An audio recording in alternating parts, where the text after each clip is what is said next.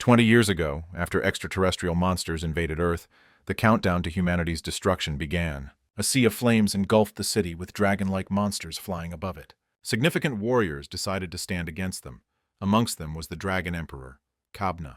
A handful of warriors, having decided to burn themselves for humanity, stood against an army led by the ruler of the extraterrestrials. The ruler of the extraterrestrials starts chanting out a spell, floating above the sea of flames. Finishing his chant, he opens his mouth and a dark red energy starts to gather in between his teeth. The ruler finally releases the energy, demolishing everything in its path. The energy beam burns along the ground in a straight line. A man rushes out from smoke, cursing at the ruler.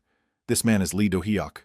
Rushing towards the ruler, a person stops him. That person is Kabna. He is gravely injured, losing an arm after that energy blast. With two other people standing behind Kabna and Do-hyuk, Kabna says that the ruler is impossible to fight against with humanity's current strength, and only one option is left for them. A woman standing behind them pulls out a stone. It is the stone of temporal regression, the last hope of humanity after 20 years of war. Kabna explains how only one person can use the stone. Kabna says that the person to regress back has to be Lee Do-hyuk, which catches him off guard with Kabna's sudden decision. The other man remarks that if it's Do-hyuk, the greatest genius hunter in history, then he can do it.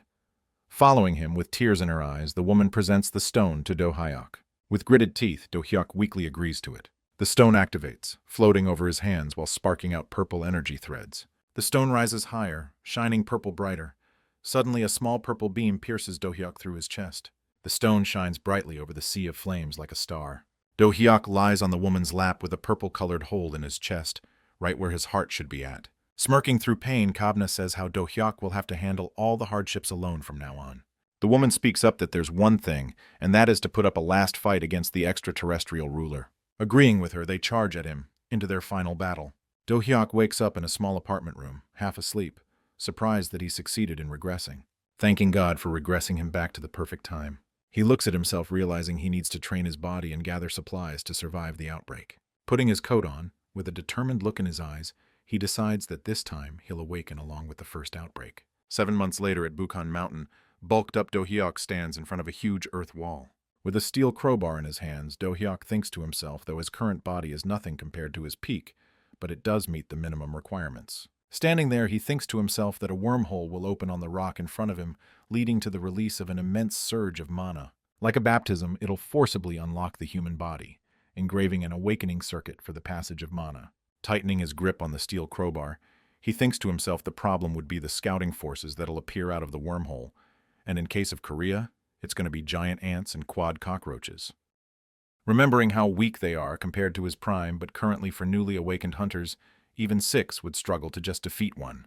Clenching his fists, he starts counting down from 5, hoping with his experience he'd be able to handle them. In a punching stance, he finishes counting down. He rushes towards the earth wall. He freezes in his tracks, confused as nothing happened. Confused, he reassures himself that an error is possible and decides to wait a little bit longer. And so, night fell. 10 hours have gone by.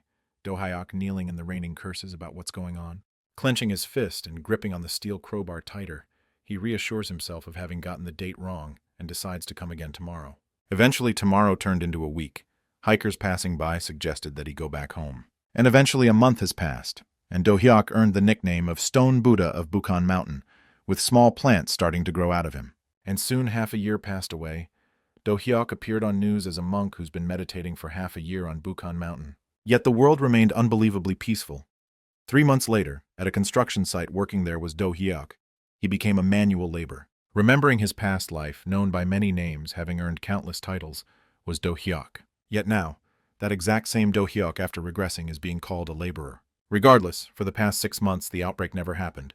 No alien species, no awakened individuals, none existed in this current world. Having no other choice but to accept it, this Earth is different from the one Do-hyuk knew.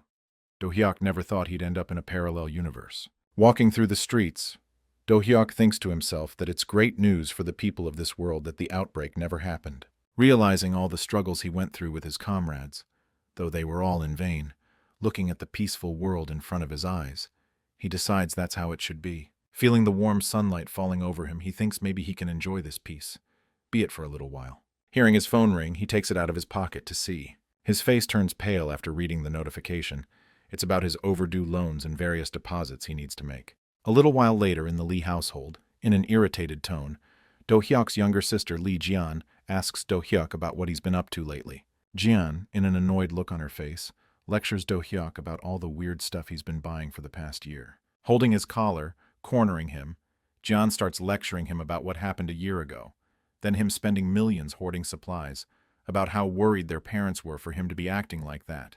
Cornered, Do-hyuk thinks to himself that he didn't consider the world ending up this perfectly either. Do-hyuk goes into a flashback, sitting around a bonfire with Kabna. He remembers their plan on what to do first after regressing.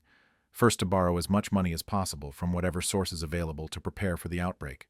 Do-hyuk follows on what to do next. With a carefree grin, Kabna replies nonchalantly as to who cares about what comes after. Kabna continues that once the outbreak happens, with the world falling apart, who'd even go around collecting debts? But the world didn't end, and Do-hyuk can't go around ignoring all the money he borrowed. With a crying-like look on his face, he remains there as his sister continues to lecture him. Letting go of him, she reminds him how he's even doing manual labor to pay off his debt. She then offers to pay him if he helps with her streaming. Jian tells him how she needs to beat a 2-player game this time, and how she needs Do-hyuk's help to accomplish that, to which Do-hyuk carefully listens.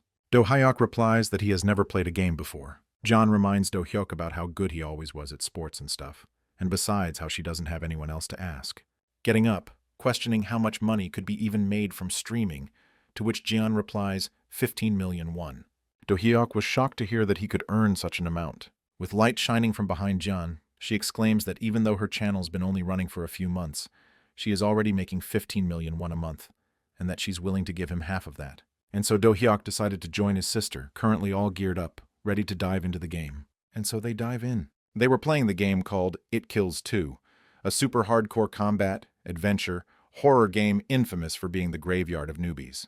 They both stood against a haunted mansion, lightning falling down behind it, creating an atmosphere of terror, and so the game begins. Jian sticks close to Do-hyuk, scared of the sudden change in atmosphere provided by the game. Shivering from terror, Jian continues to hold on to Do-hyuk, while Do-hyuk thinks to himself that a house like that scary mansion is cozy enough for a good sleep. Slowly walking through the entrance, they continue walking towards the stairs leading to the main door. After Do-hyuk puts his leg on a single staircase, an in-game notification suddenly pops up which scares Jian enough to hide behind Do-hyuk. Do-hyuk, playing a game for the first time.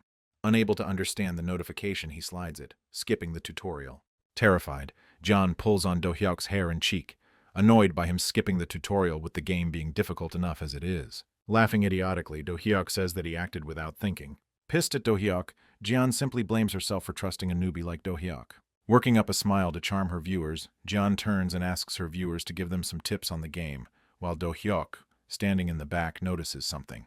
Looking at the comments, with viewers providing helpful tips, Jian lights up a bit while Do-hyuk keeps looking at something glowing. In-game notification window pops up, with Do-hyuk choosing reality level difficulty. Hearing that through the notification window, Jian freezes up. Angry and scared, Jian leaps and grabs Do-hyuk by his shirt. She curses at him for what he just did. Confused, Do-hyuk replies that he was just checking the doorknob and something strange then just popped up. Crouching in disbelief, speaks up that the amount bet on first clear is already over 1 million won, while Do-hyuk stands behind her with a face that depicts regret at what he accidentally did. After getting a high pay order from her viewers, Jian and Do-hyuk feel much more encouraged now and decide to stop despairing. With a Chad-like expression, Do-hyuk opens the door to the haunted mansion. Suddenly, a dead body appears hanging upside down in front of them, making Jian scream from the sudden jump scare as she clings onto Do-hyuk. The viewers suggest they check behind the hanging corpse, scared and unable to make a move. Jian tells Do-hyuk to do it, finding an axe and a pistol from the corpse. Do-hyuk decides to keep the axe while handing the pistol to Jian, to which she replies about not being confident with guns. Do-hyuk tells her that she'll have to hit the enemies directly if she decides on the axe. Terrified of doing that, she decides to keep the gun. Suddenly, a swarm of monsters jump down the stairs, surprising Jian and Do-hyuk in their tracks. These monsters are called the neck huggers.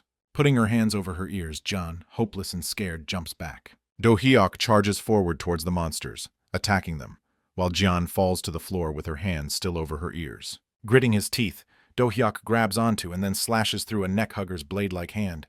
With quick movement, he pierces the neck hugger through its mouth with its own blade-like hand. After defeating one neck hugger, piercing through its mouth with its own blade-like hand, Do-hyuk stood over it as other neck huggers dashed towards Do-hyuk. Gritting his teeth with veins popping from his neck, he decides to make a dash. Do-hyuk dashes towards the neck huggers as they run towards him, dashing forward while cutting through them like paper. Their blood splatter over Do-hyuk's hand and face. Letting out a sigh of relief, he jerks the blood off his axe after he single-handedly cut through those neck huggers. With his face covered in blood, Do-hyuk turns back looking grim, speaking to Jeon that she must have been really surprised by Do-hyuk's actions. Scared by his grim-looking face covered in blood, she screams and perfectly shoots Do-hyuk right in the middle of his forehead. She then runs towards him, scared, apologizing for shooting him, and with Do-hyuk dying, their mission fails. Black Oak, a streamer specializing in horror games, finds it unbelievable how easily Do-hyuk defeated those neck huggers in reality mode. He was left astounded seeing Do-hyuk take down 4 neck huggers with just an axe. Do-hyuk and Jeon respawn at the main door. Jeon awkwardly apologizes for shooting Do-hyuk, while he just stands there really pissed. Do-hyuk turns to Jeon and reassures her that it's okay, that it was a mistake just then. Gritting his teeth in anger, he presses finger on her temple and says how he shouldn't have given an idiot like her a gun. Jeon, knowing her fault, just apologizes without any resistance. Without speaking any further, Do-hyuk warns her that there's going to be no next time for her, and they are going to go faster this time, saying that he advances. Slicing through the neck huggers like paper, all while he holds Jeon in one hand, he advances forward. Jeon was left speechless how Do-hyuk handled them all by himself. Do-hyuk speaks how they should divide roles for the next chapter of the game. Do-hyuk continues that he'll take care of firearms, combat, item farming, and scouting, to which Jeon asks what she's going to do. With a pissed-off expression, Do-hyuk straightforwards tells Jeon to simply just cheer on him from the back. Jeon replies, how can she just cheer on when it's her replies? Ignoring her rants, Do-hyuk steps forward. Opening up the door, Do-hyuk stands at the entrance as he notices something in front of him. A huge muscular monster covered in blood emanating a green poison-like aura around his body stands there. This monster is Brute. It kills Two's mid-boss. Scared as hell, Jeon pushes Do-hyuk forward, shouting it's out. Caught off balance by that push, as Do-hyuk is about to fall, the monster charges forward towards them, ready to punch. Do-hyuk skillfully balances himself back with his hand right below the monster, near its leg. In that position, Do-hyuk's sweep kicks the monster leg, making it lose balance and fall forward.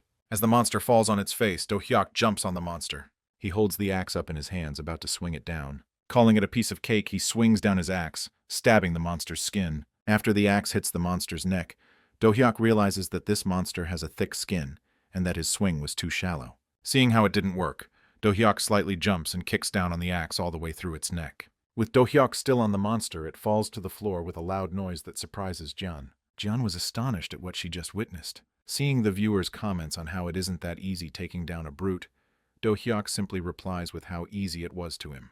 Viewers suspect Do-hyuk of being a veteran and ask him to show his status window, while Jeon simply just says that Do-hyuk really is a beginner. With the viewers asking for it, Do-hyuk opens up his status window for them to see. The status window shows how long he has played the game. The viewers find it hard to believe that Do-hyuk's status is 134. While it's 125 for a pro-level player, 140 being the human limit, and 147 being the world record holder, Do-hyuk just stands there expressionless. Looking at his detailed stats, Do-hyuk thinks to himself that training for the apocalypse is finally coming handy, while Jeon, standing behind him, thinks how the loan sharks exploited him for his body to get that good. With a crying expression, Jeon continues if they even fed him there and says that she'll treat him better from now. Suddenly, Black Oak makes a donation, which leads both Do-hyuk and Jeon to look up at the notification window. A viewer speaks up how Black Oak was the first person who discovered the hidden route by killing Brute, else the story was meant to progress with Brute capturing the player. The viewer continues how it took 7 attempts for Black Oak to barely clear it. Do-hyuk says that if you're not good at gaming, that stuff can happen. Surprised by his comment, Black Oak laughs nervously. Having pre-planned on just watching them from the sidelines, Black Oak changes his mind on how he might have to turn this into content. Black Oak asks them if he can set up a mission for them, saying that he wants to stream it. Jeon follows, asking what kind of mission. The mission asks them to clear the game using only the hand axe, and if they clear it within the given condition, he'll reward them with 1 million won. In return, he wants to stream it. Jeon jumps in excitement at the offer, while Do-hyuk simply just gives a thumbs up.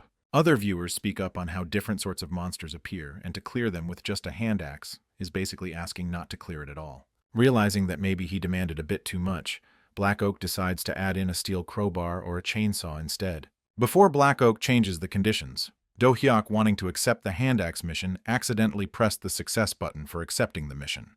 Without anything to say for himself, he holds Jeon in one hand and barges through another door. A huge, man-like monster with a chainsaw for its right hand emerges in front of them, This monster is a grande, the second mid-boss monster.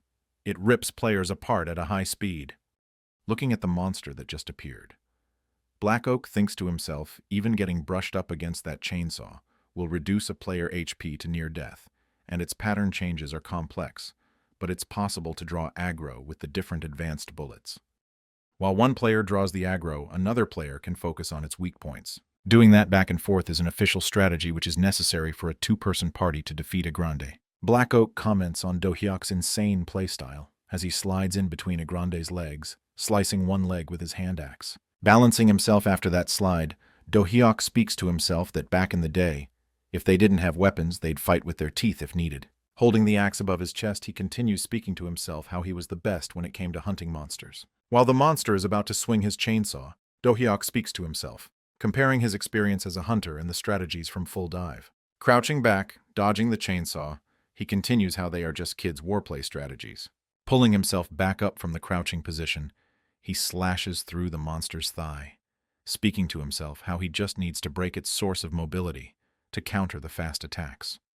He then gets back up, then kicks the monster's, messing up its center of balance, making it fly back with his kick. Do Hyuk then dashes forward, aiming to strike at every humanoid monster's weakness, their neck. As he gets to swing his axe, the monster puts its arm, taking the swing with its big muscular arm, making it stuck in between its muscles. The monster then swings his chainsaw arm down at Do Hyuk, while John calls out to him behind, with worry showing on her face. As the monster swings its chainsaw arm, Do Hyuk jumps up and dodges it. Coming down with a huge force, he lands on the chainsaw, breaking it. Gritting his teeth, Do Hyuk says, "If the enemy's defense gets stronger, then all you need to do is break through with an even stronger attack." Following his words, he swings forwards, cutting through its hand and neck in a single strike. John leaps forward, putting her hands up in the air, shimmering brightly on how they won. A viewer asks Do Hyuk how he did that. Do Hyuk says that first, to analyze their footing axis and muscle movements, target the leg as they concentrate strength during an attack. That way they can seal its speed. Then read the texture of their muscles, letting oneself to predict their attack timing and direction. After that, dodge them like he did earlier, then follow up with a powerful strike. He also comments on how easy it is to dodge a bullet by watching the muzzle direction, and if that's not possible, then block it with an axe. Jian notices a path leading to somewhere and informs Do Hyuk of it. Walking down the stairs, Do Hyuk happily chats with the viewers, while Jian finds another hand axe and informs Do Hyuk of it. After taking the axe from Jian, Do Hyuk starts boasting how he could take down so many monsters wielding dual axes. Jian suddenly cuts his speech short, telling him to look behind him. They stand in front of a horde of enhanced zombies charging towards them. Do Hyuk dashes into the horde, swinging his dual axes, slashing through the enhanced zombies like paper. He dashes through them, cutting them down skillfully, making it seem too easy. On seeing the viewers' comments on how he's easily cutting through them, he demonstrates what he had earlier told them: dodge, then follow with a powerful strike. Seeing the viewers' comments, while gritting his teeth, Do Hyuk decides to put in a bit more effort to it. Combining two skills, whirlwind and charge, he leaps forward, slicing through the enhanced zombies. Spinning like a whirlwind, killing the zombies, he stops and starts to vomit from spinning too much. Wiping his mouth, he reads a comment from a viewer recommending him to rather play Rise of Valhalla, to which he asks if that's another game or so. Jian calls out to Do Hyuk with a blood-soaked diary in her hand. She says that she found a clue about the monster outbreak serum. She explains the content. It says that a mutant strain is responsible for creating all variants, starting from neck-huggers to zombies. She then reminds him of the trailer near the house they saw before coming here. She continues that there's a serum that can cure this strain. Closing the diary, all motivated, John says that they just need to loot it and spray it through the mansion's sprinkler system. Once exposed to the serum, the mutants will all weaken at once. Following Jian, the viewers say the same thing about how it can get brutal without the serum. Do Hyuk replies that they should give it a shot. Jean, afraid, says what if they fail, to which Do Hyuk remarks that going all the way to get the serum is a hassle. Black Oak issues a 100,000 won challenge, to which both Do Hyuk and Jian, putting up brave faces, reply as if they're ready to do it. With a whir-like sound, the ground opens up. Do Hyuk remarks that maybe they need to go down to start with the next chapter. With Jian piggyback riding Do Hyuk, he jumps in through the opening on the floor. Do Hyuk lands heroically with John on his back, splashing away the water beneath him. A notification pops up welcoming them to the sewer labyrinth. Entering a place like this makes Do Hyuk nostalgic, how he used to live underground in the sewers, hiding from the extraterrestrials, while Jian feels sick from the foul smell in the sewers. Seeing a rat running across in front of them, Do-hyuk acts delighted, seeing it remembering how good sewer rat broth soup tastes, while Jin screams seeing a rat. Suddenly, their attention is drawn towards the giant rats running towards them in the sewer. Delighted, seeing giant rats, Do-hyuk happily leaps towards them. Seeing Do-hyuk's expression as he dashes towards a rat, the rat flinches in its tracks. Glimmering in ecstasy, Do-hyuk cuts through them like holding onto rat hind leg meat with his tongue sticking out. Holding out the meat to his mouth, about to take a bite, John, scared and trembling, calls him out as to why he's trying to eat it. As Do-hyuk was about to take a bite, large rubbles flew towards him, taking the rat meat with them as they passed by Do-hyuk. Two disgusting-looking monsters with tentacles for one arm appear growling. They are called Chaos, a late-game boss monster known for its tentacle arms and outstanding regeneration. Surprised by the appearance of two Chaos, John calls out to Do-hyuk to run. The two Chaos monsters look shocked as how Do-hyuk just ignores them and continues his search for the rat meat in the sewage water. With tears welling in his eyes from losing the rat meat, Do-hyuk turns to face the Chaos monsters with anger, vowing to hunt them. The two monsters rush towards Do-hyuk, attacking him, to which he leaps backward and dodges, while John acts irritated because of all the events happening to them since the beginning. Black Oak says that in reality mode, the difficulty level depends on the player's stats, and that Do-hyuk's stats far exceeds the game's rank limit. Getting hit by a punch from a Chaos monster, Do-hyuk flies back, crashing into a wall while blocking it. Viewers debate that even if it's because of Do-hyuk's stats, still spawning two boss monsters is really stretching it, while Do-hyuk continues to dodge the attacks. Enjoying the fight against strong enemies, Do-hyuk suddenly dashes forward, cutting off their tentacles easily as ever. From where the monster's tentacles got cut off, new tentacles started to emerge from there. One of the Chaos monsters releases a poison gas through its mouth, with a green-colored skull appearing over Jian's head, depicting that she's poisoned. She informs Do-hyuk that they have only 10 minutes left before their health bar reaches 0. Suddenly, a Chaos monster attacks Do-hyuk with a punch, which Do-hyuk dodges by ducking. Jumping forward, Do-hyuk cuts through a Chaos monster's arms. Slashing through the monster's thigh and neck, he says that even if they continue to regenerate, he's going to keep breaking them till they can't regenerate anymore. Regenerating its cut-off head, arm, and thigh, it rushes back towards Do-hyuk, while the other monster decides to attack John. The Chaos monster jumps up at Do-hyuk, extending his tentacled arm. Suddenly, a viewer informs Do-hyuk that unless their heart is destroyed, those monsters will keep regenerating endlessly. Knowing the vital information, Do-hyuk dashes forward towards the monster, slashing at his arm. As the monster attacks Do-hyuk, he dodges, letting the attack hit the other Chaos monster, piercing its heart. The remaining Chaos monster growls in fury. Do-hyuk jumps and hits its head with his hand axe. With agile movement, Do-hyuk makes a vertical downward slash, slashing through its heart in one go. Slashing through its heart, the Chaos monster, defeated, falls down as Do-hyuk heroically stands over its corpse, completing his mission. John stands there at the back, shocked at Do-hyuk's amazing performance. With a notification window popping up saying that the Chaos mission has been cleared, John turns with glimmering eyes, asking the viewers that they should donate something after witnessing such an incredible gameplay. John expresses her gratitude to the viewers for their donations, while looking at the donation notifications, while Do-hyuk just looks at her, thinking just how much she would have made today. John turns to Do-hyuk, asking him if that's all or if they're going to keep going further. Do-hyuk remarks that it's been 8 hours since they started playing, and that they should call it a day and rest up a bit. The viewers ask him to at least play for 18 hours, to which Do-hyuk says that this being his first time in VR, he's feeling a little motion sick after playing for so long. They then finally bid farewell to the viewers, with Do-hyuk saying that he'll return to finish it the next time. Viewers talk amongst themselves about what they just witnessed, the beginning of a legend. They then turn to Black Oak, asking him what he thinks about what just happened. Surprised like everyone else, he spoke mysteriously. Just what is that guy? All while thinking to himself. He remarks that if Do-hyuk's physical skills are this insane in here, then just how amazing he'd be in other games, and that if he were to play another game, it would end up being an absolute smash hit. Standing up from this chair with a determined look on his face, he decides he needs to recruit him onto his side.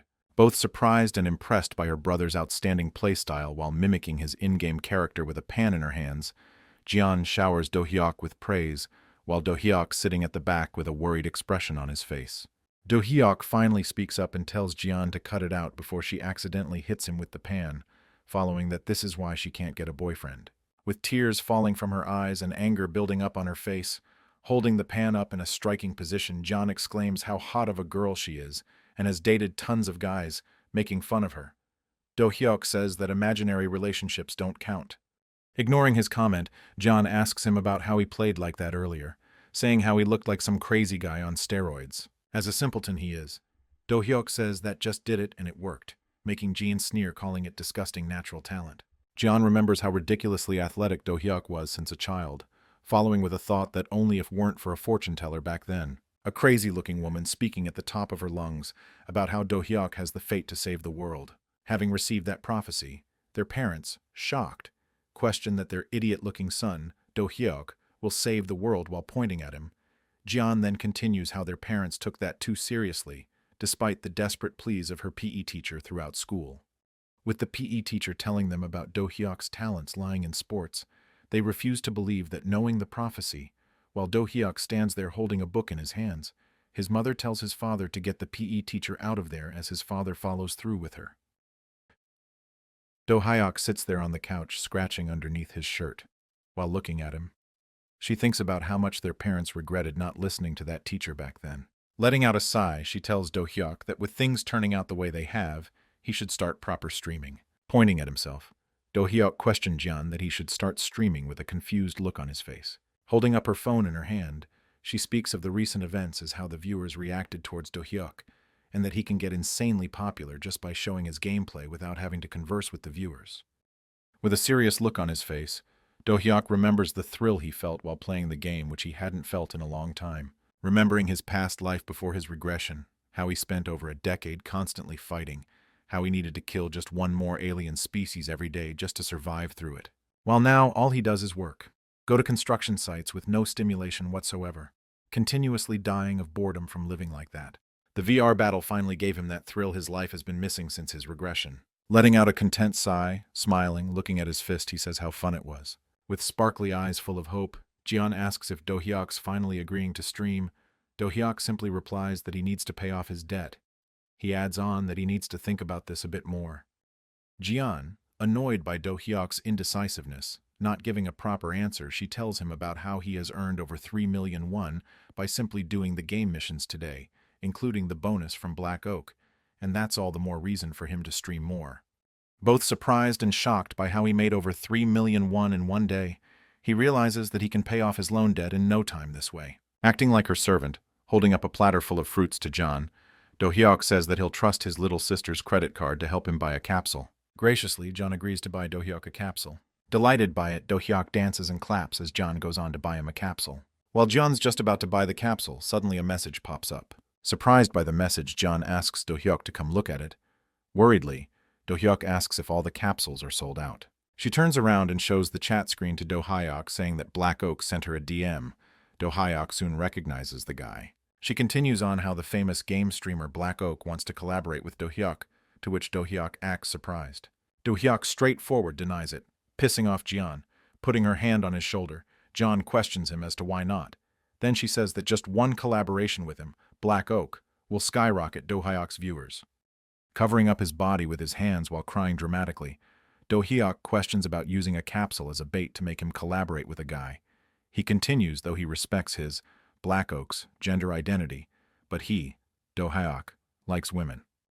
Do-hyuk continues to cry dramatically as he curses Jian and accuses her of being so obsessed with viewers that she'd even sacrifice her own brother's purity. Standing behind Do-hyuk, Jian, clearly pissed off and annoyed by Do-hyuk's actions, thinks if she should just kill him. The next day, Do-hyuk's capsule gets delivered and installed. Faces covered in bruises. Do-hyuk thinks to himself what an idiot he is for misunderstanding what type of collab Black Oak asked for. Do-hyuk then enters his room, closing the door behind him, and says, having decided to stream, it's about time he does it for real. He gets inside his capsule. It's a high-end capsule that Jian bought for Do-hyuk with a 12-month installment plan through her credit card. She tells him that a capsule like this necessary for future streaming, after adding some convenience features. The total came to 20 million won. Do-hyuk thinks to himself that even though they've bickered a lot as kids, Jian's got a soft heart. With newfound determination, he decides he'll make tons of money with this and buy Jian lots of presents. After starting up, a screen shows up with many different games on it. Do-hyuk decides that this time he wants to try playing game mode instead of reality mode. He decides to pick up a game where he can utilize near superhuman specs so that he can satisfy the craving that It Kills 2 couldn't fulfill. Broke as hell, he decides to go for one of the cheapest games. He soon finds a game that catches his eye. He remembers having played that exact game as a kid. This game is called Ultimate Fighter FD. He was surprised as well as excited seeing that this game has a full dive version now. Seeing how cheap it was, only $20, he decides to buy it. A notification pops up saying that the purchase is complete and that he's entering the game lobby. Another notification pops up asking him to set a nickname. He decides on using his old nickname. I guess that's it. Then a notification pops up saying that the nickname has been set. He shouts out that it's time he checks his physical status. He follows with a punch to the floor right beneath him. He activates a skill called Explosive Fist, shattering the floor beneath him in a single punch. He then activates another skill called Rapid Strikes, moving really fast, leaving the afterimage of his previous actions behind. Then he activates another skill called Wolf Fang. With a rapid swing of his arm, he shoots out a horizontal slash from his hands, damaging the pillars in front of him. Letting out a sigh, he asks himself if that is the max capability in-game mode. Looking at his fist, he says that even though it's not at the level of being called superhuman, it's still beyond the limits of a human. Standing there, he talks to himself that this is probably the highest level an average person can handle. Any faster than this, and normal perception wouldn't be able to keep up. Looking up in excitement, now that he's warmed up, it's about time for a real match. He then asks the computer to search up a ranked game for him. A notification window pops up saying that he doesn't meet the level requirements for a ranked matchmaking. He suddenly remembers that there was a rule like that. He then asks the computer to search for a public room instead. The computer starts searching for a public room. While that goes on, Do-hyuk decides to pick up a character for himself. A girl wearing a kimono slashes through a fighter with her katana, while the viewers shout out to her in excitement. A notification pops up saying that Harang wins. Harang is the person the viewers were shouting out to. She is also known as the Sword Princess. Holding her sword in one hand while giving a wink to the viewers, she says, "Mission complete." Suddenly, a viewer asks who Harang is and why they are so good in ulti-fight. Harang notices the comment and looks up. Then suddenly another viewer asks him how does he not even know who the Sword Princess is. The viewers then explain that Dark Sword Girl, Harang, used to go by the name Sword Princess, and that ulti-fight was once famous enough to have a world championship. As the viewer continues to praise her, she, embarrassed by all the praise, asks him to stop, continuing to say that it's been ages since she quit playing ulti-fight professionally, so it's understandable if everyone wouldn't know her. She adds that the player named Iron Fist is much more popular nowadays, to which the viewers agree. She looks up and asks the computer to find her a ranked room with similar settings to ranked mode. Having found a match, the computer says that the minimum wait time is 9 minutes. Surprised by how long the wait time is, she then asks the wait time for the next game. The computer replies that the wait time would be 12 minutes for the next game. Irritatedly, Harang mentions how that will mess up her stream's pace. Soon after, a viewer suggests to Harang that she could do a public match mission in the meantime, to which she replies that it sounds good, and that the queue to it is slow anyway. Suddenly, a viewer drops a 100,001 mission for her. It says that she has to win 5 consecutive matches in 12 minutes. Harang responds with an awkward smile that they're overestimating her and to cut her some slack. The viewers then mention that since the game's decline only strong, hardcore players remain, making public matches a bit too difficult, and that public matches are exactly the place where the top players bully the beginners. Then the viewers mention how Harang lost to a guy named Batago.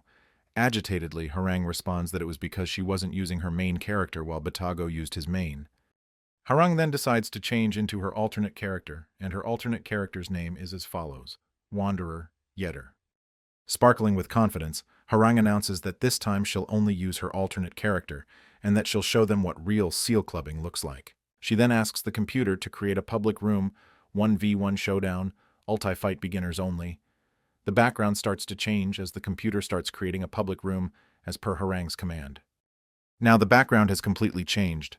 Harang stands on a piece of land in between a sea of lava with her opponent standing right in front of her. The viewers then look at a man standing there in front of Harang with black flames emanating from his fists. They comment saying that it's the Night Warrior, Hoken, the twin-fisted Black Dragon, and that he's platinum rank.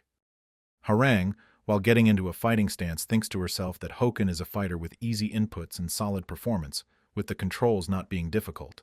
The performance is good, and also how this character always ranks in the top 3 most popular characters in ulti-fight.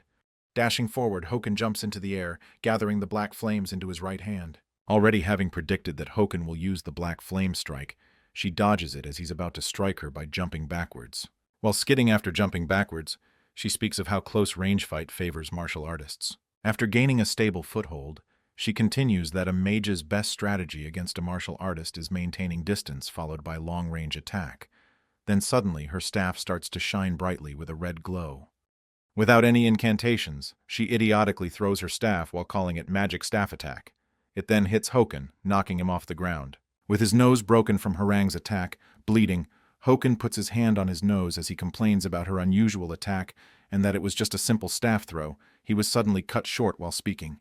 Harang suddenly dashes towards Hoken, holding him by his hand with a fierce look in her eyes. Pulling his hand forward with her body weight, she suddenly flips him over while yelling her move, calling it physical therapy magic. With an arrogant grin on her face, she says that the physical therapy magic was actually a setup for her upcoming move, as the activation time for that move is long. With a devilish look on her face, she activates the spell, Meteor Summon, summoning a huge ball of fire above her. Terrified of such a large-scale spell, Hoken, yelling it's beyond him, tries to run. With a satisfied smile on her face, she bids farewell to Hoken. As the meteor hits Hoken, taking him out, he lets out one last scream, cursing the veterans of Ultimate Fighter FD. The match ends with a huge blast on the arena platform, caused by Harang's meteor summon. A notification then pops up announcing that the Dark Sword Girl, Harang, is the winner, followed by the computer restoring the destroyed platform. Eager to complete the 5-win streak mission, Harang asks the computer to summon the next challenger. With a beam of light crashing on the platform, a player's shadow forms in it, showing that another opponent for Harang has been summoned. Harang's next opponent is none other than Do Hyuk, with him having chosen the character Steve. Having just appeared, Do Hyuk decides to warm up a bit by jumping as Harang looks at him speechless at what he's doing.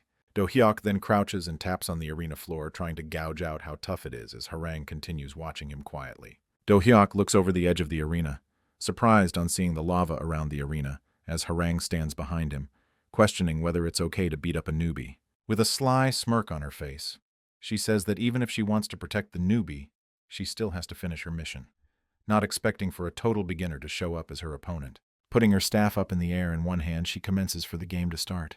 As the countdown starts for the match, turning on his serious mode, Do Hyuk turns to face his opponent. As the match starts, Do Hyuk dashes forward in no time, appearing right in front of Harang. Dodging his attack, she mocks him how dodging a newbie's charge is a piece of cake for her. After balancing himself, Do Hyuk suddenly appears in front of Harang. Do Hyuk then punches Harang.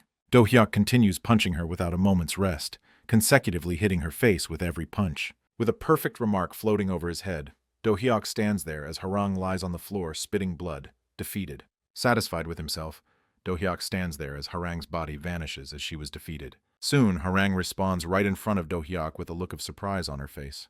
The viewers start trolling Harang on getting defeated by a total newbie, and to that with a perfect, irritated, Harang challenges Do Hyuk to fight her again. Feeling ashamed of getting defeated by a newbie, she looks up, then shamelessly makes up an excuse that she lost because she let her guard down. She then starts accusing Do Hyuk of being a veteran, trying to pull in her viewers to believe that Do Hyuk is a veteran and was just acting as a newbie then, which Do Hyuk doesn't seem to care much about. She reverts back to her main character, Sword Girl Harang, shouting how she's going to be the one to show a perfect victory this time. The viewers again start trolling her on how she just took out her Sword Girl character right after getting crushed. She starts to get irritated by the actions of her viewers. Seething in anger, spouting fire, she says that if she does it properly, she'll win, while Do Hyuk just stands there looking at her, weirded out by her actions. Harang takes her sword out and mentions how angry she is now. With a serious expression, she says that she's going to turn her serious mode on now. As Do Hyuk looks up at the ready notification floating over his head, Harang thinks at most Do Hyuk is probably an upper diamond or lower master player. She then speaks to herself that Transcendent is the highest rank of Ultimate Fighters, and including her, there are only 100 Transcendents. Remembering Do Hyuk's fighting style, she realizes that it's different from Ulti-Fight, and that it's clear that he's a top-tier player from another game who's just joined Ulti-Fight. As the countdown comes to an end, she dashes forward shouting that she'll show what control truly means. She slashes at Do Hyuk, which he easily dodges by ducking. Pulling his hand, Do Hyuk is ready to punch her. Making rapid movement, she shouts out that she isn't going to fall for the same trick twice. Instead of punching her, Do Hyuk grabs her by her wrist, stopping her in her tracks. Holding onto her wrist, he pulls her forward, messing up her balance while gritting his teeth, ready to punch her. With the punch hitting her in the face, tears start to well up in her eyes. Receiving consecutive punches to her face exactly like in the previous, she ends up getting defeated again. With a perfect remark floating over his head, Do-hyuk stands there as Harang lies on the floor, spitting blood, defeated again. Vanishing and then respawning, she challenges Do-hyuk once again, repeating the process of challenging and getting defeated again and again. Do-hyuk once again comes out victorious, while Harang lies on the ground with bruises all over her face, trembling. Feeling content after a 5-win streak, Do-hyuk turns back as Harang vanishes. Thinking back to his first match, he reviews how the staff character was easy to deal with, and how it got trickier when she switched to the sword character and used a bunch of some weird skills. Looking at his palm, he continues on how he logged into game mode wanting to try some psychic powers, but having skipped the tutorial, he didn't know how to use them. Clenching his fist, thinking to himself, he speaks how it didn't work even after using his old mana sensing abilities. Speaking of how he chose the game mode just to feel his old psychic powers again, he decides that next time he'll definitely do the tutorial. He then notices Harang as she respawns. With an encouraging look on his face, he compliments Harang on her playstyle and asks her about her tier. Clearly agitated for some reason, Harang points her finger at Do-hyuk, moving her mouth, speaking, to which Do-hyuk isn't able to hear anything she's saying. Do-hyuk confusedly asks her what she's saying and that he can't hear her. Thinking to himself, he realizes that maybe she has turned on her communication blocking function to focus on the game, and if that's true, then she won't be able to hear him at all. Harang continues to inaudibly speak. She begins to pull out her sword while trying to provoke Do-hyuk. Surprised, Do-hyuk looks up at the countless incoming revenge requests from Harang. Confused about what to do and that he needs to go back now, he turns back waving at her, deciding that should hurry out and look up how to activate game skills. Harang, confused, continues to speak something inaudibly. Looking back at Harang's mouth movements with a smile, he thinks if she's asking for his nickname to add him as a friend for the next revenge match. Standing confidently in front of Harang, he says his nickname, I guess that's it, to which Harang acts confused. Harang stands there gawking at the notification screens, speechless, as they serially float over her head with Do-hyuk's nickname written on them. She curses at him with tears falling from her eyes. The notification pops up saying that player 2 has logged out as Do-hyuk vanishes. She falls to the ground on her knees, dramatically screaming that she'll definitely find him. The viewers continue to make fun of Harang as she stands there on the arena platform, cursing at Do-hyuk. Totally pissed off by Do-hyuk spitting fire, she yells that how dare he ignore her. A viewer then comes up and explains to Harang that Do-hyuk wasn't exactly ignoring her. He continues that if it's a newly created account, then the initial settings are on mute mode, and maybe he couldn't hear her as he hadn't turned that off, while Harang stands there with an angry look on her listening to the viewer's explanation. Gritting her teeth, she says that there's no way that's possible, and that they all saw it earlier. She then goes into a flashback of the last match, where Harang activates her signature skill, Dance of Death, which depicts many after-images of Harang swinging her sword at Do-hyuk, striking and slashing through his shirt. Do-hyuk skillfully dodges her attacks while Harang continues speaking through the flashback that a beginner dodges her attacks, even taking her, Harang, down after she activated Dance of Death. She continues that it's not possible for a total newbie to defeat her in a single hit, remembering how monstrous Do-hyuk looked after taking her down. In the flashback, Harang respawns in a heroic pose as Do-hyuk stands in front of her, overestimating herself. She continues says that guy must be an ex-pro who came to specifically target her, or that he's a former top-tier UF player from its golden age. She continues. Or maybe that he's a current pro hiding his identity. A viewer then comments asking if it is Anatol, which catches Harang off guard. Thinking to herself, she finds it hard to believe that it's Anatol, known as the GOAT, the legend of Ultimate Fighter. She then thinks that unlike Anatol, who's textbook perfect, she couldn't read Do-hyuk's pattern at all. In a suspicious tone, she thinks to herself that there was no fixed pattern to Do-hyuk's attack, finding it hard to believe. With a bit of worry showing on her face now, she thinks that maybe if that's the case, then Do-hyuk was reacting in real time to her movements. While still staring at Do-hyuk, she thinks to herself that it's absurd. Such a thing goes beyond the realm of gaming, and such a person couldn't possibly exist. While still in the flashback, Do-hyuk compliments Harang on her playstyle and asks her about her tier. With a confused yet pissed-off look, she says that he should have already realized after fighting her. The viewers suddenly pass a comment making fun of how she's just a lowly transcendent. Agitated by their comment, she tells them to shut up. Even then, the viewers continue to troll her. Now agitated, she points her finger towards Do-hyuk and asks him if he's an ex-pro or a current pro, to which Do-hyuk, unable to hear her, asks what she's saying. Irritated by Do-hyuk, she tells him to just hurry up and accept her revenge request, as Do-hyuk just stands there looking as if he's thinking something. Clearly agitated again after he rejected her revenge request, she says that he already knows who she is and came to specifically target her.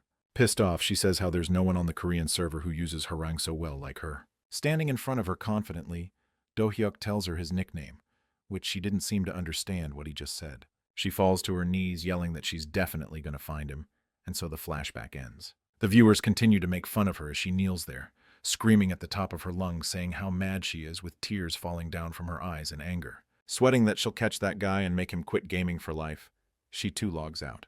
A few hours later, Do-hyuk returns to the lobby of his capsule. Tired after continuously playing 14 consecutive matches, he asks the computer to show him his total record. The computer then shows him his total record with 14 matches, 14 wins and 0 losses. Looking at it, Do-hyuk says that the overall level is low, except for the first one. He thinks of ranked matches, how the opponents he faced so far leave fatal openings with just 1 or 2 feints. Remembering how he's in diamond rank now, and that there are 2 more ranks above it, he gets excited thinking of the opponents he might meet after reaching the highest rank. Remembering his fight with his first opponent, the sword girl Harang, he decides to add them as a friend. Then suddenly a notification window pops over his head, showing that Jian is inviting him to It Kills 2. Seeing that he remembers that today he's supposed to stream with her. Realizing that it's already late, he hurries up and accepts her invitation to join her in the game, It Kills 2. Do-hyuk and Jian both appear together in the underground sewer they logged out in last time, followed by different comments from their viewers cheering for them. Greeting everyone with a wink, Jian welcomes her viewers into her stream, while Do-hyuk stands beside her looking up at the comments. A viewer then asks, pointing towards Do-hyuk, if he's the axe murderer standing beside her. Seeing that, Jian graciously introduces Do-hyuk to her viewers, introducing him while calling him nicknames Axe Murderer, which makes him look at her judgingly. Hearing the nickname Axe Murderer, he asks what's it about, to which Jian turns around and tells him that the kills he did during his previous gameplay in It Kills 2 is going viral on all the forums. With glimmering eyes, she turns around speaking of today's content, and Do-hyuk stands at the back expressionless on how fast Jian's expression changed. She then asks Do-hyuk to put his one hand up holding his axe, to which he awkwardly complies. Holding his axe up in one hand, weirded out by it, Do-hyuk stands there as Jian continues with her announcement that today's content will be of Do-hyuk's clearing It Kills 2, calling it the Axe of Madness Show. Looking at Do-hyuk, Jian points towards the dead body of the chaos monsters lying in front of them, reminding him of when they stopped after hunting chaos last time. Looking excited and enthusiastic, she announces to the viewers that this time they're attempting to clear the game It Kills 2, which they couldn't finish last time. Jian then turns around to face Do-hyuk, saying it's about time. Do-hyuk, gritting his teeth, holds his axes in an attacking stance, which makes Jian think that he's trying to attack her. With a horizontal slash, Jian quickly ducks, letting out a surprised cry. With the axe hitting one of the many monsters gathering behind Jian stands there with her hands put up in a blocking stance, as she misunderstood Do-hyuk trying to attack her. These monsters are a special creature called Sucker, with Do-hyuk's axe sticking out of a sucker's head as it fell on the corpse of the chaos monster. Many other suckers swarm around the corpse of the chaos monster, snarling at Do-hyuk and Jian. Do-hyuk suddenly then dashes forward, kicking on the sewage water where he stood, saying he'll take care of these mobs. A sucker moves forward, putting one arm up in an attacking position. Do-hyuk's hand reaches out to its face, grabbing it. The force at which they meet, his hand and the sucker's face, results in breaking a couple of its teeth. Cutting off its head with his axe as soon as he grabbed its head, then 2 more suckers jumped in, trying to surround Do-hyuk laterally. As one sucker lunges in towards Do-hyuk, swinging its sharp claws at Do-hyuk, he quickly ducks, avoiding getting hit. Then he spins around on one leg, cutting off that sucker's head smoothly, while he's still holding onto the first sucker's head. Another sucker jumps in with its arms open in an attempt to capture Do-hyuk, gritting his teeth while holding up the severed head in hand. He then throws the severed head at the sucker who is trying to capture him. With the severed head hitting its face, it gets knocked back. In a swinging stance, Do-hyuk yells out to the sucker to die, to which the monster tries to block the attack. Do-hyuk finishes it up in one strike, seeing that the other suckers seem to have gotten agitated by Do-hyuk's actions, with one sucker pointing at Do-hyuk while standing on the chaos monster's corpse. Do-hyuk notices the monsters swarming around him. He suddenly vanishes in front of the monsters, which puts them in confusion, seeing how their enemy just vanished into thin air.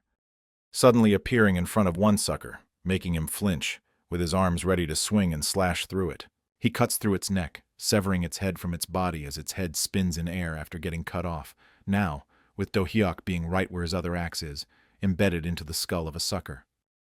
Pulling it out of that sucker's skull, blood starts dripping down from it. Having retrieved his other axe, standing over the corpse of the chaos monster, Do-hyuk says that he has lengthened the fight long enough, and that it's about time to finish it up. 4 suckers dash towards Do-hyuk suddenly. A sucker attempts to attack Do-hyuk from behind with its fangs. Gritting his teeth, Do-hyuk murmurs to start off where they left it last time. Using 2 skills, whirlwind and charge at the same time, he dashes forward, cutting through the sucker's butter. After using both whirlwind and charge together at the same time, just like the last time, supporting himself by putting his hand on the wall, he starts to vomit. A viewer comments on Do-hyuk motion sickness still being the same as ever, to which he replies of having gotten used to it. Standing straight, he checks again if he got them all. Looking up at the comments of the viewers, Do-hyuk says that they don't seem that tough as how they die so easily in a single hit when he aims for their weak spots. The viewers say that the suckers don't die easily even when they are shot with a grenade launcher, but Do-hyuk was able to kill them so easily because he kept going for their necks. Reading through their comments, Do-hyuk realizes and speaks up, saying that the mobs are so designed to be taken down the way he did, making it so easy. The viewers start complaining how overpowered Do-hyuk is, how they normally need to take out a grenade launcher if even 2 of them show up, and that sneaking up from behind and stabbing them is their best bet. Do-hyuk says that from what he judged from their patterns was that they just keep charging straight ahead, and from that they can easily predict the attack, dodge it, then slash them. Letting out a sigh, Jian looks at Do-hyuk thinking that he wasn't usually this dense, and it's not possible for normal to follow through his complex movements just because he tells them how to. She continues on speaking to herself, how a genius can understand the struggles of ordinary people. Well, as long as the stream is entertaining, nothing else matters to her much. Pushing Do-hyuk forward, she tells him that they shouldn't waste any more time here and clear the next stage. Do-hyuk reminds the viewers one last time to remember his advice, it being slash, stab, swoosh. A person with his hands up from his elbow vertically blocks attacks. The person who's attacking is none other than the sword girl Harang. She suddenly dashes forward in a simple jump towards her opponent. As she swings her sword attacking her opponent simply blocks it with his armor-cladded arm. He then pushes back her sword with a punch to it. Gathering blue-colored energy in his hand, in a swinging position, yells out to her to die. Dodging his attack by jumping above him, her opponent's attack hits the ground, shattering it. Harang acts annoyed at how her opponent hasn't died yet despite her attacks. Harang activates her skill, Dance of Death, with her afterimages surrounding him completely, stabbing him from all directions. A notification window pops up announcing that the sword girl has won. While sheathing her sword, she says that this opponent was a bit tricky. Thinking to herself, she says that Dance of Death is even effective on high tier. Her hand trembles as she thinks about how that skill didn't work on Do-hyuk that time. Still unsure whether that guy, Do-hyuk, is a current pro or a former pro, or if maybe he's a pro from Iron Fist instead of UF. Harang acts sure about one thing. That is, she thinks that Do-hyuk is one of those competing for the world's best title along with Anatol, the one and only GOAT in UF. A notification pops up saying that Harang has one friend request. She decides to open it.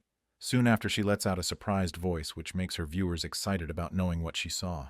Gritting her teeth, spitting out a curse, her body suddenly starts to tremble. She fires up in anger, misunderstanding that Do-hyuk changed his nickname to, I guess that's it, simply to mock her. With an irritated look on his face, Do-hyuk stretches his ear with his pinky finger.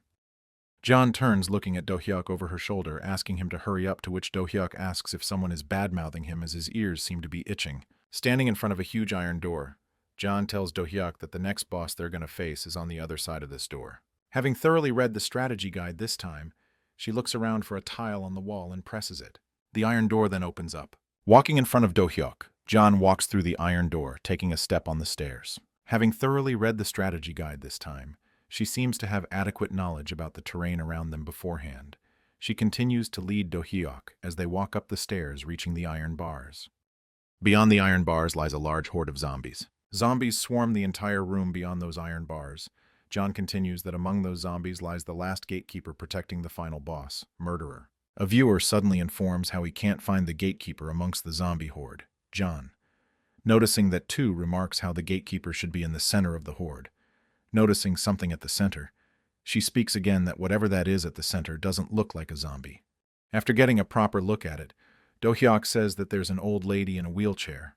The viewers start acting shocked after seeing that there was indeed an old lady on a wheelchair in the center. Acting meek and scared, calling that old lady Chloe, she grabs onto Do-hyuk's arm, which surprises Do-hyuk hearing that the old lady's name is Chloe. Interpreting whatever he can from both Jian and the viewer's reaction, he thinks to himself that this old lady might be a boss monster, probably the first person infected with the mutant virus. With a serious look on his face, he thinks to himself that must be why she can control other zombies. He goes into flashback remembering how China was divided into 6 countries after the outbreak, and about a guy who used to rule over one of those countries. He remembers how that person awakened a zombie virus-like ability, allowing him to make infected people do his bidding. He continues as to how that guy used his zombie virus-like ability to fight with Chen Tao, the strongest in China. He remembers how that guy was utterly defeated by Chen Tao, with that incident confirming that transcendent class hunters are immune to both poison and viruses. Done reminiscing on the past, Do-hyuk points towards that old man, asking if that old lady is the boss monster he needs to crush. Asking such an obvious question makes the viewers eager to pull his leg, and so they made fun of him by being sarcastic, which Do-hyuk couldn't understand at all. Jian speaks up saying that if they don't save Chloe within the allotted time, then she'll continue to age like that the mutation from the virus manifested as aging in her. Looking at Jian, Do-hyuk asks if their clear was really so slow. Jian replies with the exact opposite, that they were actually incredibly fast. Turning to her viewers, she asks them if they know how this happened. To her question, each replied with having no idea, that if the difficulty setting AI just turned crazy. A viewer then comments that it's because they didn't spray the serum, seeing that, realizing their mistake, they just stand there, speechless. Other viewers add in that they were supposed to spray the serum with a sprinkler to slow down the infection process. Embarrassed by having gotten blinded by the mission rewards, they totally forgot they had to spray the serum with a sprinkler. As the viewers keep pointing out their mistakes, Do-hyuk steps forward, saying that it's his fault for being so inattentive, that it's because of him Chloe's condition has gotten worse. Having gotten the gist of it, he sneers at the story of him having to fight his ex-wife and is determined to defeat her. Jian, deciding to speak up, says that Chloe was the root cause of the whole mess since the beginning, stopping in between to ask the viewers if they mind hearing spoilers, to which they react positively. She narrates that Chloe was a researcher working on biochemical weapons within military organizations. The mutant strains causing all this chaos was created by her and her organization to develop bioterrorism weapons. She then decided on joining hands with a rival organization, so she secretly took out the mutant strain to sell it to them. Having caught in the act, she ended up hiding in here while being chased by her original organization, leading to her getting infected by the mutant strain pathogen in the process, Jian says, summing it up. Chloe is both the culprit and the root cause of these chaotic events. Being a simpleton that he is, Do-hyuk says that it's all over once they get rid of Chloe, to which Jian agrees. Energetic as ever, Do-hyuk asks Jian to open up the bars and get ready to enter. Jian presses a red button located to the side of the entrance wall. Do-hyuk stands in front of the iron bars as it gets pulled up. In a ready-to-fight stance, Do-hyuk announces that the Grand Acts of Madness show now begins. All the zombies run towards Do-hyuk, pushing against each other. Dodging the first time, he cuts off his head, gritting his teeth. He says that this is the second enhanced zombie rush following the previous one he faced, easily cutting through their necks like paper. Do-hyuk says that if this is how easy their last stand would be, then the boss fight is going to be a piece of cake for him. As the zombies keep rushing at Do-hyuk, the viewers comment in between how large the zombie horde is compared to the last time, and they also warn him that even a slight bite could cause status effects. Continuing, the viewers speak that despite Do-hyuk being extremely skillful, it'll still be difficult for him to fight the boss monster right after fighting so many mobs. Continuing to dash forward, Do-hyuk cuts through zombies with each step he takes while the viewers continue cheering him on. Dodging a zombie's claw, he says that it's a bit more risky using whirlwind charge in reality mode than in game mode. Do-hyuk moves forward, slashing through another zombie while the viewers continue showering him with praise. Gritting his teeth while he fights, Do-hyuk says that if the goal is to eliminate the final boss, then fighting the mobs can be avoided, and right after saying so, instead of fighting the zombies, he uses them as steps for him to use and avoid to reach the final boss, taking the shortest path possible, Chloe. With a final leap, he jumps towards Chloe. With her eyes starting to glow red, she stands up from the wheelchair, letting out a really loud screech, knocking back every other zombie surrounding her, even cracking up the floor. With that single screech, she blew off almost half of the building they were all in, fighting. With lightning falling down at a distance, Chloe stands there as the building is still crumbling apart after the sonic screech. The viewers notice something moving under the pile of zombies, anticipating that it's Do-hyuk, that Do-hyuk is still alive despite that attack earlier. A hand emerges from underneath a pile of zombie corpses, pushing off a zombie corpse in its path. Holding onto Jian in his arms, Do-hyuk rises from beneath the pile of zombies. Viewers are astonished by this feat of Do-hyuk, continuing to shower him with praise. Looking around at his surroundings, Do-hyuk remarks that now only the final boss remains, since that sonic screech wiped out most of the zombies. Putting his confident smile back on, Do-hyuk says that he can easily take down the boss in no time if he just keeps an eye out for an attack like the previous one. And so the second phase of the boss fight starts, with an anomaly of a boss monster suddenly emerging out of Chloe's body and turning into a disgusting mass, with multiple eyes and 2 mouths. This monster is called Black-Faced Chloe, Mass of Bacteria. Suddenly, 3 more different monsters pop up and appear standing in front of Black-Faced Chloe facing Do-hyuk. These 3 monsters are the murderers who were supposed to be in the center of the zombie horde in the beginning. Jian finds this level of difficulty unbelievable. Normally, it's just one murderer, but now it's murderers together with the boss monster that Do-hyuk will have to fight. Do-hyuk holds out his axe in front of Jian, indirectly telling her to stay back as the viewers continue to comment how the AI has gotten mad seeing someone clear the same without using a single round of ammo, with just a pair of axes nonetheless. Looking at the viewers, Jian explains how difficult Easy Chloe is despite being the final boss, and how difficult the murderers are as special entities, including they turn invisible when attacking, making them really tricky enemies to fight. A viewer then comments saying that shooting them with a gun makes the hit area visible, and that how they'll be able to clear it. The other viewers then fill in that such a thing isn't possible, as there's a melee weapons-only mission active right now, to which both Do-hyuk and Jian react noddingly. Another viewer speaks up saying if that's how it is, then can't they just have Jian shoot, to which both of them act really surprised having not considered that. Considering the viewer's words, Jian realizes how she's been making Do-hyuk do all the work, thinks if he tries she can hold off at least the tricky murderer off with the gun. Do-hyuk places his hands on the gun as Jian grabs it in her hands. Taking the gun off her hands, he crushes it right where he grabbed it, pissed off with her thinking of trying to help. To that with a gun, he tells her to simply just sit and watch from the sidelines, without trying to do unnecessary things. Seething through his teeth, he presses hard Jian's forehead with his finger, as he reminds her that her not doing anything is much more helpful to him than her trying to do something. Realizing her deeds, Jian says how the time she shot him in the head was just a mistake she made accidentally. The viewers start to troll her.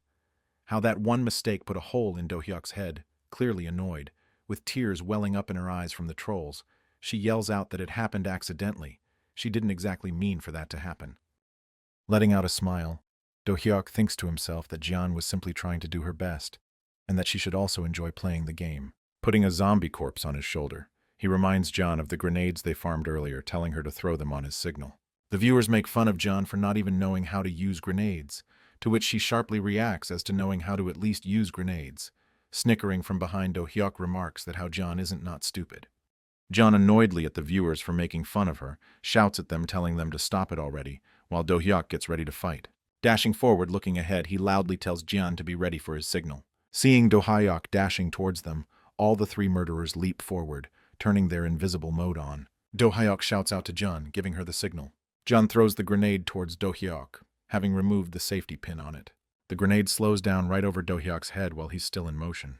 The grenade then goes off with a loud blast, forcibly turning their stealth mode off, making them visible. Crying, Jian screams, apologizing how her hands skipped while the viewers continue trolling Jian's clumsiness. Standing on one knee, having blocked the grenade's blast with that zombie's corpse, he picked up then, knowing that Jian is surely going to somehow mess it up somehow. Throwing that zombie's corpse off, he dashes and then jumps right at one of the murderers, ready to swing his axe at it. He stabs the murderer's eye in his first swing at it, making it cry out in pain, splattering its blood around.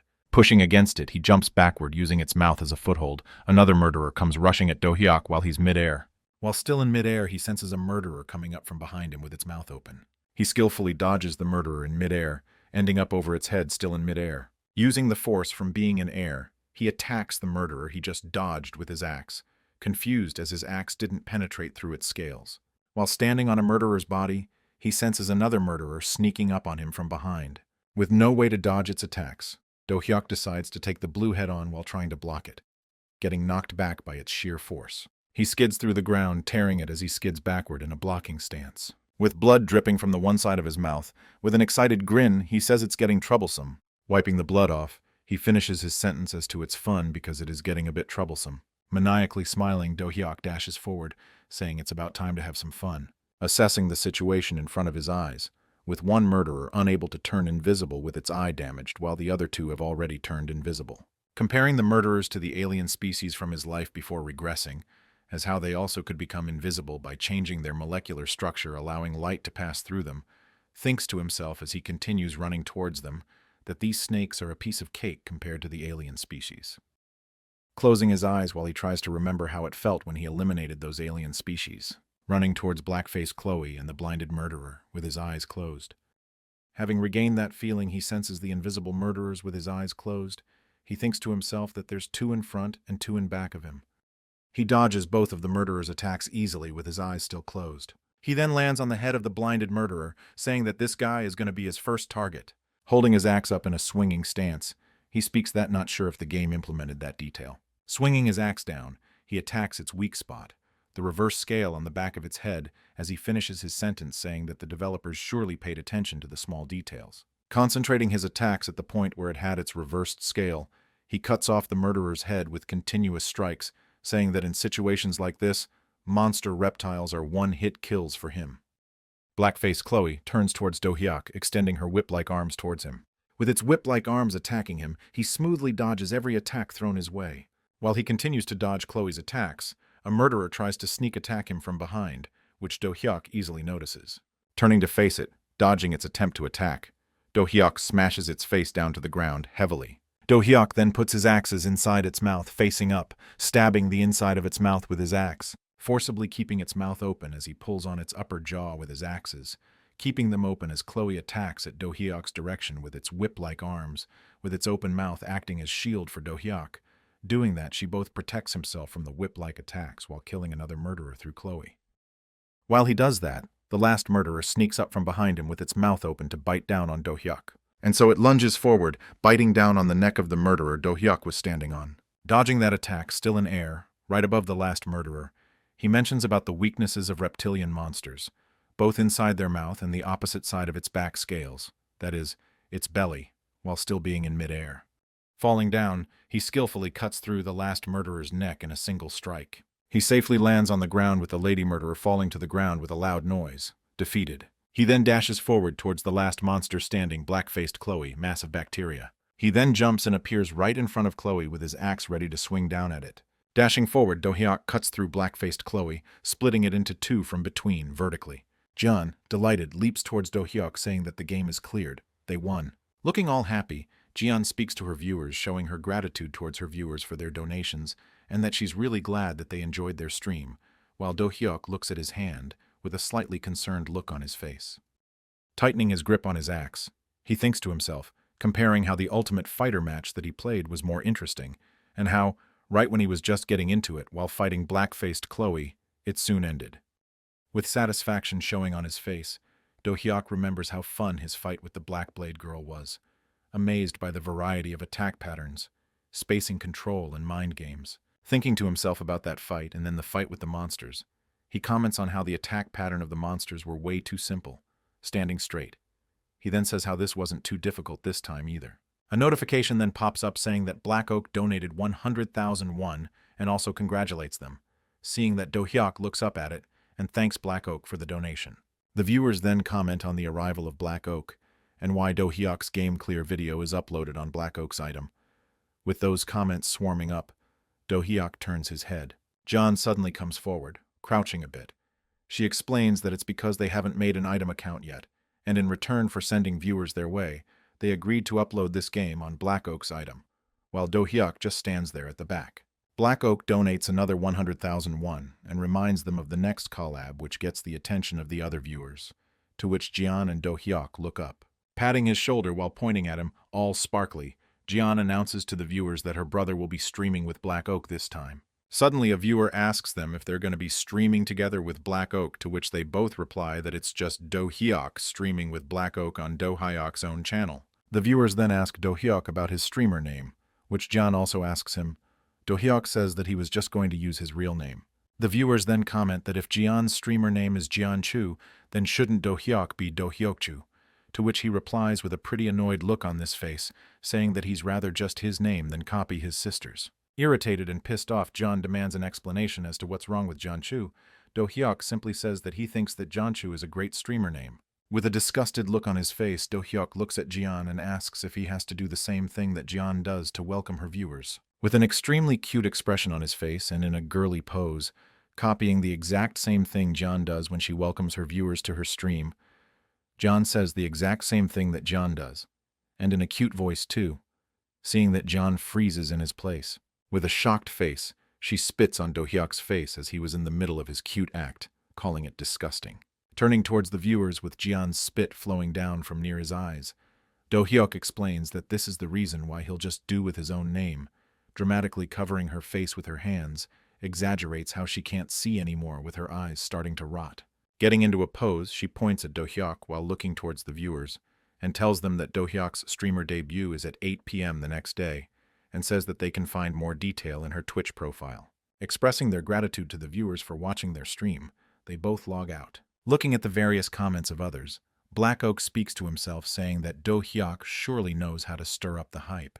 Talking with Do-hyuk through a video call, Black Oak asks him if he too saw these posts, to which he says that he too has. Talking to Black Oak, he says how he didn't expect this much buzz. Black Oak mentions that's just how much of an impact he made through Instant Kill. Excited about their collaboration, Black Oak says that the main content for the stream should be games that showcase physical prowess. Looking at the screen, Do-hyuk asks what kind of game he has in mind.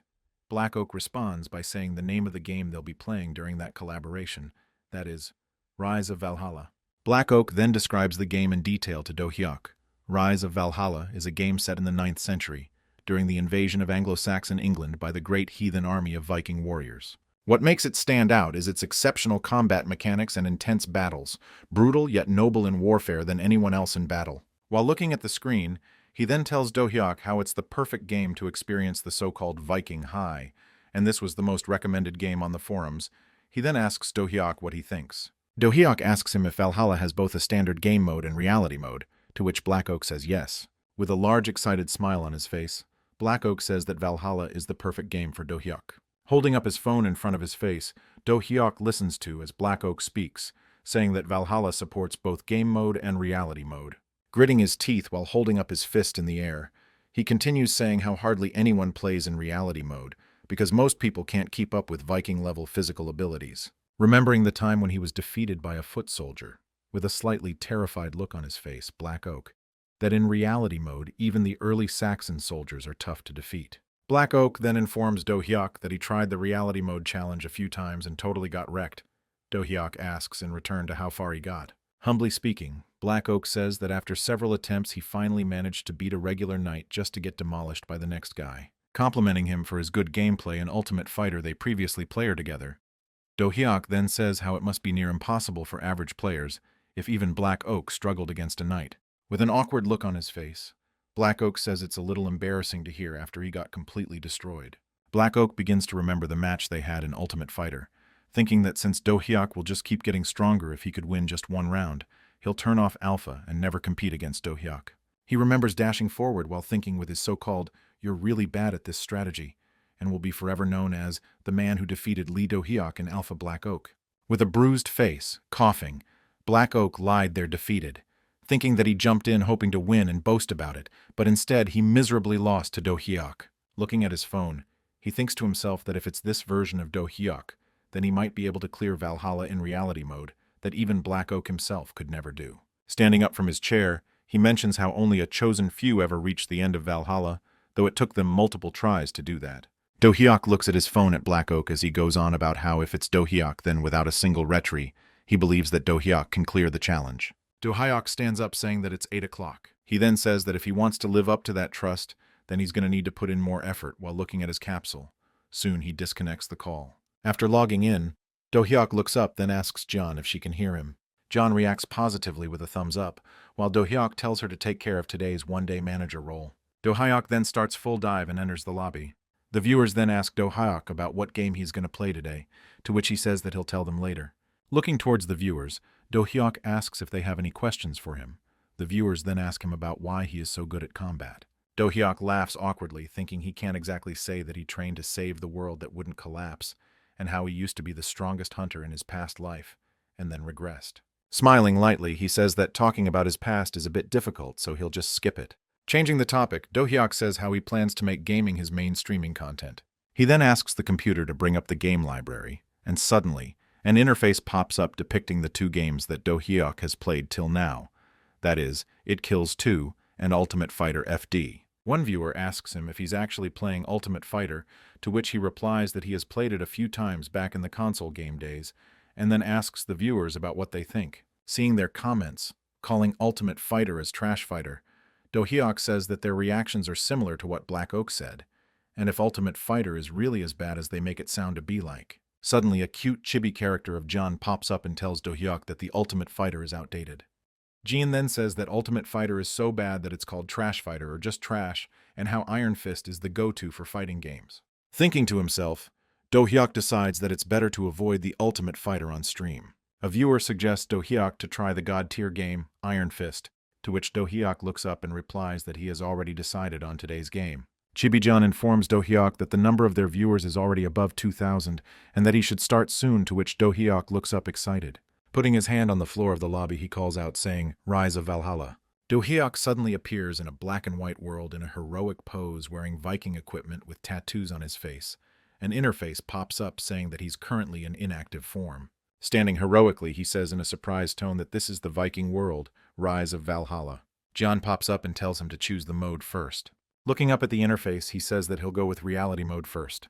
With a viewer saying that how Vikings 2 use dual axes, Do-hyuk then takes out his dual axes looking at them. Then Do-hyuk says that they have a special guest, turning his face to the light beam that suddenly falls on the floor. From the light beam, Black Oak emerges greeting the viewers, to which some viewers call him Trash Hands and Black Mosquito. Another viewer comments on how Black Oak came back to farm items in this game again, to which Black Oak replies with a wink, telling them to stop hating on mosquitoes. Putting his hand towards Black Oak, Do-hyuk says that as part of their collab, Black Oak will bring viewers to Do-hyuk's stream, and in return they'll upload their collab on Black Oak's channel. An interface then pops up saying that Black Oak has rated with 2,400 viewers, to which Black Oak points upward towards that interface and says he's not a mosquito, but at least a honeybee.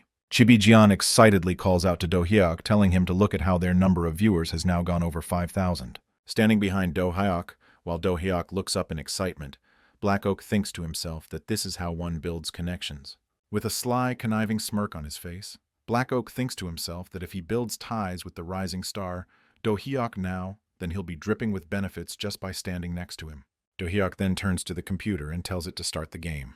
With stormy water crashing at the coast, a story then begins.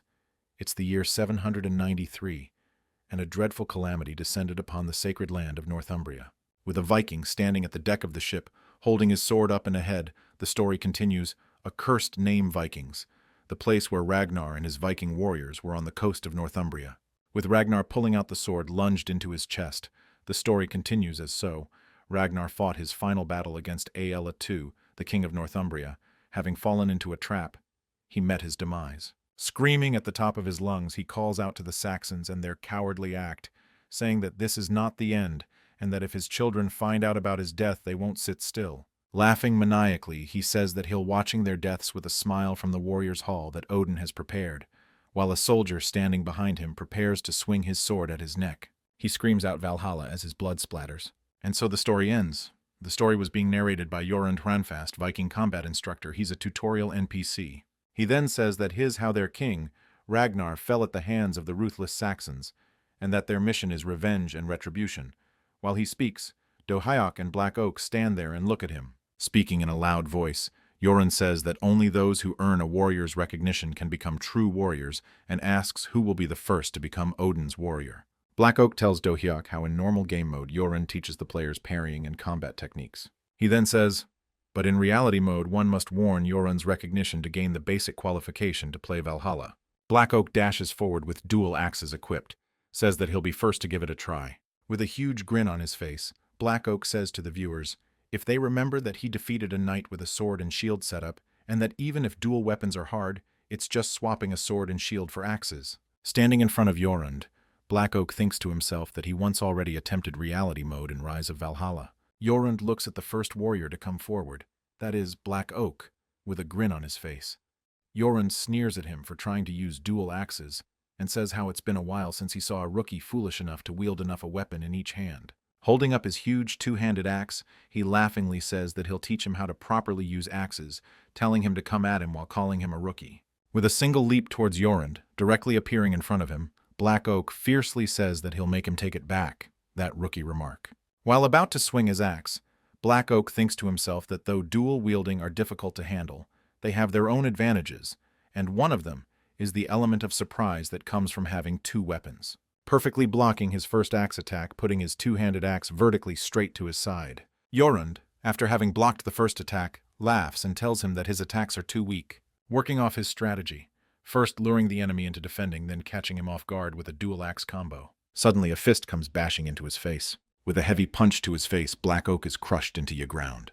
After getting punched, defeated, Black Oak just stood there on all fours, trembling while the viewers made fun of him for trying to be preposterous. Letting out a sigh, Yorund calls the sight of Black Oak pathetic, and tells him that he's no warrior and should rather go find work as a kitchen hand or something. Ignoring him, Yorund calls for the next challenger to step forward. Do Hyuk comes from behind and asks Black Oak if he's all right, irritated by Yorund for calling kitchen hand. He asks Do Hyuk if his dual axe okay was really that terrible. With a straight face, Do Hyuk says that rather than calling it terrible, isn't it that he basically did nothing? Totally flabbergasted by the comment Do Hyuk made, he just silently looks at him while the viewers continue to make fun of Black Oak. Do Hyuk then adds how all he did was just get beat up, irritated and crying. He tells him to stop it already in an irritated tone. Looking at his axes, Do Hyuk says that though dual axes may look flashy, but in reality, they have to be handled in a really straightforward way. Letting out a sigh, he tells Black Oak if he had seen his It Kills play, then he'd understand better. With a tired expression on his face, Black Oak how he watched it for hours, all while trying to follow along until his muscles were sore. Dramatically putting his hand over his mouth while tears well up in his eyes, Do Hyuk stands there surprised, touched, really touched by Black Oak's words. He reassures him through his tears to hang in there no matter how hopeless he is at fighting. Do Hyuk then receives his first mission, a 100,001 mission, to which replies that this would be his first mission, while Black Oak thinks to himself only if he could lunch Do Hyuk. Suddenly, more viewers donate money commissioning Do Hyuk to beat Yorund. Do Hyuk first expresses his gratitude for their donations, then asks if Yorund is really that difficult to beat, to which Black Oak replies that Yorund is a retired berserker vice-captain. While looking at Yorund fighting others, he says how he's pretty strong even in mid-game, while Yorund says how his opponent's attacks just tickle him. Defeating his opponent with a single punch, he says out loud how pathetic his current opponent is that he can't even watch anymore. Yorund then asks out loudly as to who's going to challenge him next. The viewers start to bicker amongst themselves, to which Do Hyuk simply tells them not to. While holding his axe up, Do Hyuk says that simply just winning seems too easy. While holding his axe pointing towards Yorund, Do Hyuk says that if he wins within 10 seconds, then that counts as a mission clear. Viewers then start to donate money issuing the mission to defeat Yorund within 10 seconds. As Do Hyuk said, then they go back to troll how Yorund isn't Black Oak, and can at least last 10 seconds, to which Black Oak says that if it was with Sword Shield, then he wouldn't even need 3 seconds. The viewers then troll him again, to which he reacts pissed off, while Do Hyuk walks toward Yorund with his axes. Holding his one hand up and forward, he invites Do Hyuk into the fight, saying if he's worthy of wielding dual axes. Do Hyuk then suddenly throws off one of his axes towards Yorund. Yorund, without breaking a sweat, parries it. Do Hyuk then suddenly charges ahead, appearing right in front of Yorund, striking him heavily, which Yorund easily blocks with his two-handed axe. Starting to get excited, Yorund praises how a worthy opponent has finally appeared. Having gotten back the axe that he threw, Do Hyuk thinks to himself that this one's different from before, even though his combat skills did stand out a bit against Black Oak. With a serious glint forming in his eyes, Do Hyuk thinks to himself if he trained by learning from battle datas and refining his techniques. He then remembers that such a method was called reinforcement learning. While looking at Yorund, he thinks how there must be even stronger NPCs beyond Yorund, and how his real combat experience surpasses all of them. With a determined look in his eyes, he gets into his fighting stance, exuding a golden aura from his body. Yorund commends Do Hyuk for showing his fighting spirit. Yorund then dashes right towards Do Hyuk with his two-handed axe in an about-to-swing position. Putting his axes up against it, Do Hyuk blocks his attack with both of his axes. As he blocks it, sparks go flying with their weapons clashing against each other. Grunting through his teeth, Yorund applies more force to their clashing. With more force applied to their weapons clashing against each other sends Do Hyuk flying backward, making him realize that Yorund's strength is one level above his. Do Hyuk tries to turn his body while still being mid-air. Having successfully turned, Do Hyuk then kicks in his direction, which Yorund easily blocks with his two-handed axe, making Do Hyuk be able to block his consecutive attacks. He then places his other leg above Yorund's weapon and pulls it down, sealing off his weapon. Jumping up after pulling down his weapon, Do-hyuk is in mid-air, while Yorund has slightly lost his balance. Do-hyuk then kicks him on the chin, which makes his head get thrown backward with him spitting blood. Yorund suddenly grabs him by his pants. Angered, Yorund slightly curses at him while spitting blood through his teeth. Yorund then gets in position to swing his axe at the trapped Do-hyuk. Suddenly making a flip, Do-hyuk dodges it just by an inch or so. After his flip, he ends up behind Yorund while still being in mid-air. Do-hyuk then kicks him in the back with his legs using the momentum from his flip. Cursing at him, Yorund turns towards Do-hyuk. Before he could fully turn, Do-hyuk stops him from doing so by putting his axe right behind his neck. With his axe behind Yorund's neck, Do-hyuk announces that the match is over. A notification then pops up saying that the mission was a success. Black Oak just stood there finding it hard to believe what he just saw and how Do-hyuk actually defeated Yorund within 10 seconds as he said. The viewers congratulate Do-hyuk on defeating Yorund, to which Do-hyuk looks up and shows his gratitude towards them. Looking at Do-hyuk, Yorund says that was a strong hit and how it's like he's watching the son of Odin himself. Excited on Do-hyuk receiving that praise, Black Oak says how being called the son of Odin is the highest Viking praise. Looking at Do-hyuk, Yorund asks him what his name is. With a hand on his waist, Do-hyuk says that his name is Gunnar. Gunnar, Do-hyuk, is the protagonist of Rise of Valhalla. Yorund praises his name, calling it a magnificent name befitting a Viking, while a notification window pops up saying that Yorund acknowledges Do-hyuk. Another window pops up saying that a quest has been assigned. The quest is for Do-hyuk to earn the recognition of warriors. He has only been recognized by 1 out of 5. Seeing that Do-hyuk looks up at the panel. Excitedly, Black Oak looks up at the viewers' comments and asks if something like Yorund giving out a quest has ever been revealed. The viewers agree with Black Oak as to how something like this hasn't ever happened before, to which Do-hyuk turns towards Black Oak and asks him if this is a rare trigger.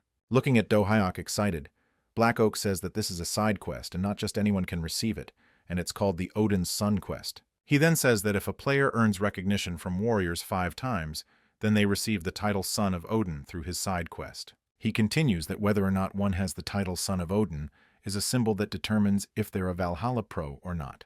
Continuing, he says that this is the first time Odin's Son quest has appeared, but this is the first time it's been triggered in the tutorial zone. He continues that though Yorund has been defeated in the tutorial before, he has never been known to give the Odin's Son quest before. Putting out his hand, he says that maybe the unlock condition was tied to the clear time, and since Do-hyuk defeated Yorund within 10 seconds, then the threshold is probably between 10 and 30 seconds, and defeating Yorund within that time will result in the Odin's Son quest popping up. Putting his hand on his chin, Do-hyuk says realizing that there's a time limit. A viewer then comments how Do-hyuk is going to get called Odin's Son from the beginning, while Black Oak has been called Kitchen Hand, even after multiple playthroughs, seeing that Black Oak reacts depressingly. Annoyed by the constant trolls, he says that it's not that he's bad, it's just that Do-hyuk is an absolute freak. Putting his hand on Black Oak's shoulder, Do-hyuk says that it's just like Black Oak said that one shouldn't wield dual axes if you don't have the talent. Clearing his throat, Do-hyuk says that it's not that Black Oak is untalented, it's just that he doesn't have quite the talent to wield dual axes. Viewers then start to troll him again. In reaction to that, tears flow down like a fountain from his eyes, with him making a grinding noise with his teeth. Pulling out his sword irritatedly, Black Oak says that he admits it if Do-hyuk tells him he lacks the talent, but he refuses to hear it from the viewers. Holding a short sword in one hand and a shield in another, Black Oak says that this time he'll earn Yorund's recognition with his main weapon. Do-hyuk then cheers on him, wishing him luck, to which the viewers comment that Do-hyuk's cheer was really half-hearted and insincere. Irritated by the viewers' comments, Black Oak looks up irritatedly, with tears welling up in his eyes, as he tells them to stop killing his motivation. Suddenly, a viewer makes a point, saying that Black Oak is still in the top 5% of Valhalla players, and if it weren't for Do-hyuk being on a totally different level, Black Oak is actually pretty decent himself. Hearing that, Black Oak's mood suddenly lightens a bit. Irritated by their trolls, getting into a fighting stance, gritting his teeth with tears welling up in his eyes, Black Oak says that he'll prove it that he's no less than Do-hyuk, and make them eat their words. Holding his two-handed axe up, Yorund taunts Black Oak, and so Black Oak dashes towards him, appearing right in front of him, yelling that he'll make him eat his words too. He then swings his sword at Yorund, which he blocks with his two-handed axe. Yorund then pushes back his sword by swinging his axe, calling him weak, while yelling at him that if he wants to break through his defense, then he should make his strikes heavier. He dashes towards Black Oak as he's about to punch him. Black Oak ducks and dodges his punch, making a movement indicating that he's about to bash his shield into Yorund. Black Oak then swings his shield in Yorund's direction, seemingly hitting him. Yorund seems to have blocked that attack. Then grinning at him, he says that's the fighting spirit he wants. Excited with the way the current fight is going, Yoran then kicks Black Oak, pushing him back. Excited by the turn of events with a huge grin on his face, he then jumps at Black Oak with his arms open, about to swing his axe with one hand. With Yoran finally swinging down his axe at Black Oak, he manages to block it at the right moment. Black Oak stands there, perfectly defending against that heavy attack. Black Oak then suddenly swings his sword at Yoran, which he easily dodges. A small cut has appeared on Yoran's face, ignoring that he just praises Black Oak for his moves. Saying out loud how it's not over, Yoran swings a punch at him and it lands. Calling himself the Great Black Oak of Valhalla, he keeps pushing forward with his strikes at Yorund, while Do-hyuk watches them fight from the sidelines. Do-hyuk comments at how wielding a sword and shield is making a big difference in Black Oak's skills. He's able to measure the distance better, and that his shield techniques look more refined than when he only has an axe. Black Oak then heavily falls onto the ground, letting out a grunt. While he's just about to get up, he suddenly notices an axe right beside his neck. Yoran stands in front of Black Oak, with the sun shining behind Yoran's head. He says that this is the end. With a small grin on his face, Yoran remarks how switching weapons makes him more useful. Suddenly a notification pops up saying that Yoran acknowledges Black Oak. Turning towards the other warriors, Yoran announces that today's sparring ends here and that they're all dismissed. Do-hyuk supports the exhausted Black Oak, pulling him back on his feet while praising him having worked hard, to which Black Oak says that he finally earned Yoran's approval. With a serious look on his face, Yoran turns towards Do-hyuk and Black Oak, asking them if they're confident in hunting. Putting his hand up, Black Oak reacts positively, saying that he's quite an archer. He then issues them a mission, to join the hunting team and secure some food, to which they respond positively, and then a notification about hunting shows up. With the moon up in the sky, they're still hunting, and have already caught 4 out of 5 animals, with holding a dead rabbit in its hands. Black Oak stands in front of Do-hyuk, showing it to him. Black Oak then turns to ask him if he's ever shot a bow before, as he's just been watching all this time. Looking at the bow he's holding in his hands, Do-hyuk says that though he has played with toy bows a few times, it's his first time holding an actual bow. Pointing at the tree in front of them, Black Oak asks Do-hyuk if he would like to practice with that tree. Putting the arrow in his bow, Do-hyuk first controls his breathing, then carefully takes aim. He then lets go of the bowstring and his arrow flies forward, but instead of hitting the tree it goes and accidentally hits the huge boulder beside it. Seeing that, Black Oak lightly bursts out laughing, seeing him miss the shot.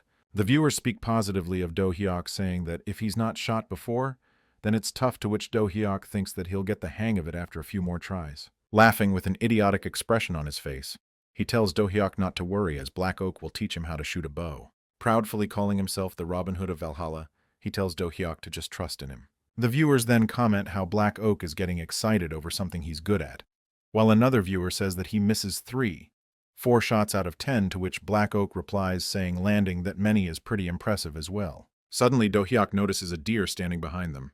Pushing aside Do-hyuk by his face, Black confidently steps forward.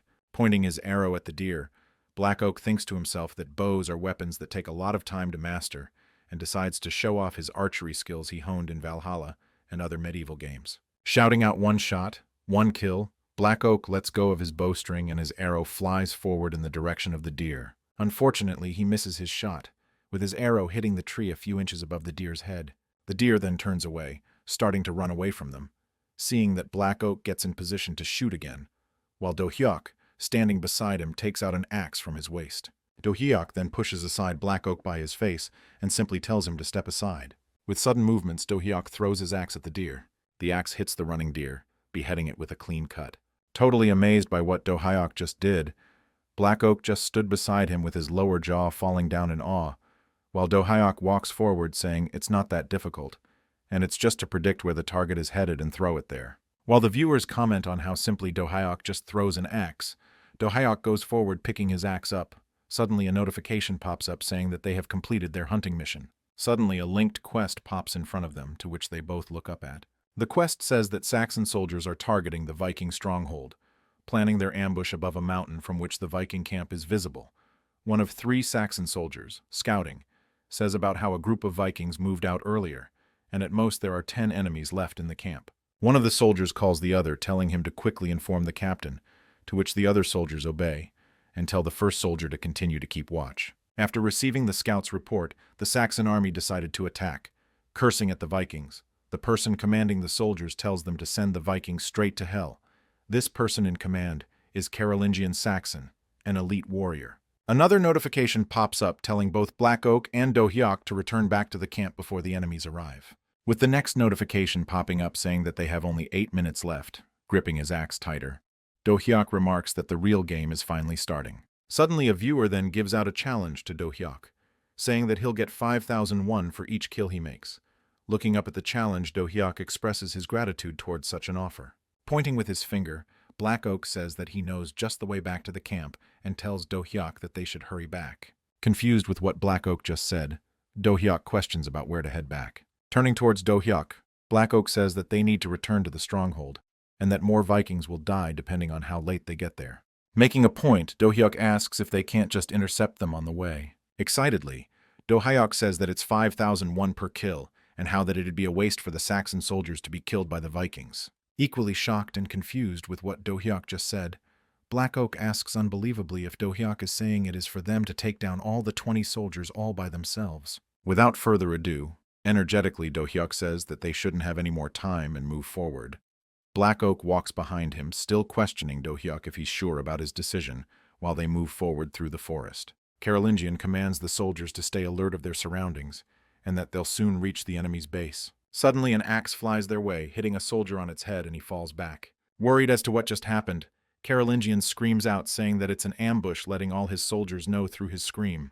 Looking at the way the axe came from, he sees Do-hyuk and Black Oak, surprised to see just 2 Vikings standing in front of a 20-person army. Carolingian then taunts them, saying what can just 2 people even do against them.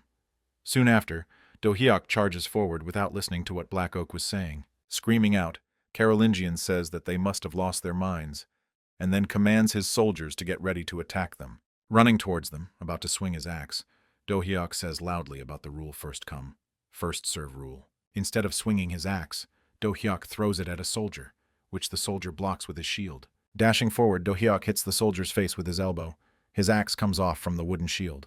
Do-hyuk then grabs his axe while it is in midair. He then swings it down, beheading the soldier he just elbowed, while continuing to dash forward. Suddenly, a soldier swings his sword from behind Do-hyuk, which he dodges by ducking. While in momentum, he turns around and swings his hand, hitting the soldier's chin. After getting hit by Do-hyuk, the soldier flies backward.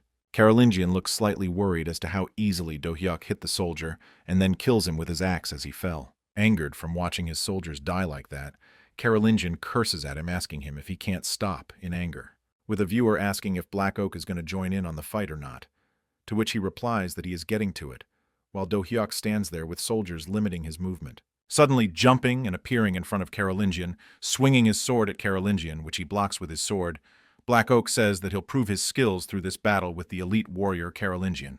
Do-hyuk beheads another soldiers, with a viewer announcing that Do-hyuk has already taken down 6 soldiers. Talking to himself, Do-hyuk asks if this is a hexakill he just did, while wondering if Black Oak is fighting well, while Do-hyuk is still surrounded by soldiers. Do-hyuk's eyes suddenly falls on Black Oak getting pushed back by the elite warrior Carolingian, with him calling out to Do-hyuk for help. With a straight face, Do-hyuk tells himself that Black Oak looks fine. Getting pushed back, Black Oak shouts at Do-hyuk to save him. While Black Oak gets pushed onto the ground with getting hit by Carolingian constantly, which Black Oak blocks with his shield, Do-hyuk says that first he's going to focus on reducing the numbers, hearing that Black Oak curses at Do-hyuk. Suddenly, a soldier dashes forward, thrusting his sword at Do-hyuk, which Do-hyuk easily dodges by falling a bit backwards. After dodging that soldier, he then beheads him, cutting off an arm of a soldier, while slashing through his chest as he dashes towards another soldier. Slashing through one soldier, he goes to another. Do-hyuk goes around slaughtering the soldiers, slashing some normally while beheading the others, looking like a madman. He continues to break through their shields and kill them in one strike. Do-hyuk stands around corpses of dead soldiers. The viewers excitedly comment on how only 6 soldiers are left. Looking at the hesitant expression on the face of the soldiers, the viewers comment on how the soldiers look scared to face Do-hyuk. Do-hyuk thinks to himself in confusion that the NPCs are scared even though it's a game. He then asks while talking to himself if the soldiers are seriously thinking of running away. Suddenly, Carolingian shouts at the soldiers to not be afraid and keep fighting while he himself keeps bashing his sword on Black Oak's shield. Suddenly, a sword falls to the ground with a person saying that he's too afraid to do anything. And so the remaining soldiers run away, calling Do-hyuk a monster as he stands in between a pile of corpses, and how they're sure to die if they were to keep fighting any longer. While the remaining soldiers run away, Do-hyuk gets in position to throw his axe at them. His axe suddenly flies towards them, passing across one soldier, beheading the other. The other soldier, shouting in horror, looks back at Do-hyuk with tears welling in his eyes. And then he also gets beheaded by Do-hyuk's other axe flying his way. A viewer then asks Do-hyuk how he is going to hunt them now that both his axes are gone, to which Do-hyuk says that he'll just use a bow instead. Another viewer asks if the axe mission ends here, to which Do-hyuk replies that he has a plan. Do-hyuk then shoots and his arrow misses the soldier. Looking at his bow, Do-hyuk says that he now understands how he should shoot. Pointing his arrow towards the running soldier, Do-hyuk says that he's going to do it properly this time. Do-hyuk then shoots his arrow and it goes and hits the soldier in his thigh. He then shoots another arrow, hitting another soldier's thigh. After rendering all the soldiers unable to stand, he runs towards one of them with his axe, ready to swing down at him to behead him. Turning towards Do-hyuk, the soldier begs him to spare his life and let him live. Ignoring his pleas, Do-hyuk swings down at him, killing him. He then turns to another soldier who's trying to crawl to safety, away from Do-hyuk. That soldier then turns around facing Do-hyuk, pleading with him to not come to him. With tears welling in his eyes, he screams in fear, realizing that Do-hyuk won't stop. Looking at the corpse of the dead soldier lying in front of him, Do-hyuk says how easy it was for him. A viewer then asks him about how he improved his bow attack in short a such time. Do-hyuk replies saying that he just tried shooting a few times and it worked. Looking at his axe, he tightens his grip, saying that it's only Carolingian left to deal with. Do-hyuk then notices Black Oak fighting against Carolingian, blocking all his attacks while whining to Do-hyuk to come and save him. Carolingian then suddenly diagonally swings his sword, telling Black Oak as to where he's looking while fighting him, to which Black Oak dodges by falling to the ground. Looking at Black Oak's movements, Do-hyuk points out that this isn't how he's supposed to roll after dodging an attack. Black Oak screams lying on the ground, unable to defend himself from the incoming attack. Do-hyuk suddenly jumps in between them, pushing away Carolingian's sword with his axe, while Black Oak, with his hands in front of his face, lies there sitting. Pissed off seeing Do-hyuk, Carolingian reaches out to him, which Do-hyuk dodges by turning around. Making a complete 360 degrees turn, he slashes through Carolingian's neck, beheading him. Looking at the kneeling Black Oak, Do-hyuk asks him if he's okay. Looking up at Do-hyuk while rubbing the sweat off his chin, he says that Do-hyuk could have helped sooner. Looking at Black Oak, Do-hyuk apologizes first, and says that he didn't think Black Oak needed any help. With a slight pout on his face, Do-hyuk says about how people get angry if one steals their kills, and how it didn't look like much of a crisis situation to him. Pointing at Do-hyuk, Black Oak irritatedly, with tears sticking out of his eyes, says that if that wasn't a crisis situation, then what is? To which Do-hyuk replies that at least a severed arm or spilled-out intestines would be crisis enough. Pissed off, Black Oak says as to how Do-hyuk's type of crisis situations would kill a person, to which Do-hyuk just stands here fidgeting. While they talk to each other, suddenly a voice from behind calls out to Do-hyuk, Gunner, while running towards them. Hearing that voice, realizing that it might be Yorund, Black Oak turns back to see. Yorund then passes through Black Oak by pushing him away by his face. Yorund then holds Do-hyuk's shoulders. In worry, he asks him if he's okay and if he's hurt anywhere, to which Do-hyuk replies that he's fine. Writhing in pain from having pushed back by his face, he tries to get up while asking Yorund to notice him too. Two more Vikings come calling out to Gunner and Yorund, crushing Black Oak under their feet. Suddenly, another Viking comes and informs them that there are no more enemies in the vicinity, while another Viking asks if Do-hyuk is injured, while Black Oak lies there on the ground with tears flowing down from his eyes, coughing. He decides to just log out for today. Do-hyuk replies that he's fine. While turning to Black Oak, he gets a notification saying that Black Oak just logged out. Ignoring everything else, Yorund just says that he's just glad Do-hyuk isn't hurt.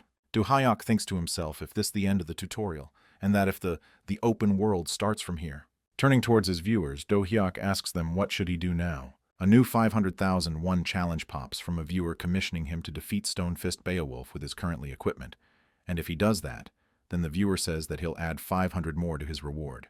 Do-hyuk says, though he doesn't know who this Beowulf is, but for 1,000,001 he'll do his best. Hearing him say that, Yorund asks him if he's thinking of fighting Beowulf. He then repeats saying how that would be too much for him alone. Yorund then says that he'll join him, to which Do-hyuk acts a bit confused. Suddenly a notification pops up saying that companion recruitment is now available. Seeing that notification, he turns and asks the viewers about what this companion recruitment is, to which a viewer replies that when he blows a horn, a companion just shows up and helps. After agreeing with the chief, Yorund, to come with him, they both take a horse and set out. While riding the horse, Do-hyuk about who this Beowulf is. With a slight serious look on his face, Yorund says that Beowulf was once a brave warrior who used to serve the king. But after the king died, he lost his honor. While they continue to move forward on the horses, Yoren says that he's heard that Beowulf is somewhere in West Sussex raiding nearby villages. A notification window pops up telling Do-hyuk to find Beowulf and receive a warrior's recognition. They suddenly come to a halt at a cliff. Standing on that cliff, Yoren says that they've now arrived at Beowulf's camp. Handing out a horn to Do-hyuk, Yoren says that he has an old connection to Beowulf, and if he's in need of strength, he just needs to blow on the horn, and Yoren will be there to help. Taking the horn from Yoren's hands, Do-hyuk says that he'll go ahead and suddenly ride down the cliff with his horse. Suddenly, a man guarding the camp notices a person rushing towards them on a horse. That person is Do-hyuk. Do-hyuk says that he just needs to break through all these guys to find Beowulf. Holding up their spears towards Do-hyuk, the guards warn him to stop. Standing up while riding his horse, Do-hyuk shouts out saying that a brave Viking never resorts to sneak attacks. Do-hyuk then breaks through Beowulf's camp's main door. A person then yells out saying that there's an attack. While still on horse, Do-hyuk takes out his bow and starts shooting. His arrows perfectly hit them right in between their eyebrows, and then they fall to the ground, hitting another person in the back of his neck, instantly killing him. Holding up their spears, other people about out to kill him and stab him. And they end up stabbing, but they stab his horse as he stands up on his two legs, seeing sharp objects in front of him, neighing in pain as he's getting stabbed. Do-hyuk, having jumped off the horse in midair, attacks the ones stabbing the horse from up above. With a bunch of arrows flying towards them, hitting their heads and body, they all fall. Do-hyuk then lands on the ground with an heroic pose. Do-hyuk suddenly notices that there's a person standing behind him. They all shout to each other to raise their shields. Seeing them put up shields, Do-hyuk empties his hand of the bow he was holding and takes out his axes. Pointing his axes towards them, he says that he'll simply just clear them with his axes. Holding their shields up with a sword in their hands, people dash towards Do-hyuk, while Do-hyuk dashes towards them. Dodging the first-person sword slash, he gets to his side, ready to swing his axe. Do-hyuk then swings his axe, slashing along his abdomen. In momentum, he decides to hit the people holding shields. A shielded person gets ready to stab Do-hyuk with his sword. Do-hyuk sticks his axe onto his shield, pushing it away while creating an opening for him to strike at the person. With a single swing downward, he cleanly cuts off the head of that person, while another, cursing at Do-hyuk, sneaks up at him from behind, ready to swing his sword at Do-hyuk. Dodging his attack, Do-hyuk dashes forward, pushing the other person off the ground with his physical strength, all while holding on to that person. Suddenly, another person commands the archers to fire at Do-hyuk, and they do so as told. Do-hyuk uses the person he held onto as meat shield, and continues to dash forward. He then throws that person off of himself into the air towards the people who were shooting at him. A strong-looking person pushes aside the body Do-hyuk threw at him, telling if he's naive to think that such a cheap trick would work here. With fierce-looking eyes, Do-hyuk dashes forward while killing off the archers beside this person and appears right in front of him, catching him off guard. Do-hyuk then slashes at this strong-looking person diagonally towards the ground. While this strong-looking person is on his knees, Do-hyuk decides to swing down his axe once again. Sweating from fear, snot flowing down from his nose, this strong-looking person screams out calling for their boss. Suddenly, an axe comes flying from somewhere towards Do-hyuk. With an unbothered look on his face, Do-hyuk easily parries it. A huge Viking wearing a helmet with horns on its sides with a huge shield and axe enters this person, his stone fist Beowulf, and tells Do-hyuk to stop. Looking bright, the kneeling person then turns his head and says that this is the guy who's been wreaking havoc in their camp. Do-hyuk simply tells him to shut up and cuts his head off. Seeing him behead his subordinate, Beowulf curses at Do-hyuk. Do-hyuk then swings his axe, splashing off the blood off of it, tells Beowulf that there's no time to waste and taunts him to come at him. Cursing at him, Beowulf takes out his weapon from his back. Suddenly, he dashes towards Do-hyuk, appearing right in front of him, yelling out loud as to how he's going to make him regret ever coming here. In another game, a person knocks his opponent down, standing in a pose with his fist held up high, glowing. This person who just won, his name is Anatole. A notification pops up saying that Anatole wins. Then Anatole turns towards his followers, greeting them. This game is Iron Fist. A viewer then asks if this is Anatole's first time streaming after the Iron Fist World Tournament, to which Anatole replies positively. Suddenly, another viewer asks him how's his mental health, to which he replies he's fine now, and that he also took a few days off to get himself together. Tightening his fist, thinking to himself, Anatole says that how people back in Ultimate Fighter used to think that Anatole winning the world championship is given, and how he used to take home world titles like it was nothing. Thinking back about the Iron Fist World Tournament, he says while thinking to himself that his best record was only making it to the semi-finals, pointing his finger towards the viewers, thinking to himself how he still can't just give up like this. He says to his viewers that how about they take a trip back home just for today. He then snaps and an interface showing the current number of viewers pops up. Iron Fist closes and he ends up in his lobby with Ultimate Fighter game about to start. As soon as the interface saying that Ultimate Fighter is going to start, the number of viewers if Anatole strat to drop, putting a hand over his head as if looking to a farther distance, Anatole says, as how it's been over a year since he last logged into Ulti Fight. Snapping again, he decides to go with his old alternate, Hoken. He then suddenly get into his character, martial artist Hoken. He then asks the computer to find him a match. Computer then starts the search for a match. Jian calls out to Do Hyuk to come and take a look at how the viewer's response to Do Hyuk's fight against Stonefist Beowulf, with over 100,000 people having watched the video, with comments filled with the viewers praising and admiring Do Hyuk's otherworldly skills. Pointing at the TV, John, seemingly impressed, tells Do Hyuk that there's already a meme from his stream. Turning to Do Hyuk, excited, John mentions that at this rate, Do Hyuk's stream will do just fine even without her, and that also means that he'll need for work harder. With a warm and gentle smile on his face, Do Hyuk says that it's all thanks to Jian working so hard managing his stream today. Letting out a yam, John says that she's going to bed and that Do Hyuk should get some rest too. As Jian goes back, Do Hyuk speaks to himself that it'd be a waste to just go to sleep tonight and thinks about trying Iron Fist as it's trending. Walking towards his room, he decides that he's rather just play Ulti Fight and reach Transcendent Tier first, and that with just one win, he's going to rank up to Grandmaster. He enters his room and then closes it, still talking to himself. He says that the friend request he sent to that sword-wielding girl, whenever he checks she always seemed to be offline, wondering if she quit the game. He then walks into his capsule and sits, and asks the computer to start full dive. He then enters the lobby, with computer searching for opponents in the ranked game. Computer then shows a player's name after finding a match. Seeing that there are 0 wins, 0 losses, Do Hyuk speaks to himself if this is an old account the player is trying to revive after a long break. Without further thinking, Do Hyuk accepts it. Do Hyuk's opponent is none other than Anatole. Anatole is looking at the matched interface and exclaims calmly after seeing that Do Hyuk has a 100% win rate. He estimates that maybe his opponent is somewhere between a Grandmaster and Transcendent while looking at the matched interface. He then asks his viewers if this looks like someone's Smurf account. The viewers then mention of him being seen in that sword-wielding girl's stream, calling him the Taunt God, to which Anatole asks what's that. After hearing all the crazy and interesting comments about Do Hyuk from the viewers, Anatole looks somewhat interested in fighting him now. Talking to himself, he says that let's see if they can pull something like that against him, and so he accepts the matchmaking. And Do Hyuk suddenly appears in front of Anatole. Cracking his knuckles, Anatole says confidently that he'll try to guess who this mysterious expert really is. Getting into a fighting stance, he calls Do Hyuk to come at him. Taunting him, Do Hyuk says that why don't Anatole come at him? With a smirk forming on his face, he asks if he's looking down on him, Anatole. Anatole then dashes forward towards Do Hyuk, shouting out how he'll make him eat his words. Anatole dashes towards Do Hyuk with a blazing fist, letting out smoke, ready to punch. Suddenly then kicks him diagonally, which Anatole dodges by ducking. Anatole then holds his leg while his other leg is still in air from the kick he just made. Jerking his leg off slowly, Anatole throws Do Hyuk completely off balance.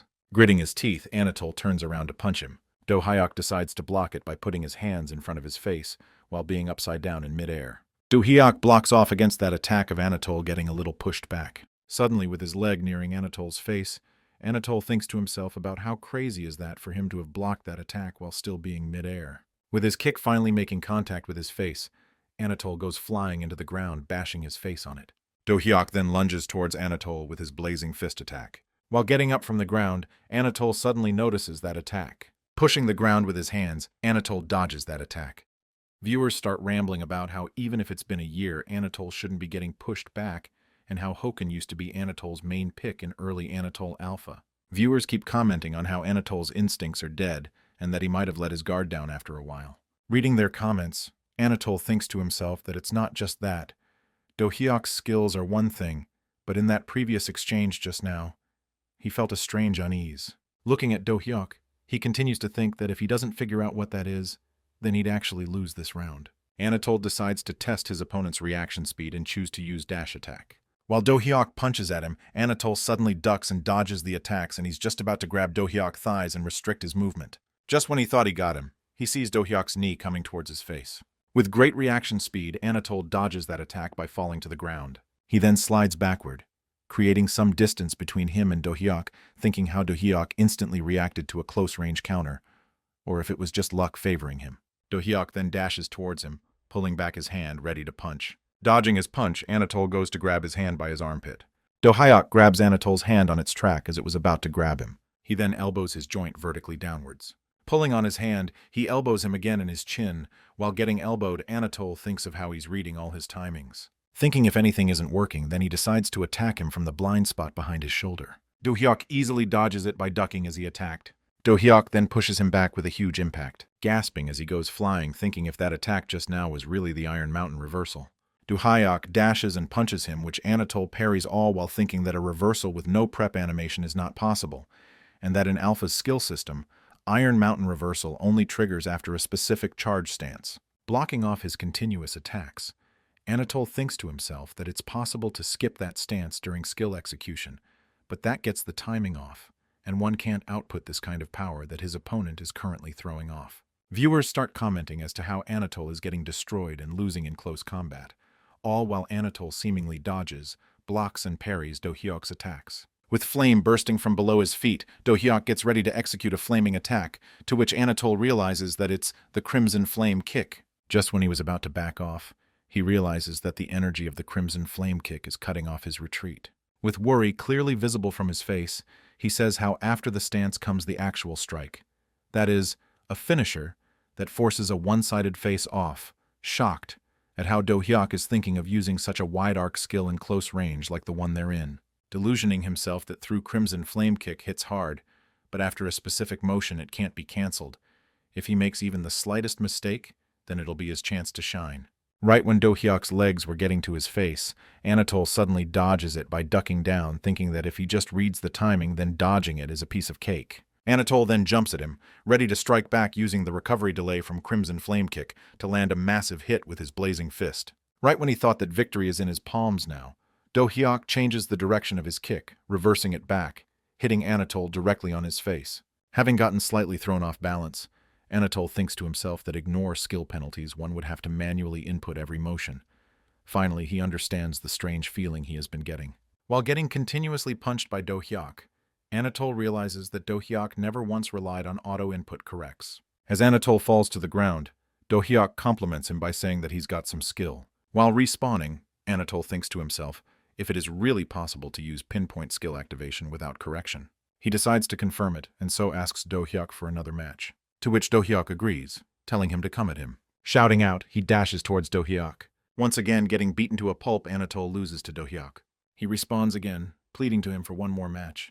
With a bruised-up face, he lies there on the ground, while Do-hyuk looks tired after fighting 5 times in a row, and tells him to call it a day for now, which Anatole agrees. Do-hyuk then checks his record, and an interface pops up saying that he has won 26 times and lost 0.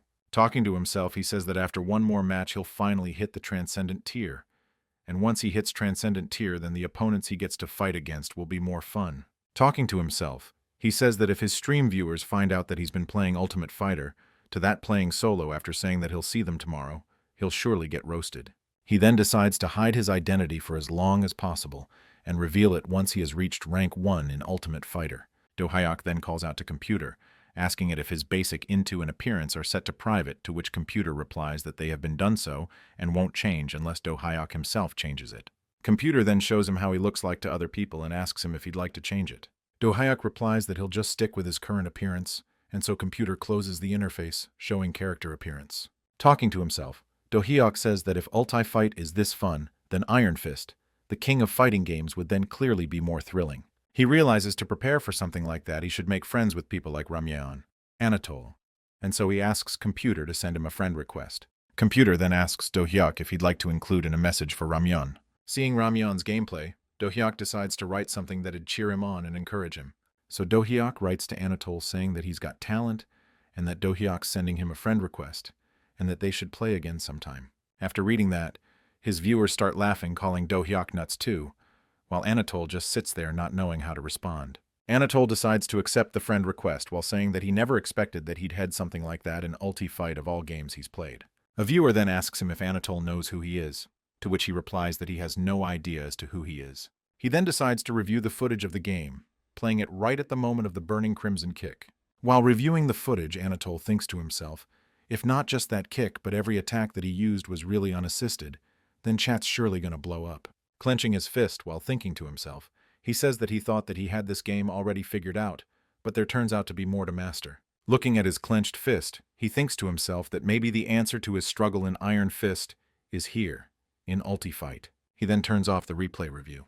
With a grin showing on his face, he thinks to himself that there's no way that he's talking all the hits alone. Getting up, he decides to keep this footage a secret and not post it so that the other players who run into him messed up too. With his hands on his hips, standing, he decides to let the others experience what he felt getting destroyed by him. Banging her desk, annoyingly, John says that if it weren't for the comments on the match with Anatole not spreading over the whole forum, then Do-hyuk would have been on the Num1 highlight reel. With a nonchalant expression on her face, she mentions how her brother has just been busy with Valhalla lately, and once Do-hyuk logs in again, he'll surely mop the floor with that dude. Putting her fingers above her keyboard, about to type, she decides to make sure that Do-hyuk's ranking doesn't fall. While side-eyeing to her room's door, she says if Do-hyuk is even back yet after she told him to go get some things from the convenience store. Talking to himself as he's just about to enter the convenience store, he slightly curses at John for sending him to go and get banana milk for her. He then says that he's just doing that because he got the card. Suddenly a kid comes and accidentally hits Do-hyuk and staggers. That kid then suddenly falls on his back to the ground, with his kinfy packet falling by his knee. Do-hyuk then ducks down, offering the kid a hand and asks if he can stand up. Adjusting his glasses, the kid apologizes first. Surprised, after getting a proper view of the kid's face, he asks him if he's the big ears Jaegil-min. Surprised from hearing his name from a total stranger, he asks how he knows his nickname and name and who he is. Thinking to himself, with a surprised look on his face, if this kid is really Jaegil-min, the sharp-eared tactician Jaegil-min, who used to serve under him before the regression. He then remembers back to his life before regressing when he used to lead the 13th Squad of the Stray Dog units. And how Jaegil-min was the one who planned all of 13th Squad's operations, the big-eared strategist, remembering back the days. He remembers of the day when Jaegil-min said how he's jealous of big guys like Do-hyuk himself. While eating from his can, Do-hyuk asks as to who gave Jaegil booze this time around, to which a woman comes up from behind and tells Do-hyuk not to nag him too much. Hugging him, pushing his head into her chest, the woman says that their strategist needs some liquor to get those gears turning. Pushing himself away from that woman, he complains how the older folks always say he's cute and treat him like a kid, and seeing them everyone does that too. Holding his face in her hands, making his cute kissing face, the woman cutely calls Jaegil-min tough, all while Jaegil-min pushes her face away from his. Suddenly a long-haired guy comes up from behind saying that she should lay off a bit, and if she can't see that he hates it, and then says wouldn't it make more sense if she were to team up with him instead. Holding up a huge, heavy hammer in her hands, she tells the long-haired guy to screw off. Scared by her, he agrees to it. Standing in a corner while thinking to himself, the long-haired guy says that he might have pissed himself for a second. Ignoring him, the woman looks around as to where Jaegil-min went to. Pointing out towards Jaegil-min, Do-hyuk says that whenever Jaegil-min gets drink, he'll climb somewhere high up, and then mopes around in the wind like some tragic hero. Seeing that he's at it again, the woman then asks him to come sit down as standing there like that is dangerous and she'll stop teasing him. Holding his hand up in air, he asks Do-hyuk that if he were to be strong and big like him, would he have gotten less bullied. Looking up in sorrow, he takes off his eye patch, saying that if he had been like that, then maybe his eye and his little brother, maybe he wouldn't have lost his little brother like that. Looking back at Do-hyuk, he says that if we're as strong as Captain, strong enough to take on the extraterrestrial monsters without needing any powers, then he could have protected everyone. Before he could say any further, he falls, to which the long-haired guy suddenly catches him, saying to him to stop drinking so much if he can't hold his liquor, and how every time he gets drunk, he climbs high and starts crying about his past. Suddenly, a man emerges from behind Do-hyuk and calls him. This man is Geico. He informs that he found their base. Grabbing his sword hilt, Do-hyuk says that it's about time they moved and to leave Big Ears to Hwada and also wake up old man Mangtae. Walking down the stairs with his teammates, Do-hyuk says that they hit fast and clean and that breakfast is back at base. But what was waiting for them there was a trap set by the extraterrestrial monsters targeting the human resistance, with an entire division of extraterrestrial soldiers and 2 warrior-class enemies. While blocking off attacks, Jaegil calls out to his dead teammates while announcing how Gwangyo has gone berserk while fighting a warrior-class extraterrestrial. She's totally lost control over the fight and is nearing her limit. He then says how the captain and the old man are both severely wounded, currently unfit for combat. While concentrating his powers in his hands, Jaegil says that as the vice-captain, he wants both Hwada and Mangchi to escort both captain and the old man off the battlefield.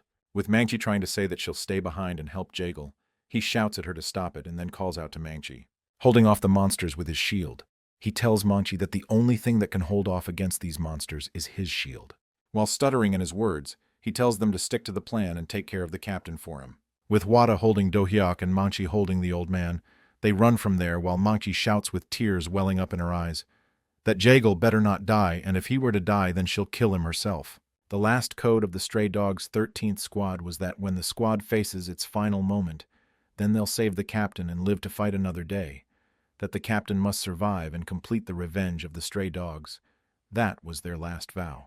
With the flashback ending, Do-hyuk thinks to himself how that was the last time he saw Big Ears, and now he's seeing him again in a different timeline, while he looks at Jaegal Min still on his knees. Putting his hands up in a fist, Jaegal asks if he's a part of Minsu's gang. Hearing the name Minsu, Do-hyuk remembers that it's that wannabe thug who swore vengeance on Big Ears. Do-hyuk says he has no idea who Minsu is, and then goes on about that he knows his name from his name tag, and when he saw his ears it made him blurt out Big Ears without thinking. With a silly smile on his face, Do-hyuk first apologizes for calling him that, and then asks if he's okay considering how hard he fell earlier. Do-hyuk then reaches out to the thing that Jaegal Min dropped, suddenly realizing that it's a knife. Before he could even properly pass it back to him, Jaegal suddenly takes the knife packet from his hands and tells him not to worry about it. Jaegal runs off from him, holding the knife packet close to him, while apologizing how he ran into him because he wasn't looking. Letting out a sigh looking Jaegal's way, he says that Jaegal is a totally different person now, in a different time, saying how it's a connection that won't happen in this life. Suddenly realizing something, he turns to look at the running Jaegal. A fist suddenly hits Jaegal's face, pushing him back. The person who punched Jaegal was Minsu. A lackey of Minsu's asks if he's okay, spitting curses.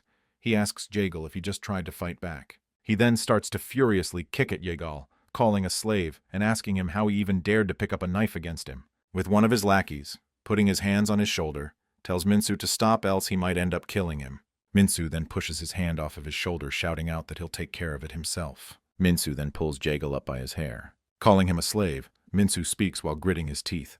With a murderous look visible in his eyes, he says that this is what happens when one disobeys him. One of his lackeys suddenly notices someone walking to where they are and tells him to walk away if he doesn't want to see something ugly. He's cut off in between his words with a punch from that man. It's Do-hyuk. He walks towards Jaegal while saying that he's freakishly fast for a short-legged punk, while one of Minsu's lacket falls to the ground on his knees. Suddenly a huge fat person dashes towards Do-hyuk. Using his momentum against him, Do-hyuk easily throws him off the ground. Scared by this mysterious man's sudden arrival, Minsu swears and asks him who he is. Pointing at himself, Do-hyuk says that he's just Jaegal's former leader passing through. Seeing Do-hyuk, Jaegal realizes that it's the guy he accidentally crashed onto while coming out of the convenience store. Minsu stutters a bit after hearing the world leader and asks him if he's with the three-way crew. With a punch to his face, Do-hyuk says that he's from Stray Dogs. Minsu then asks if that means he's from Yongsan. He then asks if he's with Yongpal Hyung. Punching him again, he doesn't know any Yongpal.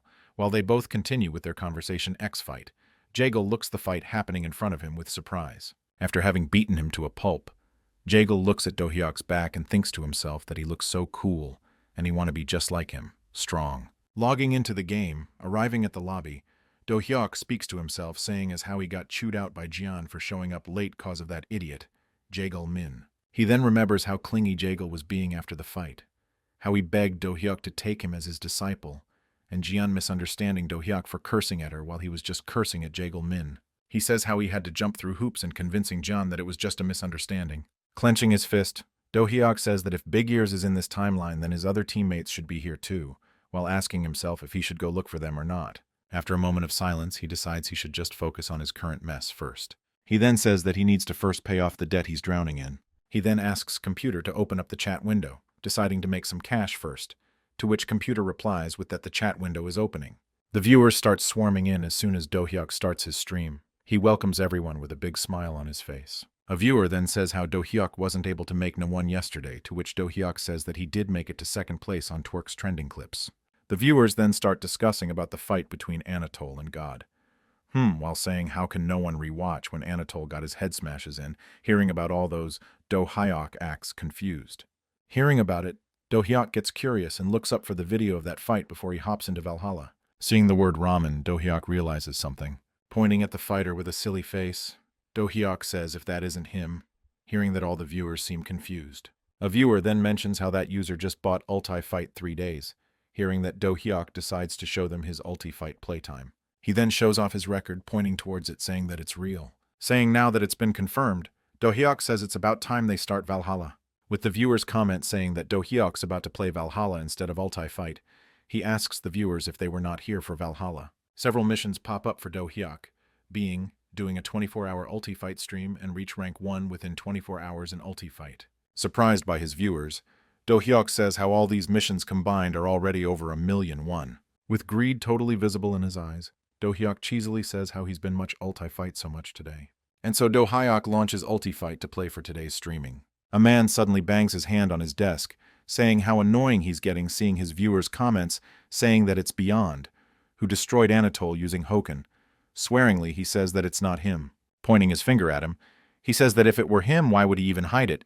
He'd rather stream it and rake in views. This person is Beyond, former Ulti Fight pro gamer and current Iron Fist pro gamer. Another viewer's comment saying that God's identity has been confirmed, and he's not a former pro. It's just a twerk streamer. To which Beyond says that it's as he said, it wasn't him. A viewer then says how Anatole thought that God would be an easy defeat, but then he got wrecked. To that Beyond replies that Anatole might have gotten rusty after returning to Ulti Fight after a year. Beyond then gets into his capsule and tells Computer to start Ulti Fight matchmaking. Computer suddenly replies with that a match has been found, and the person to be fighting against him is God.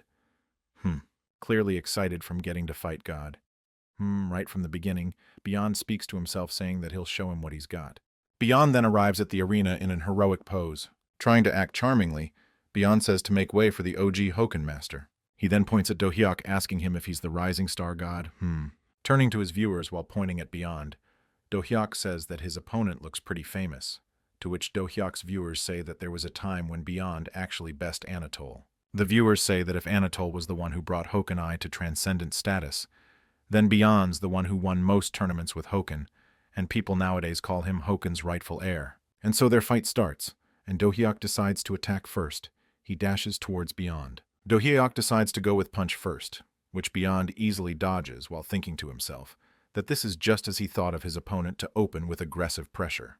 Do Hyuk then throws a light hook. After that, he throws a swarm of punches Beyond's way, which Beyond dodges easily, while thinking to himself how Do Hyuk fights by instinct, mixing up his moves however he feels like. While dodging, blocking, and parrying Do Hyuk's every attacks, Beyond makes a remark to himself that it's like he looking at himself on one of his off-the-rails days. Beyond calls out how fierce Do Hyuk's offense is while blocking his reverse kick. Finally, yet slowly getting pushed back during his fight against Do Hyuk, Beyond realizes that too, and thinks that it's about time to use that secret move he saved for Anatole on Do Hyuk.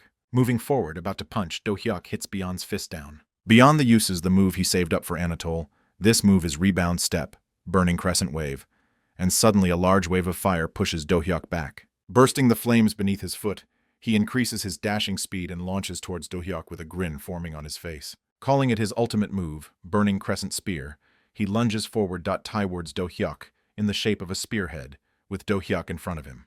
And suddenly a huge blast occurs. The viewers continue to shower Beyond with praise for him adding the Burning Crescent Kick's dash power into Burning Crescent Fist, while also adding rotational force by micro-controlling Burning Crescent Kick, all while Beyond stays there on his one knee, holding onto his bleeding hand. Taking his hand off from the wounded part of his arm, Beyond thinks to himself, and speaks as to how he can only use it once per match because of the recoil on this move. As he's just about to say that he wins, Do Hyuk suddenly appears behind him standing on the top of the broken floor. Seeing that, the viewers suddenly notify him of that. Listening to their words, he turns behind and looks up.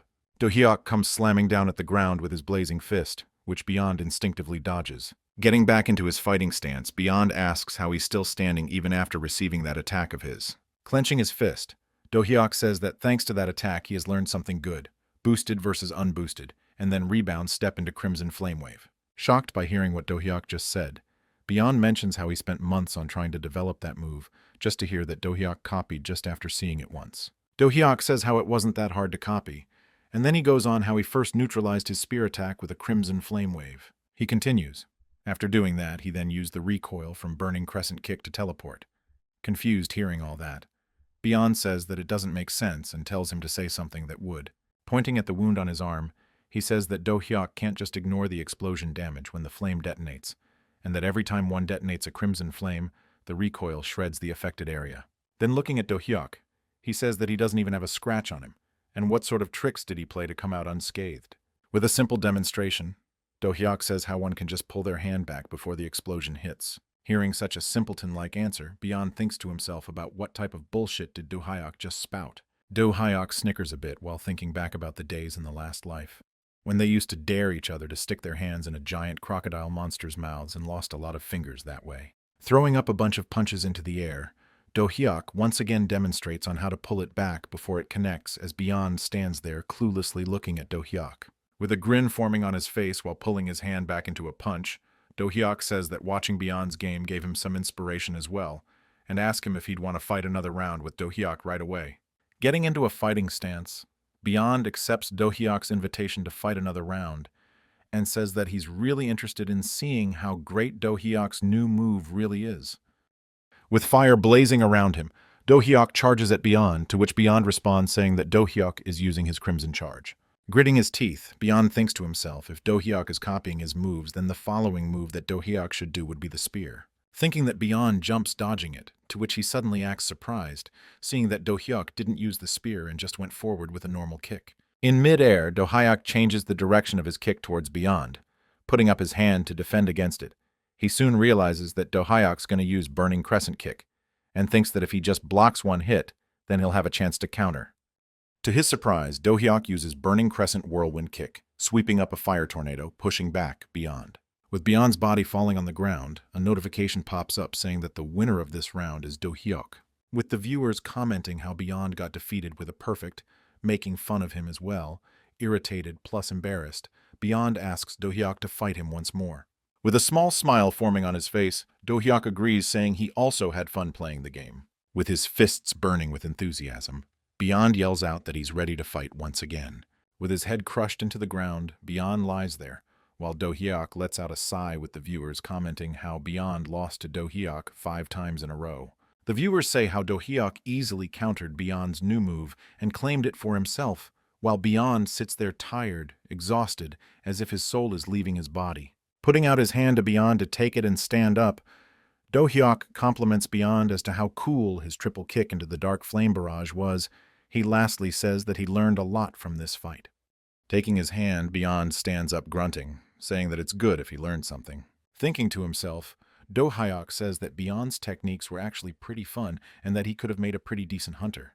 The viewers then remind Do-hyuk of the comments he sent to that sword-wielding girl and Anatole after he defeated them, saying that Beyond also deserves one since he lost 5 times in a row.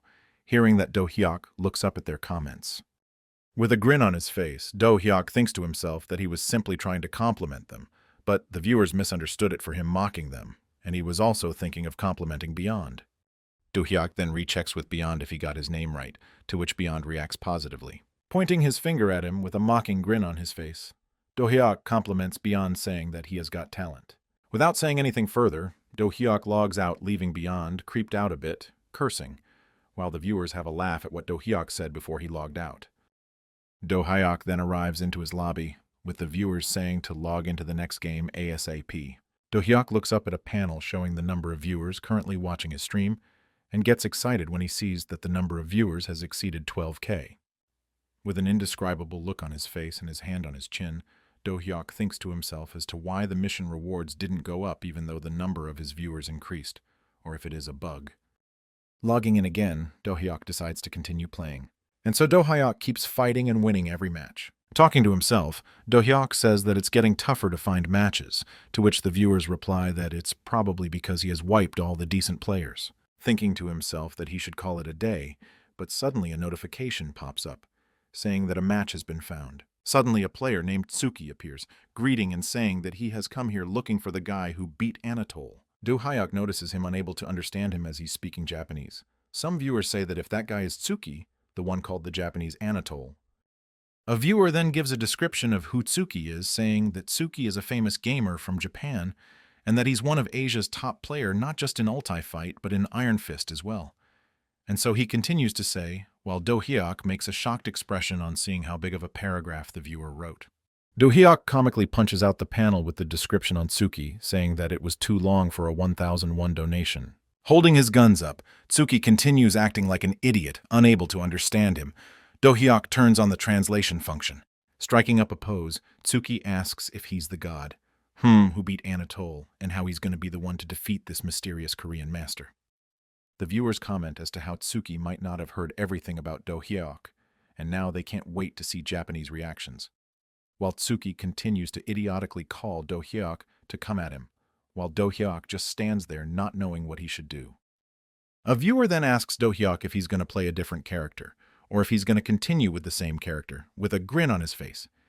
Do Hyuk says that maybe he should try switching characters for this fight.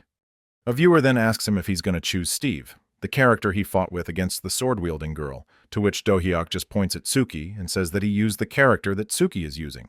And so Do Hyuk changes his character to Wolfgang, the character Tsuki's using, to which a viewer comments saying if he's seriously picking the character Wolfgang against Tsuki, who's known as the Wolfgang Master.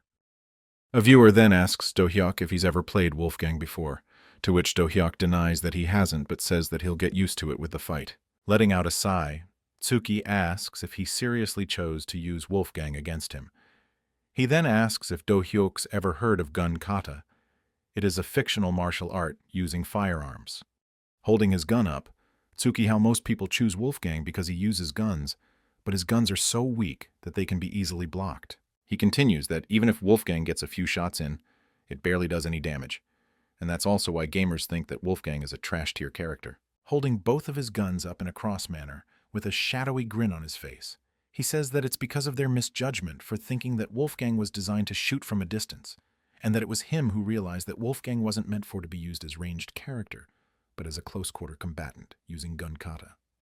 Holding up his guns in a cross manner, he says how he has dominated the world championship using Wolfgang, and that he suggests Do Hyuk to switch characters if he doesn't want to get steamrolled.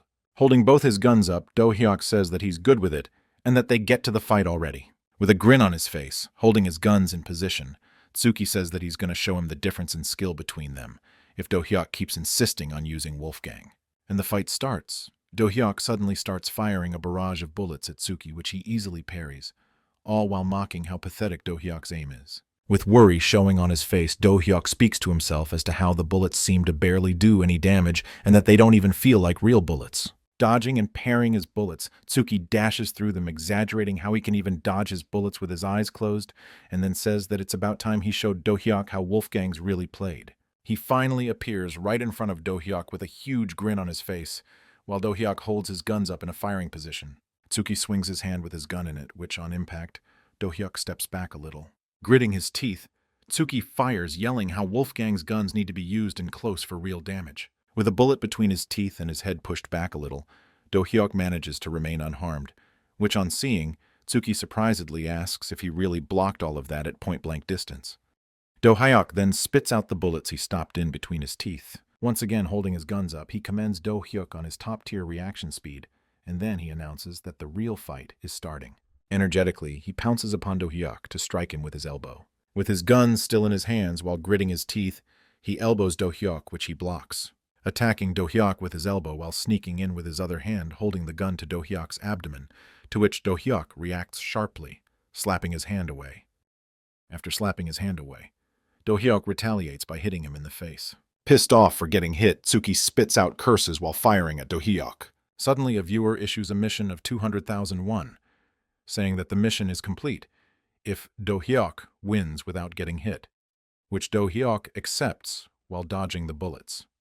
Do Hyuk then runs back and jumps over a car while dodging the bullets. Do Hyuk then lands on the other side of the car while the bullets pierce through the car's windows. Hiding behind the car, Do Hyuk says if it isn't the time for a quick break. Suddenly, a viewer asks Do Hyuk if he's really got the time for that, to which Do Hyuk responds confused as to what the viewer meant. The viewers then continue to explain how rapid fire, those barrage of bullets, aren't for zoning, but for it being a setup for Wolfgang's ultimate move, the railgun, as they continue to explain it to Do Hyuk with a huge grin on his face. Tsuki seems to be charging up his ultimate ready to shoot. Hearing that, in a flash moment, Do Hyuk kicks up the car he was hiding behind into the air while Tsuki was charging up the railgun.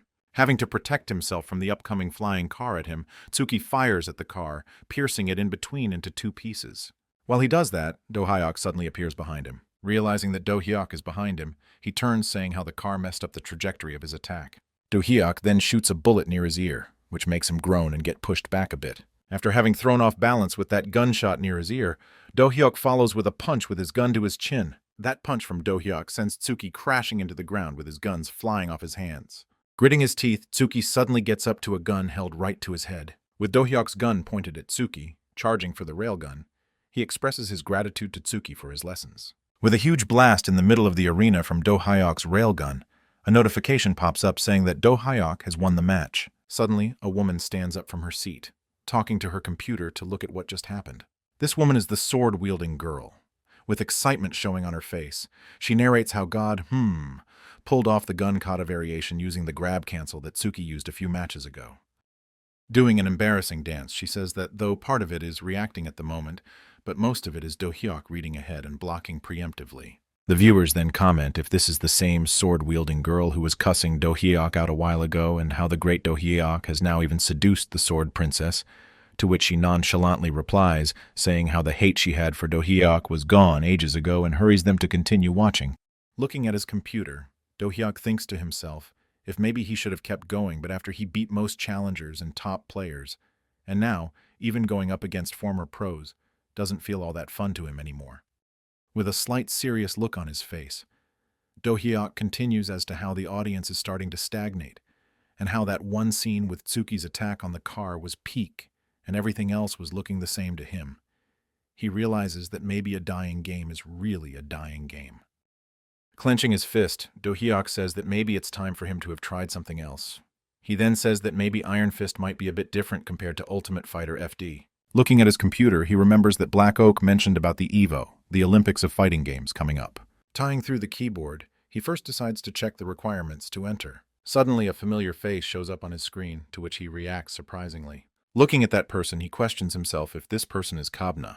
With a bit of worry showing on his face, he thinks to himself if this person is really the Dragon Emperor of Destruction, Kabna, the one who stayed with him till the end of his previous life. Do-hyuk enters into a flashback of when he first met one of the 9 heroes of humanity. He remembers his time when he was in the Hall of Heroes, which was a magical construct created by the Archmage to unite the minds of the 9 heroes in a virtual space. There he remembers Kabna asking if he's the once called Lee Do-hyuk. Looking at Do-hyuk, Kabna comments how he's seriously worried about the future of the Resistance, while saying if this scrawny runt-beat Steelheart is the strongest of the final candidates. Gritting his teeth, Kabna comes ahead and says it's about time he sees if this guy is really worth all the hype, to which Do-hyuk thinks to himself that this loudmouth of a guy must be the battle maniac Kabna. Placing his hand on Kabna's shoulder, a guy wearing a black dojo uniform comes forward asking Kabna to let him have Do-hyuk, and that he's going to tear off one of his legs.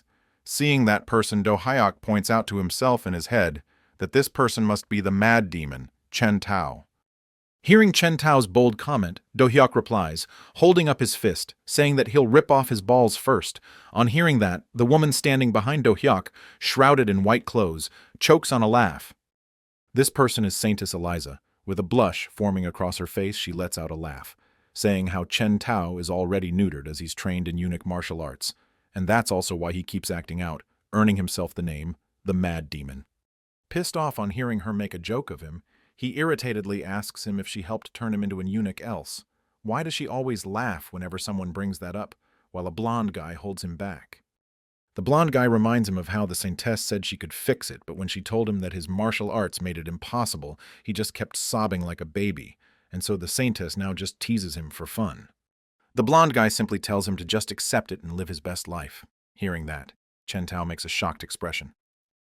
With a bright smile forming on his face, the blonde guy wishes Chen Tao to keep doing his best. Hearing that, Chen Tao, gruntingly, lets out his tears. Totally pissed off, Chen Tao jumps at the blonde guy with his blazing fist, cursing at him while the blonde guy keeps running away from him, saying how fun it is messing with the mad demon while swaying his hands in air, which Do-hyuk looks at confusedly. Another woman comes forward, explaining to Do-hyuk how the blonde guy, Swordmaster Marcus, was called as humanity's greatest prodigy right before Do-hyuk showed up. Holding out her hand, she then welcomes Do-hyuk to the sanctuary of the heroes' resistance, saying that this is the Hall of Heroes where the spirits of the 9 heroes dwell. Do-hyuk looks at her hand, which she held out in order to shake hands with him. Without shaking hands with her, Do-hyuk turns his head, saying how this is a mess of an atmosphere for a resistance meeting. Realizing Do-hyuk not wanting to shake hands, she pulls her hand back and says that it's because everyone's tense. Hearing that, Do-hyuk questions her if it's true. If the heroes who stand at the pinnacle of the world, the ones who are supposed to save the world, are tensed. Holding her staff with both her hands, the woman says they are still human, even if they are the heroes who stand at the peak of hunterdom, the resistance that will save the world. While looking at the others having fun, she continues to say that maybe this is just their way of trying, even for a moment, to forget the burden of having to carry humanity's future on their shoulders. Looking at Do-hyuk as he walks forward, she says that if he passes this test and becomes one of them, then he'll soon come to understand the weight of the name resistance. With a loud voice, Do-hyuk says that as the god of war and the first to slay a dominant species, he will carry the burden for them. Looking at Kabna, he says to quit the whining and to get the test started, to which Kabna, pissed off, excitedly reacts by complimenting Do-hyuk's spirit, saying that his spirit is to his liking. Letting out his powers, Kabna transforms into his dragonic form, asking if he put his money where his mouth is. Seeing him transform, Do-hyuk talks to himself, saying if that is Kabna's signature technique, dragon transformation. While thinking of a strategy, Do-hyuk gets cut off in between with a notification suddenly popping out of nowhere telling him to wake up. Back to the present, Do-hyuk finds himself striking a weird pose on one knee, while the viewers comment as to how difficult it is to reach Do-hyuk. Repenting from his sudden mistake, Do-hyuk does a handstand apologizing that he got lost in an old memory there. Looking at his computer screen, Do-hyuk apologizes and says that he has to think about something real quick. Pointing at the person on his screen, Do-hyuk asks about the guy he's pointing at and if this guy is Iron Fist's pro. The viewers then explain about that guy. While Do-hyuk stands there listening to them with his fingers still pointed at him, the viewers say that this guy is called Kabna, and that he totally toyed with Anatole in the semifinals last tournament. With a small, slight smile forming on his face, Do-hyuk thinks to himself that if it's the same Kabna that he knows, then there's no way someone like him, who was a naturally gifted hunter, would suck at a game like Iron Fist. Comparing both the Kabnas he knows, Do-hyuk says that the Kabna he knew and the current Kabna both exist on different timelines, and that they're not exactly the same person. Clenching his fist in fury, Do-hyuk thinks to himself that there's one fact that hasn't changed, and that even in this life, Kabna is the one who talked him into maxing out all his loans to prep for the apocalypse, and that he's the reason why Do-hyuk is currently drowning in debt. Holding his computer and then shaking it, Do-hyuk says to the Kabna on his monitor to wait for him to come. The viewers comment as to when is he going to log back into Valhalla. Seeing the comments, Do-hyuk says that he totally forgot about Valhalla. While reading the comments, Do-hyuk sees a fight going on between the Ulti-Fight and Valhalla fan bases on the forums. Pointing towards himself, Do-hyuk realizes that he needs to pick a game already, while thinking to himself that with Ulti-Fight, he can hit rank 1 pretty quick, but once he does, viewers will start losing interest. Depicting the number 2 with his fingers, he continues that if he were to switch to Iron Fist, which shares a user base with Ulti-Fight, he can easily funnel the viewers into Iron Fist and keep them engaged. Suddenly clenching his fist in his other hand, he says that he can't just give up on Valhalla either. While thinking to himself, he says how Valhalla has been getting some buzz lately with the increase in viewer numbers, and the money he makes from it can't be ignored. Holding his head in his hand while crouching in his seat, Do-hyuk groans on how frustrating it is to choose between Ulti-Fight or Valhalla. He then suddenly bangs his fist on his desk, saying that he has decided. Standing up from his seat, Do-hyuk says that if he had to choose just one of the 2 games, then that game would be, and he suddenly says that he'll choose having he has something to eat. And so Do-hyuk ends up choosing Valhalla to play, and he appears riding on a horse after logging in. He says to the viewers that he decided to start the stream a little earlier than usual. Greeting his viewers, Do-hyuk speaks, saying that he's thinking of doing Valhalla for Part 1 and Ulti-Fight for Part 2 from now on, and that in Part 2 today, he's going to hit rank 1 in Ulti-Fight. Do-hyuk then looks at the panel showing the number of viewers he currently has. With a huge grin on his face, Do-hyuk thinks to himself about the increase in his viewers' numbers, and that if he had just picked one game, then he would have missed out on all the cash he's going to be scoring now. Holding on the rope on his horse, he mentions the progress he's made, taking out Beowulf and even picking up the bonus quest. He then says that they should check out the bonus quest together. Suddenly, a game-related story starts. Depicting a burnt flag and a crown, the story goes on as to how King Beowulf I of Mercia was forcibly dethroned after the large-scale Viking invasion.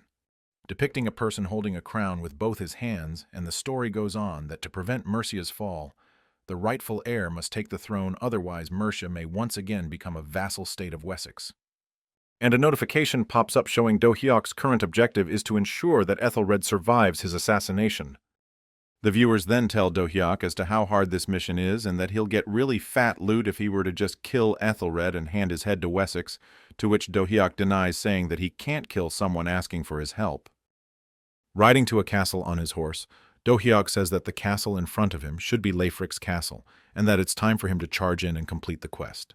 Seeing the direction Do-hyuk is going in, the viewers remind him that the castle in front of him is Earl Leifric's castle, and if he goes, Leifric sends out assassins, to which, while riding on his horse to the castle, Do-hyuk says he's going to crush them before he can send them out. Grunting out while making the horse go faster, the castle guards notice a person rushing towards them on a horse. One of the guards pulls his spear up while the other guard blows on a horn, informing of the appearance of an intruder. Do-hyuk rushes on his horse right through them, cutting off their heads. Suddenly, many soldiers turn up screaming out to each other to attack the enemy and to stop him. Cutting through their heads like butter, Do-hyuk continues forward on his horse. The soldiers continue swarming in, while Do-hyuk continues to chop off their heads while still being on his horse, with the viewers calling out that it's time for a whirlbarb. Looking at the soldiers, Do-hyuk thinks to himself that today it's something different and not whirlbarb. Jumping off his horse, Do-hyuk says that a lot of people are here to watch Ultifight too and denies whirlbarb. Being in midair, Do-hyuk kicks a soldier into a fire stand. After colliding with the fire stand, both the soldier and the fire stand fall down, with the fire starting to spread around. Standing in between the ocean of fire, Do-hyuk says that it's Hoken mode this time. With the viewers asking if they heard him right, Do-hyuk starts collecting flame beneath his foot. Kicking up a soldier, leaving behind a trail of a long flame pillar, Do-hyuk uses one of Hoken's moves, Flaming Road, to which the viewers ask as to why he's using Flaming Roar in Valhalla. An older soldier commands a younger one to block the attacks with their shields. Using the fire beneath his foot, Do-hyuk pulls on another one of Hoken's moves, Flame Whirlwind Kick, striking up a fire tornado inside the castle walls. Wiping the floor off with the soldiers, Do-hyuk now stands in front of a huge gate, seemingly ready to charge through. Letting out a breath, Do-hyuk walks forward while the viewers still find it unbelievable regarding what they just saw and question if it is even allowed to use such moves. Stepping on a stair, Do-hyuk asks if his viewers are curious about what just happened, to which they obediently answer that they are curious to know. Putting his hand on the door, Do-hyuk asks if they want to know about the thing he did earlier, to which a viewer replies saying that they actually want to know all of it. With a sly grin on his face, Do-hyuk says that if they want to know, then they'll have to pay up. With the viewers trolling how much Do-hyuk loves money, Do-hyuk imagines himself being showered with gold coins, exclaiming how sweet it is. Putting up both his hands on the gate, he says that what he did earlier was use the base techniques of Ultifight's Flaming Roar and Flame Whirlwind Kick. Looking up as the gate opens up, Do-hyuk continues as to how he knocked over the fire stands to create flame, and then mimicked Flaming Roar's effect with that fire. Suddenly, a swarm of strong-looking soldiers gather up in front of Do-hyuk, while he continues to say as to how he used every bit of martial arts he had to beat them down while being inside the flames. Soldiers charge towards Do-hyuk with the intention of stopping him from reaching the Earl. Do-hyuk, getting into his fighting stance, says about the thing that's going to come next, while he stands there as the floor beneath him starts forming cracks due to heavy force acting on them. Crushing the ground with his foot, Do-hyuk dashes. Running into the swarm of soldiers, Do-hyuk breaks through them with ease. Kicking off the door, Do-hyuk dashes forward. A middle-aged man stands in front of Do-hyuk with a sword in his hand, cursing at him to stand down, and how did he even dare to set foot in this place? Holding up one axe, Do-hyuk says that he's going to finish this one with Wolfgang's gun, which makes the viewers question as to how there can be guns in the 8th century. Looking up, Do-hyuk says that it exists in his heart in the form of an axe. Throwing off his axe, aiming at the person standing in front of him, Do-hyuk announces that the source of assassination is eliminated. Do-hyuk then jumps off the castle through the window closest to him. This moment is currently being seen by Anatole, as he's watching his stream. With a slightly worried look on his face while looking at the video, he says that Do-hyuk really is a monster. Standing on a concrete platform, Anatole talks to himself that he thought he was catching up after seeing Do-hyuk's Burning Crescent combo and Whirlwind Kick that he showed in Ultifight. With a worried look on his face, Anatole regrets posting that announcement that he'll stop Do-hyuk on his run to be rank 1 in Ultifight, now that he's seen how Do-hyuk is even pulling off Ultifight level moves in Valhalla. With worry visible on his face, he starts to stiffen after seeing how hopefully the viewers reacted to Anatol's announcement. Falling to the ground on his knees, Anatol says while gritting his teeth that he can't even back out now after seeing them so excited. Sniffing being on his knees in worry, Anatol realizes that he's really screwed now. After his session in Valhalla, Do-hyuk has now logged into Ultifight to fulfill his promise. The viewers keep cheering him on. Looking up at the comments, Do-hyuk thinks to himself as to how much Ultifight is bustling now. Do-hyuk then asks the computer about how far he is from rank 1. Hearing the command, the computer checks through the rankings. The computer then shows the ranking. Do-hyuk is currently in the 5th rank while Anatol is ranked 1. Excitedly, Do-hyuk says that there's no way he's letting it slide after seeing that Anatol holds the title of the Ultimate at the top of the leaderboard. Pointing ahead with his finger, Do-hyuk commands the computer to start a match. And so Do-hyuk's first match is the sword-wielding girl, Harang. On seeing her, the viewers comment surprised how she hasn't quit yet. Holding up her fist, she mentions how she's been grinding for this rematch with him, calling him with crazy names. Creeped out by her enthusiasm, Do-hyuk thinks to himself as to how she's starting to scare him a little. Holding her sword above her shoulder, she confidently mentions how she's fully analyzed Do-hyuk's Hoken after all the effort she put into it. Do-hyuk confidently replies as to how he's been preparing a little something based on her character, and if she'd mind him switching things up a bit and using that instead. And suddenly a purple beam of light falls over Do-hyuk, as he chooses to change into the character he thought of using against the sword-wielding girl, while the viewers keep making guesses as to which character he's going to choose. With worry showing on her face, she takes a step back in surprise, calling it crazy, seeing the character that Do-hyuk chose to use against her instead of Hoken. The character that Do-hyuk chose was Caesar, the male version of the character that the sword-wielding girl uses. Annoyed by him picking a sword against her, she confidently says while gritting her teeth that she's going to show him how tricky a sword can be. She then uses one of her moves called Sword Blossom, forming up a large number of swords around her in her circle. Fast-forwarding it, Do-hyuk wins without even a stretch on him while she lies on the floor, bleeding and bruised as Do-hyuk says that this looks like the end of the line for her and asks the computer to find him the next match. Completing the search successfully, the computer brings forth Beyond to the arena, in a weird pose with worry visible on his face. He speaks saying that he doesn't want to fight so soon and rants out saying that they should skip him for a while. With a dorky expression on his face, Do-hyuk greets Beyond, waving his hand at him. Slightly annoyed, Beyond says that he too has prepared something for just this situation. Changing into another character, with his weapon being a kusarigama. This character is Beyond's main character, Zodiac. Crushing his head into the arena floor, Do-hyuk comments on how Beyond has grown a bit. Looking at the computer, Do-hyuk says how perfect it would be if he were to get matched up against Anatol here now that he's currently ranked 2. Successful in finding a match, the computer summons Anatol, and he appears striking a heroic pose holding a lance in one hand, using a character called Lancer. The viewers then troll him a bit, to which he annoyedly replies, saying to cut him a slack, he too has been seriously preparing for this one. Looking at Anatol, Do-hyuk says how he's been looking forward to facing him again. Stutteringly, Anatol says how he's been waiting for this rematch as well, while thinking to himself how he's still not mentally ready for this match. With a concerned look on his face, he thinks to himself if he can beat Do-hyuk with his current skill level, and how he's getting chills just by standing in front of him, excitement, fear, and all hitting him at once. Do-hyuk suddenly compliments Anatol how good that armor looks, to which he replies by saying that he custom-designed it himself. He then says the one can get it made if they win a world championship, suddenly realizing that he doesn't remember how many of those skins he even has. Thinking to himself while starting to calm down, he remembers that he has at least 10 of such skins, and he's won 3 with just Lancer. Realizing his own words, he thinks to himself that the number of skins one possesses is equal to the number of Works Championship wins, and he was doubting if he could win against Do-hyuk or not. Holding his lance up, he thinks to himself that nobody cares about the odds of winning one has. The thing that matters is how many people came to watch him. With a bright, huge grin on his face, ready to pierce through with his lance, Anatol realizes that it's because of people like them cheering him on that keeps him going. With a grin on his face, Do-hyuk says that if he knows that once he beats him, he's going to be ranked first in Ulti-Fight. Dashing at him with his lance, Anatol shouts how that ain't going to be easy with him standing against him. Thrusting his lance at Do-hyuk, which he easily parries while maintaining his grin, Anatol mentions how the path to being ranked first is blocked by him. With his sword creating sparks with Anatol's lance, Do-hyuk realizes something. With Anatol still being in the same position, Do-hyuk bounces back when his sword makes contact with Anatol's lance, which the viewers explain was because of the bounce-back effect of Lancer's drill attack. landing on the floor with a grunt as he gets pushed back by the impact of his landing.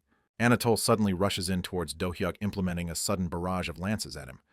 It is one of Lancer's skills called bombardment. The viewers continue to warn Do-hyuk to be careful while Do-hyuk keeps easily dodging the lances, telling them not to worry. Dodging and parrying his moves, Do-hyuk says that these attacks are similar to the sword-wielding girl's Sword Blossom and Phantom Sword. Thinking to himself, he says that no matter how wild the storm gets, it can't shatter a solid stone island in a moment. With his sword blazing red, Do-hyuk says that he'll show him the subtle power of the heavy sword that overwhelms illusion, while thinking to himself about this being the very technique that once wiped out an entire extraterrestrial monster legion in a single blow. Holding his sword in front of him with both hands, with his red blazing aura surrounding him, oozing out from the every pore of his existence, ready to strike down at Anatole. With tears welling in his eyes, Anatole screams out that such a feat is impossible. With a vertical slash, Do-hyuk slashes through the arena along with Anatole. Letting out a breath, Do-hyuk stands there after making that powerful vertical slash with his sword, almost touching the starting point of the ridge he made with his slash. Looking at his viewers with a grin on his face, Do-hyuk says that he just tried to imitate Wolfgang's finishing move with a sword. With a satisfied expression on his face, looking at Anatole respawning, Do-hyuk says that the match was quite fun for him. The viewers continue to make fun of how easily Anatole got defeated in a single hit. Irritatedly, Anatole says that he was just about to make a counterattack, stopping the viewers from making fun of Anatole any longer, saying not to tease him too much, and how usually people can't even think of counterattacking under that pressure. But Anatole at least managed to squirm a bit. Hearing his straightforward response, Anatole freezes in his place from shock while the viewers start laughing after hearing Do-hyuk's response. With an idiotic expression, Do-hyuk says that it's a real compliment and not mockery. With the arena starting to restore itself, Do-hyuk asks if they should continue with the next round right away. Telling the viewers to shut up and not make fun of him anymore, Anatole agreeably replies to Do-hyuk's invitation to fight again. Falling on the stone platform, Anatole returns to his lobby after getting beaten up by Do-hyuk, while his viewers continue to make fun of him. Sweating, he looks up while lying on the stone platform, tired from the continuous matches with Do-hyuk. His viewers then mention how Anatole is currently ranked 8th against Do-hyuk, and out of Do-hyuk's 15 matches, 10 were against Anatole. Getting up to protect his shame a bit that he mentions that he did land 3 hits in the match earlier. Suddenly his viewers inform him of Do-hyuk hinting at Iron Fist, and that he said that he'll start Iron Fist right away and aim for World Top 100.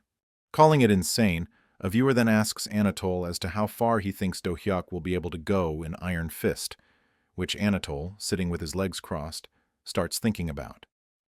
Looking worried, he thinks to himself that if he had been asked this exact question the day before, he might have probably answered that he'd do well, but currently he's not sure where Do-hyuk's limit would be. He continues that even though Do-hyuk has proven his monstrous talent in ulti fight, he remembers of such monsters overflowing in Iron Fist. He then takes an example of Kobna from North Africa, who easily conquered Iron Fist World Stage twice within 1 year after his debut. He then remembers the insane presence he felt when Do-hyuk was about to swing his sword down vertically, about their first fight for Do-hyuk trying to become rank 1 in ulti fight. With a bright smile on his face, he thinks to himself that if it's Do-hyuk, then he might be able to dominate the numerous popular games. Excited about it, he says that he wants to know that too as to how far Do-hyuk can go alone. Do-hyuk then arrives in his lobby while striking a heroic pose. A viewer then asks him if he's going to do Valhalla today, to which he says that he might do it today as part 2 depending on the situation, or he might even take a break altogether. Putting his finger pointing up, he announces that now that he has claimed rank 1 in ulti fight, now he's going to give Iron Fist a try. Pointing his finger at the computer, he says that he's going to first start with setting up the Iron Fist nickname, and decides that he's going to use his usual nickname, that is, is that all you got? The computer then informs Do-hyuk that there are about 1,700 plus more users with this nickname. Hearing that, Do-hyuk appears shocked. Seeing that there's no other choice, Do-hyuk tells the computer to proceed with this nickname, and so Do-hyuk finally entered Iron Fist. Do-hyuk has chosen the character Kujo as his first character to play, announcing to his viewers that he has arrived. An interface then pops up telling him to select the game mode he wants to play in. The interface shows 3 game modes, them being story, online, and offline. With a slight bit of surprise showing on his face on seeing a story mode in Iron Fist, comparing it with how Ulti Fight didn't have one such. Then the viewers ask him if he's going to do the story mode, and if he does, then they might finally get to see that route for the first time in Korea. Hearing that, Do Hyuk suddenly asks about that route. The viewers then say that it's a hidden route in story mode and that it's so difficult that even Anatole and Beyond couldn't beat it. On hearing the explanation, Do Hyuk says that he's going to keep the story mode on hold for now and choose the online game mode like the Ulti-Fight ranked matches. The computer pops up saying that the search for the first opponent has begun. Standing there, a beam of light suddenly falls in front of Do Hyuk, indicating that his first opponent is about to appear. Seeing all the excited comments of the viewers, a guy sitting on his chair asks as to why they're all acting like this. This person is Akuma, a member of the VSS team and a current pro gamer in Iron Fist. He says that even top-tier Ulti-Fight players struggle in Iron Fist, but they're making all this fuss over just a few wins. Beyond suddenly comes up from behind. Putting his hand on Akuma's shoulder, he says that it really is that big of a deal. Akuma defends his point, saying that no matter how good Do Hyuk was in Ulti-Fight, switching games come with a learning curve, and how Ulti-Fight and Iron Fist gave different game controls and micro-controls. He then says about how people are reacting to it, to which Beyond asks if he's being skeptical. Hitting him on his head, Beyond says that he too was skeptical at first, but he'll just understand it when he meets him, and that's why Akuma should practice hard. Going back, Beyond says that he's going to go full dive first and tells Akuma to come in when he's ready. Akuma stubbornly refuses to believe that Do Hyuk doesn't have the talent on par with him, Beyond or Anatole. Turning back to his computer, he says that he's going to make him painfully realize that Iron Fist is way too different in comparison to Ulti-Fight. Going back to Do Hyuk, holding his fist near his chest, he says that he's now at 18 wins and 0 losses while walking away from the opponent he just defeated. With the viewers commenting how easily Do Hyuk seems to be winning, scratching his cheek, he asks if they're getting bored seeing him win too easily.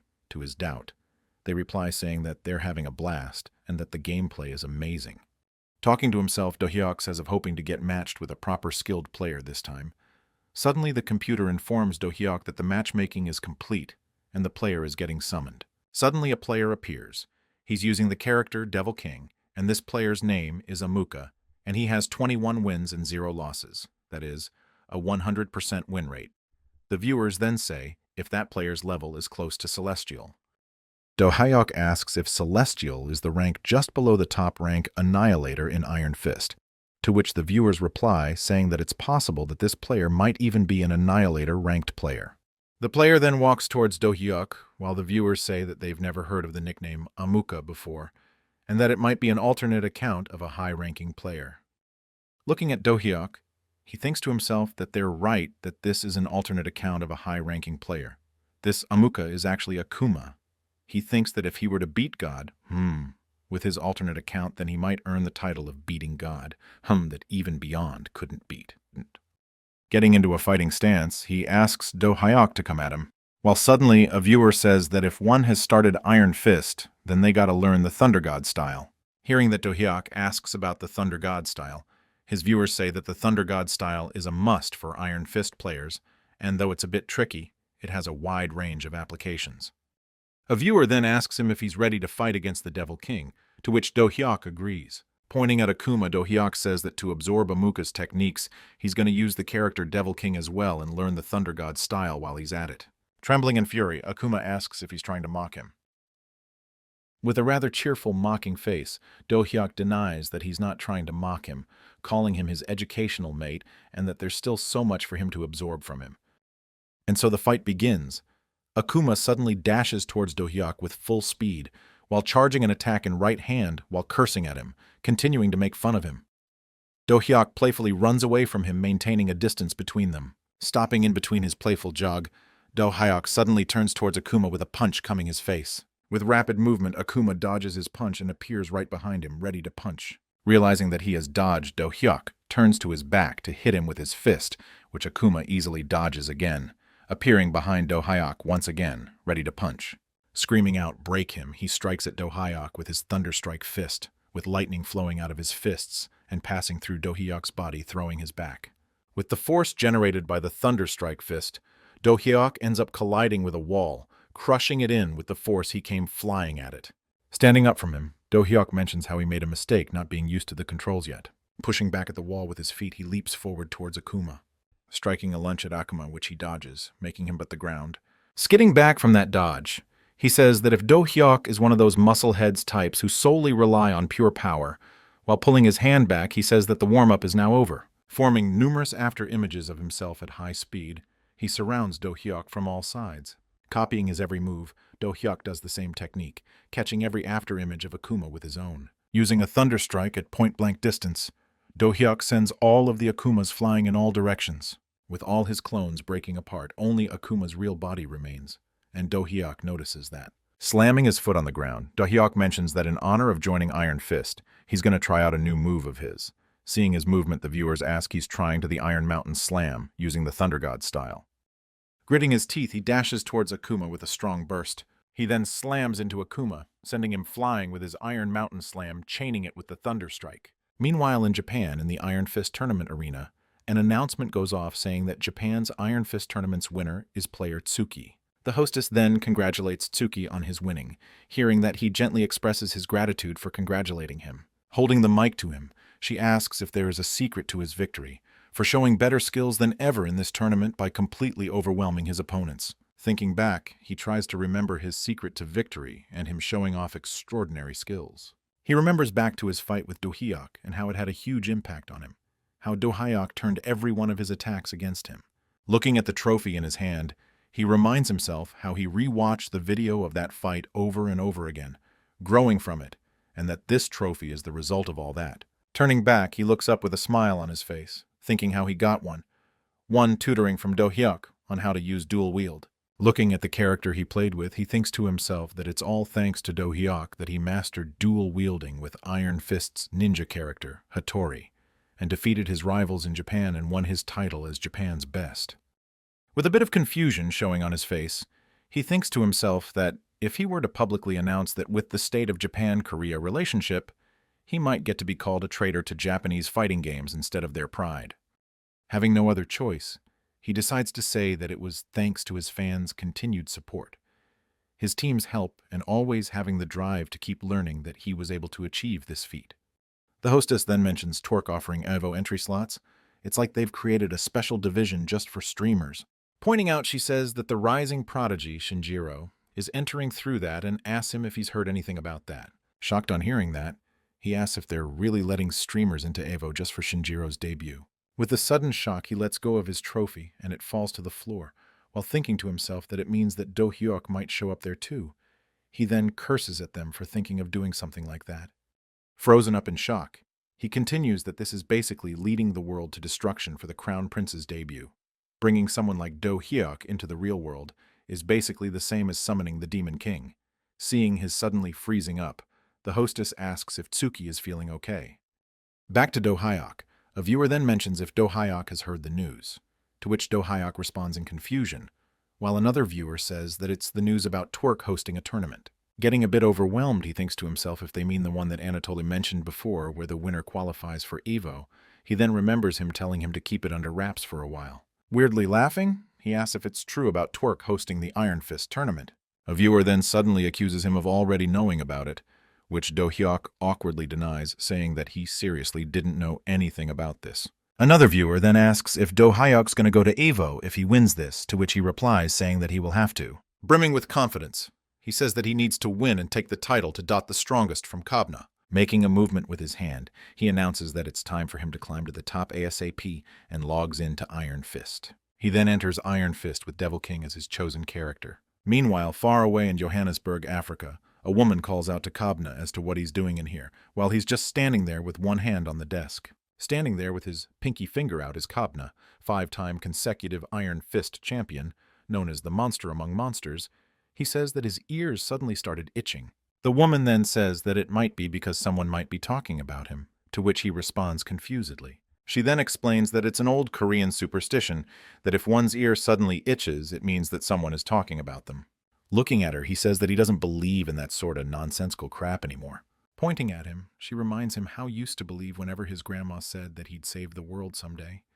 She then continues that he has changed after her death. Looking away, he thinks to himself that his grandmother was an honored shaman and a revered tribe seer. She was an albino, as were his parents. He then remembers of the white tragedy that struck his family, with the hunters taking his parents from him and him just barely escaping with his grandmother.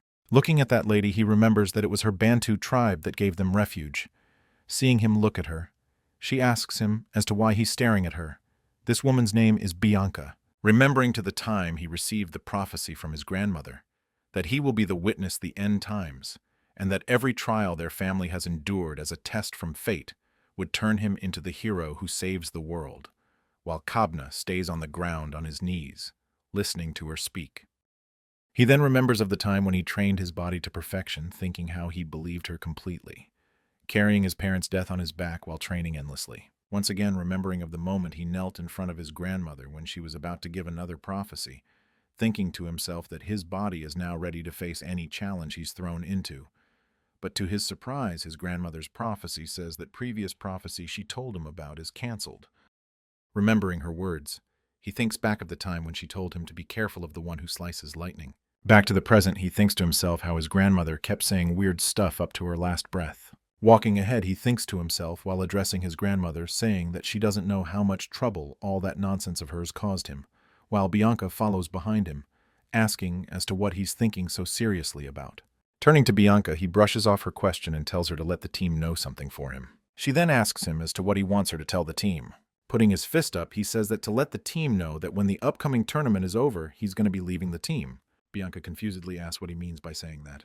Thinking back, he clarified himself as to why he chose to play Iron Fist, it being because he heard that there are a lot of strong guys like him, but currently there is hardly anyone who can block his punches.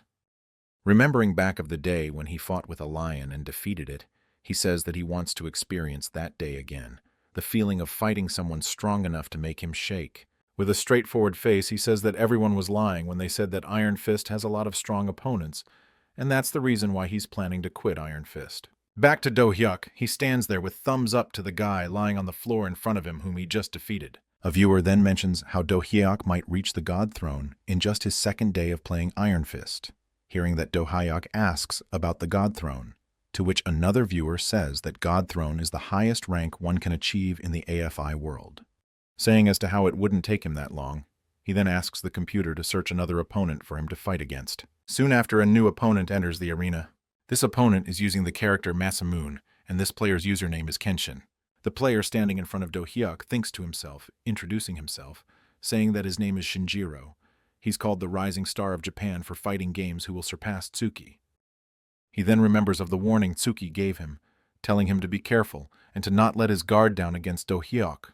To prepare himself for his sudden encounter against Do-hyuk, he decided to watch his stream of his fight against Amuka, and after watching that, he realized that he has no choice but to take the warnings seriously after seeing how Do-hyuk beats everyone without a single bit of discrimination.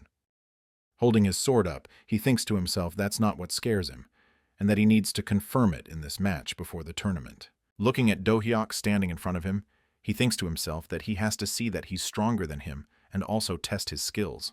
Holding his sword up in a fighting stance, he shouts out saying that a strong person is someone who will endure to the end and that he'll prove it. Dashing forward with his body covered in electricity, Do-hyuk agrees with him, saying that he wants him to survive for a very long time. And so the fight begins.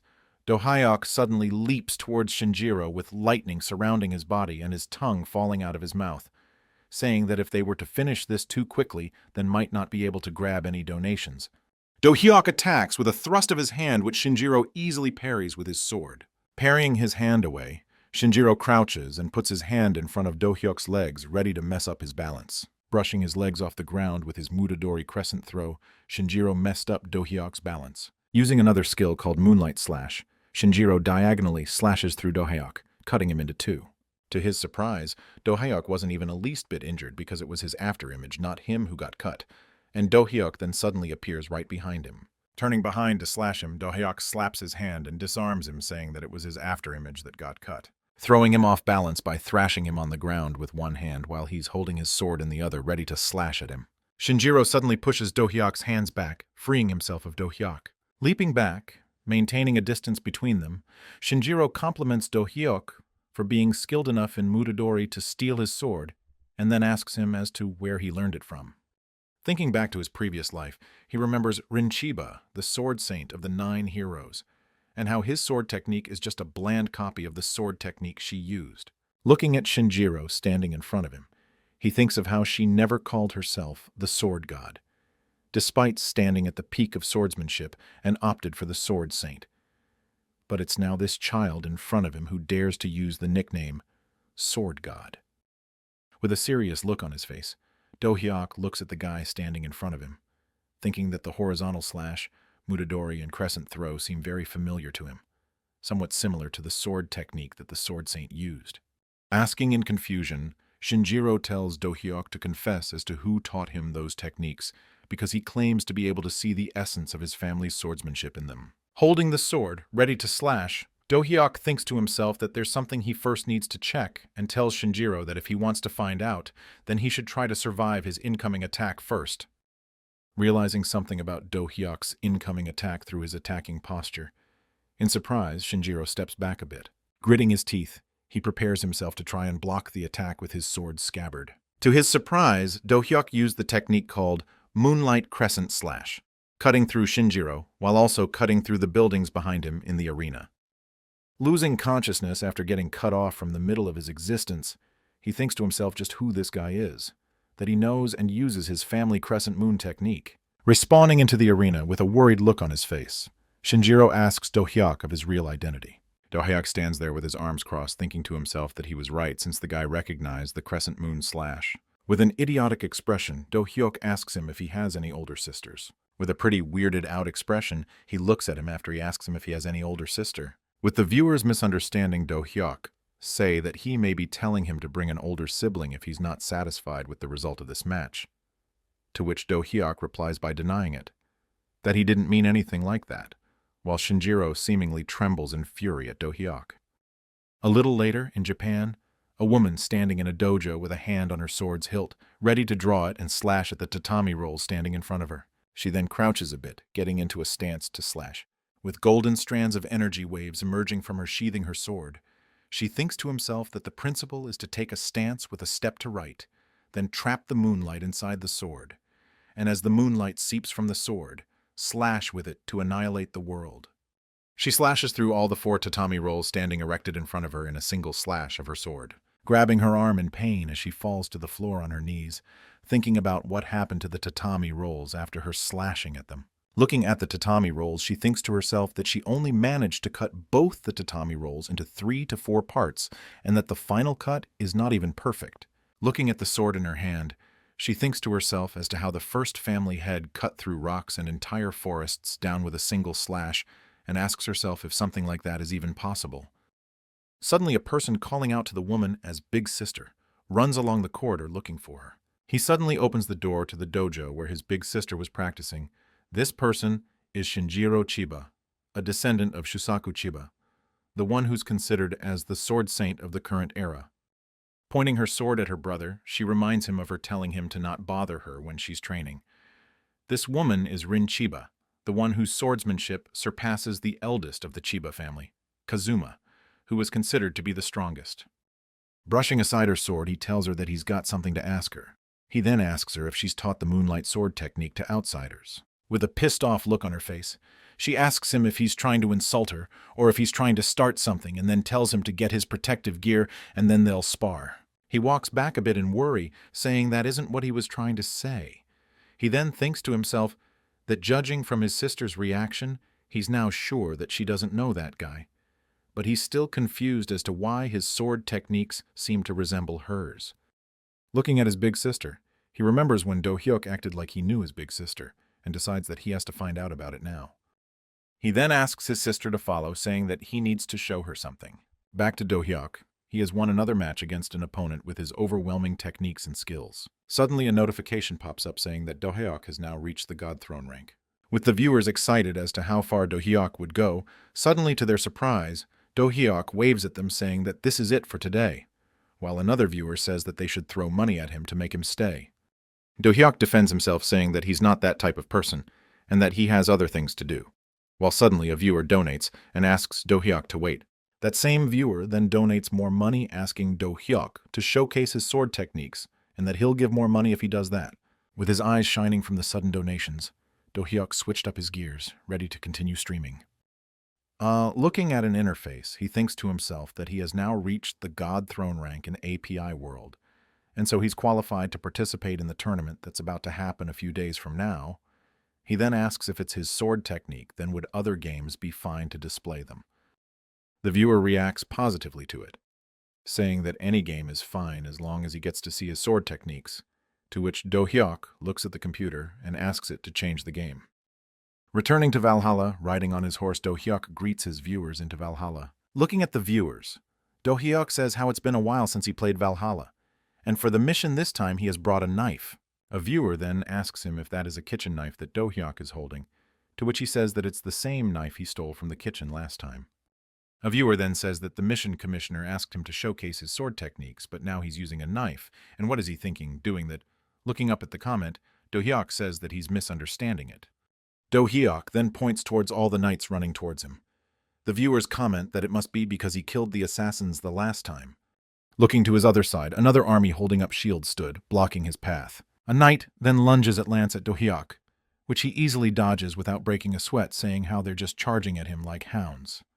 Parrying off the attack, he jumps from his horse, leaping towards the knights with his knife. Instead of using his knife, he used his knee to hit the enemy. After hitting the enemy with his knees, he performs a front flip as the knight falls to the ground. He then dashes towards the knights, slashing through them like butter. He then jumps at another soldier while calling out the name Valhalla. He charges forwards, slashing through them, cutting off their limbs and heads with just his knife. The shielded soldiers start to falter, seeing Do-hyuk's prowess. Excitedly, Do-hyuk says if he should use the Moonlight Crescent slash to finish things up, hearing that the viewers start getting excited. Unleashing that slash, he cuts through the shield, the soldier's body, and the trees standing erect behind them. Suddenly, a notification pops up saying that Do-hyuk has completed the quest, The Rightful Heir to the Kingdom, which surprises him with its sudden appearance. Looking at the viewers, he asks if this quest is supposed to be completed before Ethelred even claims the throne. A story patch then comes up, saying that the annihilation of the Knight Templars has dissuaded the Wessex Kingdom from involving itself in the power struggle of the Mercia Kingdom, and thus, starting from this moment, ominous rumors regarding Do-hyuk would start to circulate in the Wessex Kingdom.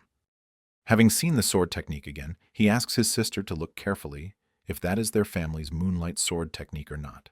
Looking at the screen, she says that it's different from their family's sword technique, making Shinjiro ask how. Looking at the screen with an indescribable expression on her face, she thinks to herself that the moonlight sword technique of their family focuses on speed. Looking at Do-hyuk through the screen, she thinks to herself that the sword technique this guy is using is mainly focused on the power to obliterate, literally the power to dominate. Standing there beside Shinjiro, she continues as to how it still has the essence of their family technique, being closest to the sword technique mastery that she wants to reach. Looking at the computer, she asks him about the name of this game, which surprises Shinjiro on hearing that she seems to be interested. Shinjiro says how he always asked her to play together, and how she kept refusing him because she wanted to train, and asks her why she suddenly changed her mind. Clenching her fists, she says that she's found it. Looking at her brother with determination showing in her eyes, she says that she's found her way of the sword, the path that she wants to take. Next day, Do-hyuk is currently out with Jian, pointing out to somewhere he asks her if they're going in the right way, to which Jian irritatedly replies that it is. Letting out a sigh, Do-hyuk says that they've been walking for an hour or so, even though she has the map. Looking at her phone, she confusedly says that they are in the right place. With a bit of blush forming on his face, Do-hyuk asks about the editor they're going to meet today and asks if she's pretty. With an annoyed expression, she replies that it's a guy and not a woman, totally destroying Do-hyuk's expectations. Then he says that he knew that it sounded too good to be true. Noticing something, Do-hyuk asks, while pointing at it, if this is the cafe they are supposed to meet in, to which Jian asks to wait till she calls and confirms it with him. And they enter the cafe, and Jian seems to be waving at someone who saves back at Jian, while Do-hyuk closes the door behind them. As Jian continues to walk forward, Do-hyuk notices something about the guy. The guy, on seeing Do-hyuk, stands up from his seat and asks as to what he's doing here in surprise. Pointing at the guy, Do-hyuk asks Jian if this is the guy she wanted to introduce to him, to which she asks if he knows Min. Holding Do-hyuk by his wrists, Min says how he's been thinking about Do-hyuk ever since that day, while thinking to himself that he can finally show his gratitude to him. With tears welling up in his eyes, he says that he misses him while admiring Do-hyuk's strength. He then suddenly hugs Do-hyuk, saying that he's just his type, scaring Do-hyuk off.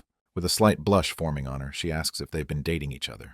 Do-hyuk then throws Min off of him, saying as to what bullshit he is spouting, being mid-air, while flying away from Do-hyuk, throwing him off. He yells loudly, saying that he's going to fall in love. Later that night, Do-hyuk logs into Iron Fist, The viewers ask him as to how come he's earlier than usual today. He replies by saying that he has got an announcement to make. A viewer then asks him if he wants to play without any distractions today. Do-hyuk says that isn't it, and then mentions how everyone wants to see videos of his last matches. He continues, saying that he has decided to start his own YouTube channel and will be uploading all future videos there. The viewers then mention how they've seen a couple of his videos by now and praise him for choosing a good editor, which makes Do-hyuk think to himself that things seem to have ended well, though the entire situation was so awkward in the cafe. Do-hyuk then remembers of the time in the cafe, where Min kept pestering how much he likes him despite him being so rough with him, to which Do-hyuk respectfully denies him, saying that he doesn't like men, while Jian and others stand away making video of the scene unfolding in front of their eyes. Clenching his fists, he thinks to himself that he finally managed to resolve the misunderstanding and even hired him as an editor under probation, and that he'll be watching him. Looking at the computer, Do-hyuk says that since the tournament for EVO qualification is not far away, he's now going to work hard to increase his rank. He then asks the computer to start matchmaking. At the same time, in the Japanese server of Iron Fist, Shinjiro flies back with his hands open after seemingly getting hit. Skidding back, he looks at Big Sister and asks as to what type of sword technique was that. While looking at her, he then asks her if she's sure that she's never played Iron Fist before. He then mentions how she keeps defending and counterattacking against his every move, asking himself as to how that is even possible, while she just stands there with her sword in front of Shinjiro. Shinjiro says to Rin that he doesn't care how good her swordsmanship is in real life, but how is it even possible that she blocked all his attacks without even using any adjustment? Rin looks confused, trying to understand what Shinjiro just said. Shinjiro starts to sweat, feeling nervous because he thought he could finally win a game against his sister before he told her about that feature. Shinjiro begins to explain the game adjustment system and how Rin can apply it to her swordsmanship. However, his sister interrupts him before he can finish.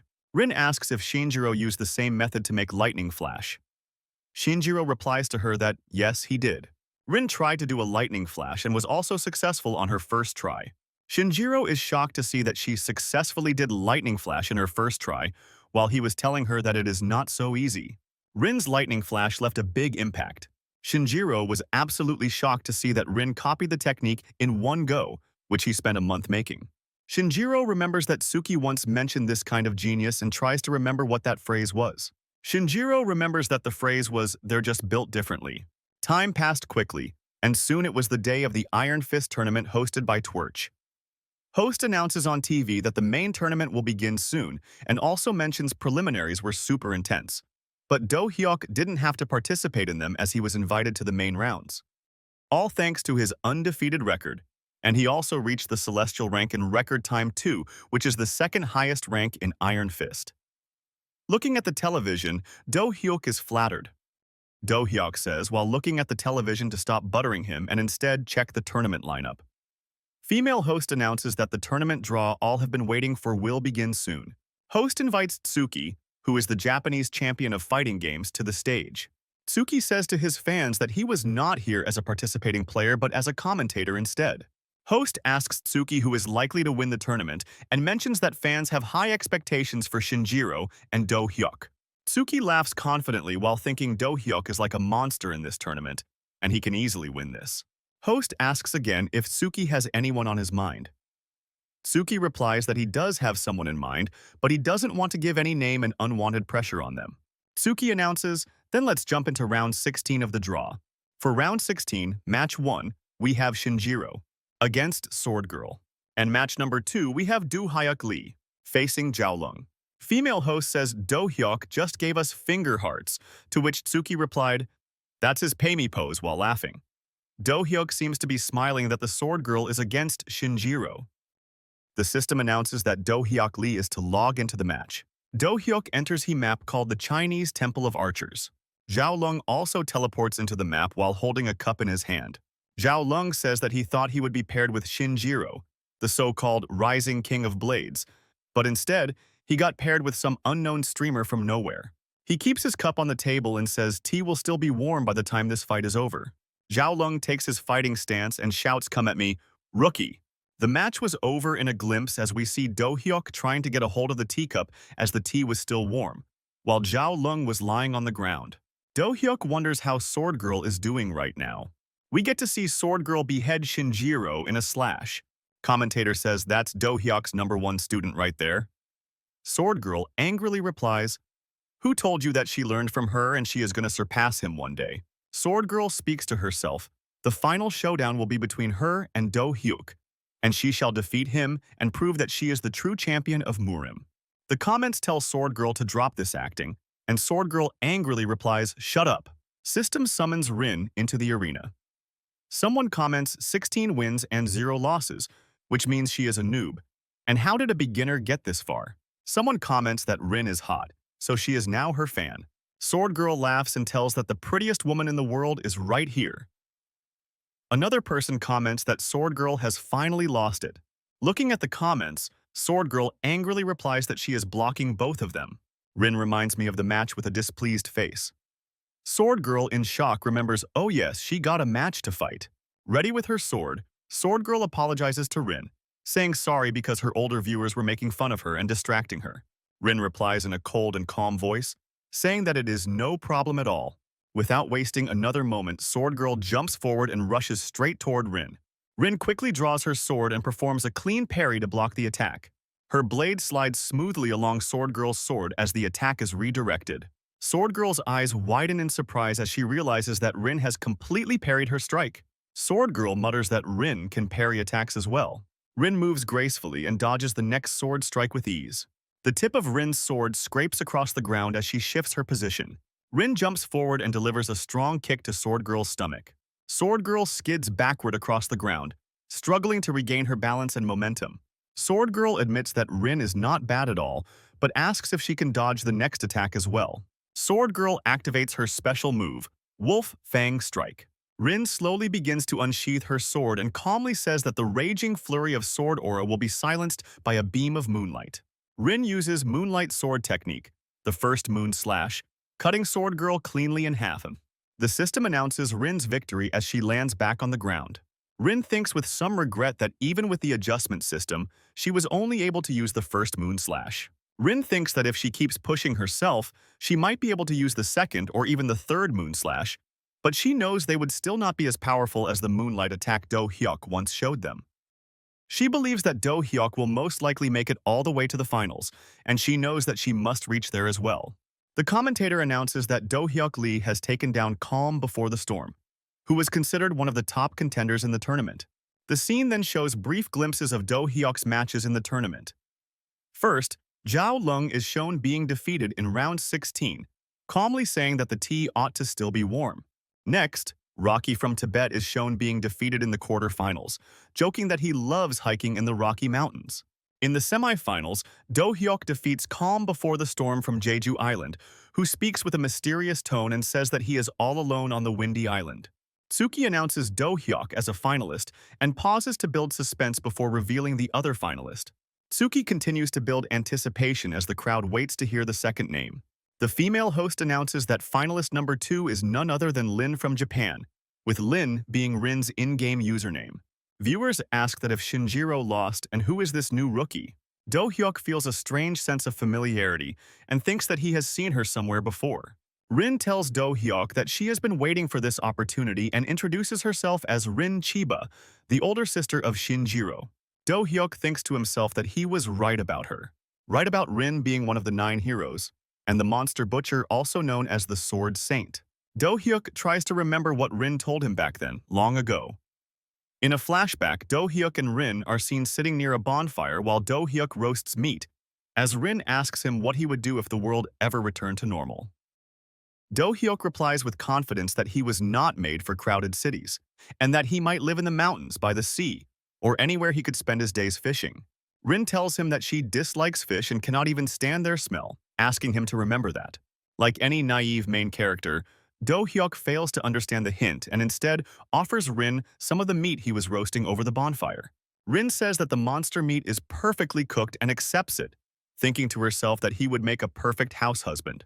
Rin says that if the final battle the next day does not go as planned and they end up using the space-time regression stone, he must promise to remember what she asked him. Rin says that they both perfected the sword technique of her clan and that she wanted Do-hyuk to find her in the past and show her that technique. Rin also casually mentions that she wants one daughter and one son, but Do-hyuk still does not understand what she is talking about. Back in the present, Do-hyuk remembers that Rin said many strange things in the past, but she also spoke about how frustrated she had been. Her sword training had reached its limit, and she had asked him to show her the path forward. Now, at last, it is time to fulfill that promise. Do-hyuk asks if she was the one who gave him the sword mission earlier. Rin agrees and says that she was hoping he would fight her using the sword. Do-hyuk draws his sword and says that he has a character made specifically for this moment. Do-hyuk transforms into Salabi and says that they should have some fun. Viewers comment that Salabi has beast-like stats but poor controls. Do-hyuk tells Rin that he is completely ready for the match. Rin also draws her sword and replies that it would be her pleasure. The system announces the fight as Rin's sword moves straight toward Do-hyuk's neck, and her eyes turn white. Do-hyuk acknowledges her attack and easily parries it. Sparks fly as the two swords clash against each other. Rin places her other hand on the blunt side of her sword to apply extra force. However, upon colliding with Do-hyuk's blade, she can no longer apply that extra force. Rin suddenly punches Do-hyuk's right arm. In the next instant, Rin appears to have beheaded Do-hyuk, or so it seems. Rin quickly realizes something is wrong, as she feels no resistance and understands that she only cut an afterimage. Do-hyuk suddenly appears behind Rin in an instant, and a viewer comments that Do-hyuk sensei is back with vengeance. Realizing he is behind her, Rin immediately tries to escape his sword's reach, and Rin manages to maintain her momentum while thinking to herself that he is incredibly fast.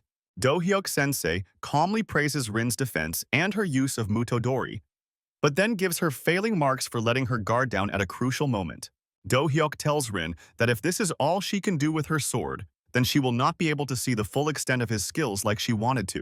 Rin realizes that she was the one who asked him to show his true sword skills, yet she herself has not fully shown her own sword abilities yet. Rin slowly kneels down on the floor, thinking about how careless she has been and how she failed to show proper respect to a great swordsman like Do-hyuk. Rin attempts to commit seppuku, but Do-hyuk immediately grabs her hand and stops her, asking why she always takes things to such extremes. He reminds her that in Japan, samurai only commit seppuku when they break their warrior code. Do-hyuk tells her that she has always been like this, reacting the same way every time she makes even a small mistake with the sword, and gently comforts her by saying that anyone can make mistakes. Rin looks shocked and asks Do-hyuk how he knows she has always behaved this way with the sword when they have only just met for the first time. Do-hyuk immediately realizes that he has slipped up and starts wondering what he should do now. At the same time, flower petals begin falling inside Rin's imagination as she starts wondering if this man has always been interested in her. In her imagination, flowers bloom all around her, making the scene overly romantic, and Rin wonders how Do-hyuk was able to notice her strange habits so quickly. Rin asks Do-hyuk to let go of her hand and gently pulls herself free, thinking that she has always longed for a man whose sword skills were greater than her own. Rin starts blushing heavily as she imagines that he might be holding her wrist for too long, even though they just met. She feels extremely happy and cannot stop blushing as everything seems to be happening too fast. Do-hyuk asks Rin if she is okay, while Rin continues blushing and says strange things like wanting just a daughter and a son and nothing more. Do-hyuk is left wondering what is wrong with her. Do-hyuk thinks about why she is suddenly saying the same strange things again and asks her if she realizes that they are still in the middle of a match. Rin apologizes and asks Do-hyuk to forgive her for acting this way during the match. Rin turns around and proudly says that Do-hyuk never stops thinking about the way of the sword, even in moments like this, and that she would expect nothing less from the man who won her over. Do-hyuk blushes slightly and asks her what she just said.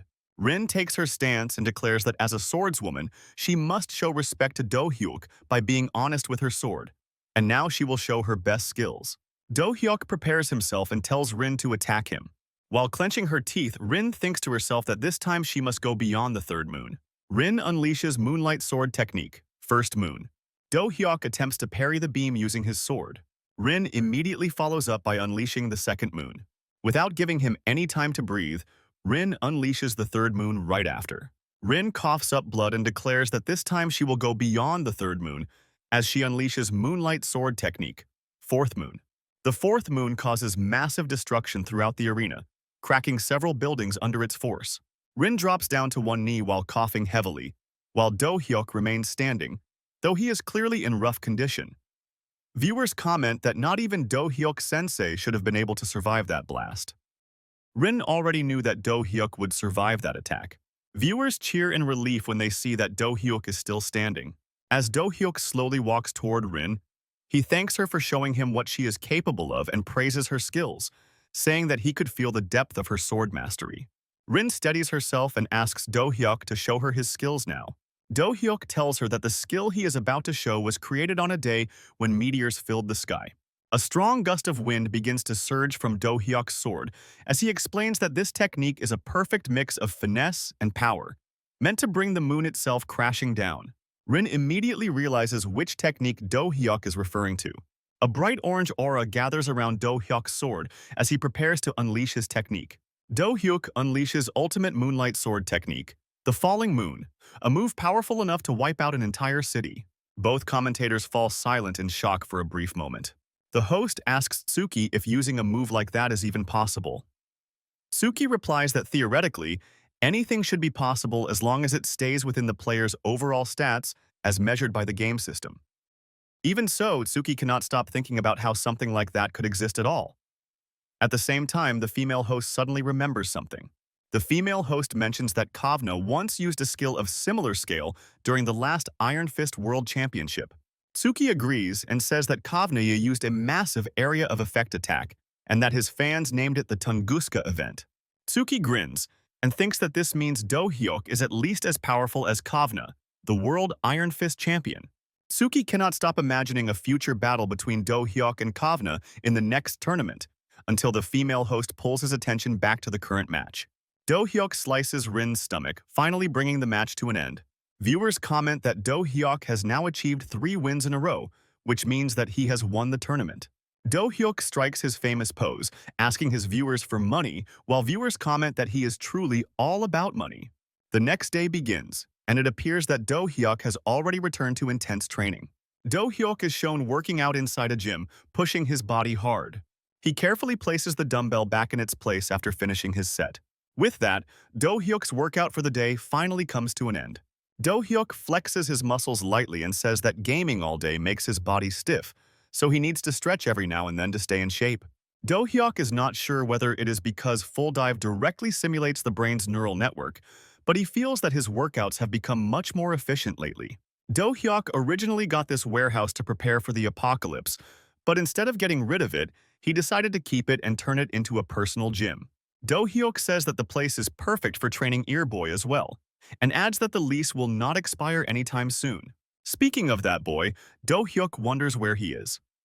He remembers sending him out for jogging a long time ago and questions whether he ran away after being forced to run with 11-pound lead weights.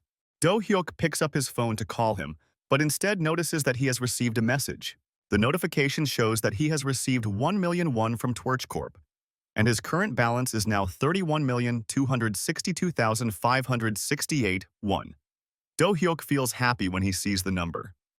Do-hyuk can hardly believe that he earned more than 31 million won in just 3 weeks of gaming, and quickly checks how much debt he still has left. His remaining loan stands at 30,328,045 won, which is slightly lower than the balance in his bank account. At last, the time has come to get rid of the debt, a burden that felt worse to him than the apocalypse itself. Do-hyuk hears some movement near the door and wonders if Earboy has finally returned. He clenches his fists and says that if Earboy has been slacking off, he will add at least 22 pounds of extra lead weights to his training. From outside the door, a voice says, "Sure, Mom, everything is fine." It turns out to be Earboy talking to his mother, telling her that he has a decent part-time job now and that she does not need to worry about hospital bills and should focus on getting better. Earboy begins to cry as he tells his mother to stop worrying about the loan, saying that he needs to get back to work and will call her again later in the evening. After the call ends, Earboy completely breaks down into tears. Earboy slaps himself lightly and tells himself not to cry, reminding himself that even little Jin is already in high school now. He tells himself that he has to stay strong for his family until his mother recovers, while Do-hyuk quietly stands near the door and overhears everything. Do-hyuk remembers Earboy once saying that the only good thing about the apocalypse was not having loan sharks chasing him for money. Do-hyuk begins to sweat as he looks at his phone, realizing that this money was originally meant to clear his own debt. Do-hyuk thinks that he has no other choice, as he cannot turn his back on someone who once gave his life for him, even if it happened in another time. With tears in his eyes, Do-hyuk grits his teeth and says that money comes and goes, and that he can always earn it back even if it takes time. Earboy opens the door and is shocked to see Do-hyuk crying. Do-hyuk quickly tries to calm himself and casually asks Earboy if he is back already. Earboy looks at him and asks if Do-hyuk was crying because he felt lonely. Earboy teases him, asking if that is how much he missed him, and Do-hyuk immediately tells him to shut up. After some time passes, the scene shifts to Do-hyuk connecting to the game lobby. Do-hyuk thanks his viewers for all the support and love. One viewer comments and asks if Do-hyuk went easy on Lin because she was attractive. Do-hyuk replies that she was pretty, but he did not go easy on her at all, adding that she had serious talent. Seongsu-jung 13 donates 10,000 won and asks what game Do-hyuk will be playing today. Do-hyuk replies that he is trying out a new game. Do-hyuk raises his finger and starts building hype for today's stream. He announces that today's big game is Monster Buddies, a casual, calm, open-world game. Do-hyuk gestures excitedly with his hands and says that the game looks amazing, calling it peak gaming, and jokes about whether he was born to play this game. A viewer comments that this is clearly a sponsored stream, and Do-hyuk feels embarrassed that he was caught so easily, even though he thought his acting was flawless.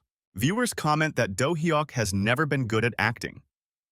Do-hyuk responds by saying that he has to make a living, and if viewers do not like what they see, they can always send more donations. Lil Red Riding Hood donates 10,000 won and comments that Do-hyuk Lee is being his usual money-hungry gamer self. Another viewer comments that Do-hyuk is more fun to watch when money is involved, saying they do not care if it is an advertisement as long as it is entertaining. Do-hyuk thanks them and says they are people of culture. Do-hyuk finally enters the game Monster Buddies. Do-hyuk lands in the middle of a vast forest filled with tall trees. Do-hyuk admits that he does not really know what this game is about, since he did not look into it much before logging in.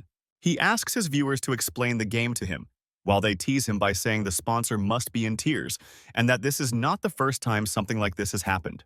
Do-hyuk notices a phone-like device in his inventory and asks what it is. A viewer explains that it works like a monster dex and records all the monsters the player captures. Another viewer explains that the game is like a mix of Pouchmon and a Beast Crossing knockoff, where players collect monsters and do hunting and gathering. Do-hyuk finally understands the concept. A viewer mentions that they recently saw Black Orc trying to fill up the monster decks as well. Do-hyuk gets excited after hearing that Black Orc plays this game too and says that he would like to play together sometime. Do-hyuk pulls out a stone axe from his inventory, and a viewer comments that it is a beginner weapon used for chopping wood. Do-hyuk asks why he even needs to chop wood. A viewer explains that this is a survival game, so the first task is to build a house, and warns him to look behind. A mysterious cat wearing a hat and cape suddenly appears from the bushes and lets out a small meow. A viewer jokes that the monster looks like Puss in Boots and calls it the cutest monster ever. Without hesitation, Do-hyuk smacks the monster on the head with his stone axe. Do-hyuk feels both angry and embarrassed when he realizes that he failed to defeat the monster in a single hit. Do-hyuk keeps attacking the monster again and again until it finally dies. Viewers are shocked by his actions and comment that the monster was actually supposed to be a friendly one. Do-hyuk looks at the screen in confusion and asks, "What friend?" while the monster lies in front of him with its face completely destroyed. A viewer jokes that Do-hyuk turned a knockoff into an even worse knockoff. A user named Whatever donates 10,000 won and comments that Do-hyuk will find items called snatchers in his inventory, which work like pouch balls and can be used to capture monsters. Do-hyuk responds by asking why he would ever catch monsters, saying that the only thing a hero should do with monsters is slay them, as that is the true meaning of being a hero of Earth. And the cat monster disappears and turns into a meat item drop on the ground. Do-hyuk is surprised to see that the system automatically butchers the meat and even cleans the bloodstains. He comments that this feels like killing two monster buddies with one stone. One viewer gives up entirely and says they just want to see how far Do-hyuk can go in this game. Do-hyuk then notices a massive monster covered with trees and forest growth. A viewer comments that it is the turtle dragon, known as the guardian of the forest. Holding his stone axe tightly, Do-hyuk starts drooling slightly as he gets excited at the thought of killing a turtle-like monster. Do-hyuk suddenly dashes toward the giant monster and shouts for the game to begin. A week later, at Incheon International Airport, Earboy tells Do Hyuk to check out a video of the latest Monster Buddies content they uploaded, which has gone viral. Earboy explains that he made a reel where Do Hyuk tries to attack the turtle dragon with a stone axe, only to get blown away when it sneezes, and that the video has already reached 1 million views. Earboy says that if this keeps up, they could reach 10 million views very soon.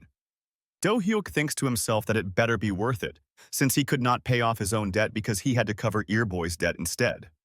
Earboy thanks Do Hyuk for the large bonus and asks how he knew that Earboy had never been abroad before, thanking him again for bringing him along on the trip. Do Hyuk grins with a slightly evil expression, knowing full well that the real reason he brought Earboy was to make him edit and upload videos non-stop so that every penny would count. Do Hyuk tells him to start streaming right away, and Earboy quickly sets up the camera. In the busy and crowded airport, Do Hyuk suddenly starts his stream. Viewers are shocked to see a stream appear out of nowhere and begin asking what is going on and whether he is really at Incheon Airport. Do Hyuk clenches his fist and announces the reason for starting this sudden stream. Do Hyuk declares that today is the day he enters the EVOL tournament and that he is going to crash the internet. His viewers respond with loud support and excitement. The scene shifts to EVOL Arena in Los Angeles, USA, where today marks the start of EVOL, the world's biggest fighting game tournament. Players begin entering the arena one by one as fans cheer loudly. First, Tsuki from Japan steps forward. Next is Nick Jackson, the US Iron Fist champion, who appears cheerful and playful as he makes finger gun gestures. He is followed by Ghatak from India, who greets the crowd with a respectful namaste. Then comes Gulov, the beast from Russia. Gulov shouts that liquor warms people up in the cold, but reminds everyone not to drive under its influence. After that, the #1 ranked Iron Fist player in the world appears, the champion of Africa. Kavna finally steps onto the stage, standing calmly as he looks over his fans without saying a word. The host prepares to ask Kavna a question before the tournament officially begins. Kavna gives the host a sharp side glance as the host asks about his announced retirement after this tournament and how he feels right now. Kavna smiles faintly and asks, "How do I feel?" Kavna points toward the other players and tells everyone to look at them. He says that he is only hoping the other players do not bore him to death. One of the players Kavna pointed at becomes angry and says that he does not care if Kavna is the champion, warning him not to insult him. Kavna calmly asks the host who that person is. The host replies that he is Chen Long, the top-ranked kung fu master on the Chinese server. Gritting his teeth, Kavna says that he remembers Chen Long now, recalling how he turned him into a punching bag in one of his earliest competitions. Chen Long grows furious, and Gulov tries to hold him back. Kavna casually asks when the match will begin. In the background, Gulov suddenly strikes Chen Long's neck, knocking him unconscious. The host announces that they are still waiting for the final player to arrive, then receives a notification that the last player has entered the building. Do Hyuk comes running toward the stage, apologizing repeatedly for being late. The host announces the final player, the top-ranked player of the East Asian server from Korea, known as Kavna of East Asia, who is none other than Do Hyuk Lee, also known as Is That It? Do Hyuk pants heavily as he apologizes again, explaining that his cab took a wrong turn. Kavna asks the host if everyone is finally here, and if so, tells him to start the tournament. Kavna looks at Do Hyuk with clear annoyance and tells him that he better climb his way up, since he made Kavna wait for so long. Do Hyuk grins and replies that he might reach the top first and will be waiting for Kavna there. Do Hyuk raises his finger and directly challenges Kavna. Kavna grins back and accepts Do Hyuk's challenge. The host announces that it is finally time to begin the tournament. The host announces that Group H includes players from the special event category, starting with Ghatak. Ghatak is matched against Do Hyuk Lee. The next player announced is Jade. Jade is set to fight Akuma, and it appears that Akuma looks nervous about being in the same group as Do Hyuk. Anatol greets Do Hyuk warmly, and Do Hyuk replies that he is happy to finally see everyone in person. Beyond starts teasing Akuma, saying that he must be upset about ending up in the same group as Do Hyuk, and jokingly asks Do Hyuk to go easy on him. Do Hyuk jokingly says that he might even get a perfect score in this match. Beyond bursts out laughing at the comment, while Akuma looks even more humiliated than before. The host announces that Chen Long will be facing Kavna in Group D, and with that, all the groups are finally decided. The host declares that they will jump straight into the first match of Group H. Do-hyuk teleports into the arena and selects the character Kujo. Viewers immediately challenge him, asking if he can keep his winning streak going all the way until his match with Kavna. Do-hyuk's opponent teleports into the arena and remains seated in a calm, meditating pose. Viewers comment that Gatak's character, Danila, was modeled after Gatak himself. Do-hyuk now understands why his opponent's character looks so similar to Gatak in real life. Do-hyuk is surprised when viewers comment that Gatak is 60 years old and still looks young thanks to yoga, which is also why many people seek him out with bags of cash. Do-hyuk starts drooling slightly as his heart beats faster, unable to resist anything that involves money. Gatak moves into his fighting stance, holding his left hand in a Buddhist mudra while readying a punch with his right. Do-hyuk thinks that if he could learn yoga from Gatak, he could earn a lot of money easily, so he asks Gatak if he can become his master. Before Do-hyuk can finish his sentence, Gatak suddenly stretches his arm like Monkey D. Luffy and punches Do-hyuk in the face. A viewer comments, calling it the Gum Gum Yoga Punch. Do-hyuk starts bleeding from his nose, yet his thoughts are still filled with visions of all the money he could make by learning yoga. Gatak extends his arm again and punches Do-hyuk in the stomach this time. Gatak continues attacking rapidly, landing hit after hit, while Do-hyuk struggles to resist and keeps trying to say that he wants to ask something. Finally getting annoyed, Do-hyuk snaps and deflects Gatak's punch. Gatak calmly says, 300 million. Do-hyuk stares at him in shock, unable to understand what he just heard. Gatak explains that it would cost 300 million won to learn yoga and another 300 million won for instructor certification. What everyone thought was a Buddhist mudra was actually him showing 300 million with his fingers. Do-hyuk's viewers are shocked to see that Gatak is even more obsessed with money than Do-hyuk himself. Do-hyuk becomes visibly angry after hearing the price. Do-hyuk charges at Gatak in rage and shouts that if Gatak already had 300 million won, there was no reason for him to be here in the first place. Gatak calmly dodges Do-hyuk's punch by extending his neck in an unnatural way. Do-hyuk blurts out, asking if Gatak is some kind of octopus. Do-hyuk launches a rapid barrage of punches, naming the attack punch shower. Gatak smoothly dodges every single punch using his flexibility and yoga skills. Gatak suddenly twists one of Do-hyuk's arms behind his back. He quickly binds Do-hyuk's other arm as well. Gatak completely restrains Do-hyuk, wrapping around him like an octopus. A viewer comments that this move is called the Jujutsu Deathlock from Hell, and that once someone is caught in it, the fight is basically over. Do-hyuk begins to suffocate under the pressure of Gatak's octopus-like grip. Struggling for air, Do-hyuk tells Gatak that he will have to do better than this to bring him down. Do-hyuk reminds Gatak that he still has his teeth and suddenly bites down on Gatak's octopus-like arm. Gatak lets out a scream of pain. Using that moment, Do-hyuk manages to escape from Gatak's grip. Do-hyuk drops back down onto the ground. Gatak criticizes Do-hyuk for using his teeth in what was supposed to be a fistfight. Do-hyuk admits that what he did was wrong and says he acted out of greed for money. A viewer comments on how blunt Do-hyuk is for admitting the truth so openly. Gatak angrily declares that it does not matter whether Do-hyuk apologizes or not, saying he will show no mercy and that fools like Do-hyuk deserve to be struck by the flaming bat for redemption. While gritting his teeth, Do-hyuk deliberately provokes Gatak, daring him to attack. Gatak begins to change his form and says that Do-hyuk is blinded by greed and that no one can cure such an evil spirit. Gatak fully transforms into the flaming fists of Vajrapani, preparing to use his signature move. Do-hyuk launches Punch Shower again, thinking that with a body like that, Gatak will not be able to dodge. Do-hyuk lands a punch squarely on Gatak's face. Gatak is bombarded by a storm of punches from Do-hyuk. Do-hyuk is shocked to see that Gatak absorbs all of the attacks without reacting. Gatak explains that his body is like rubber, which is why the punches cause no damage at all. Gatak calmly says that it is now his turn and asks Do-hyuk if he can handle the next attack as he begins charging his ultimate move, Buddha's Palm. Do-hyuk thinks that Gatak's attack will not matter as long as he can dodge everything. Gatak tells Do-hyuk to give up, saying that anything he does will be useless and that he should kneel before the Enlightened One. Do-hyuk is forced to kneel as he is unable to stand due to Gatak's gravity control ability. Do-hyuk cannot move at all and feels as if he is being crushed from every direction. Gatak stands menacingly in front of Do-hyuk, looking down at him. Gatak says that it feels good to see Do-hyuk kneel before Buddha and tells him that being poor is not a sin. Do-hyuk provokes Gatak further by openly insulting him and calling him hairless. Gatak becomes furious after Do-hyuk makes fun of his hair and fires back by calling Do-hyuk a broke, useless man who cannot even pay 200 million won in tuition fees.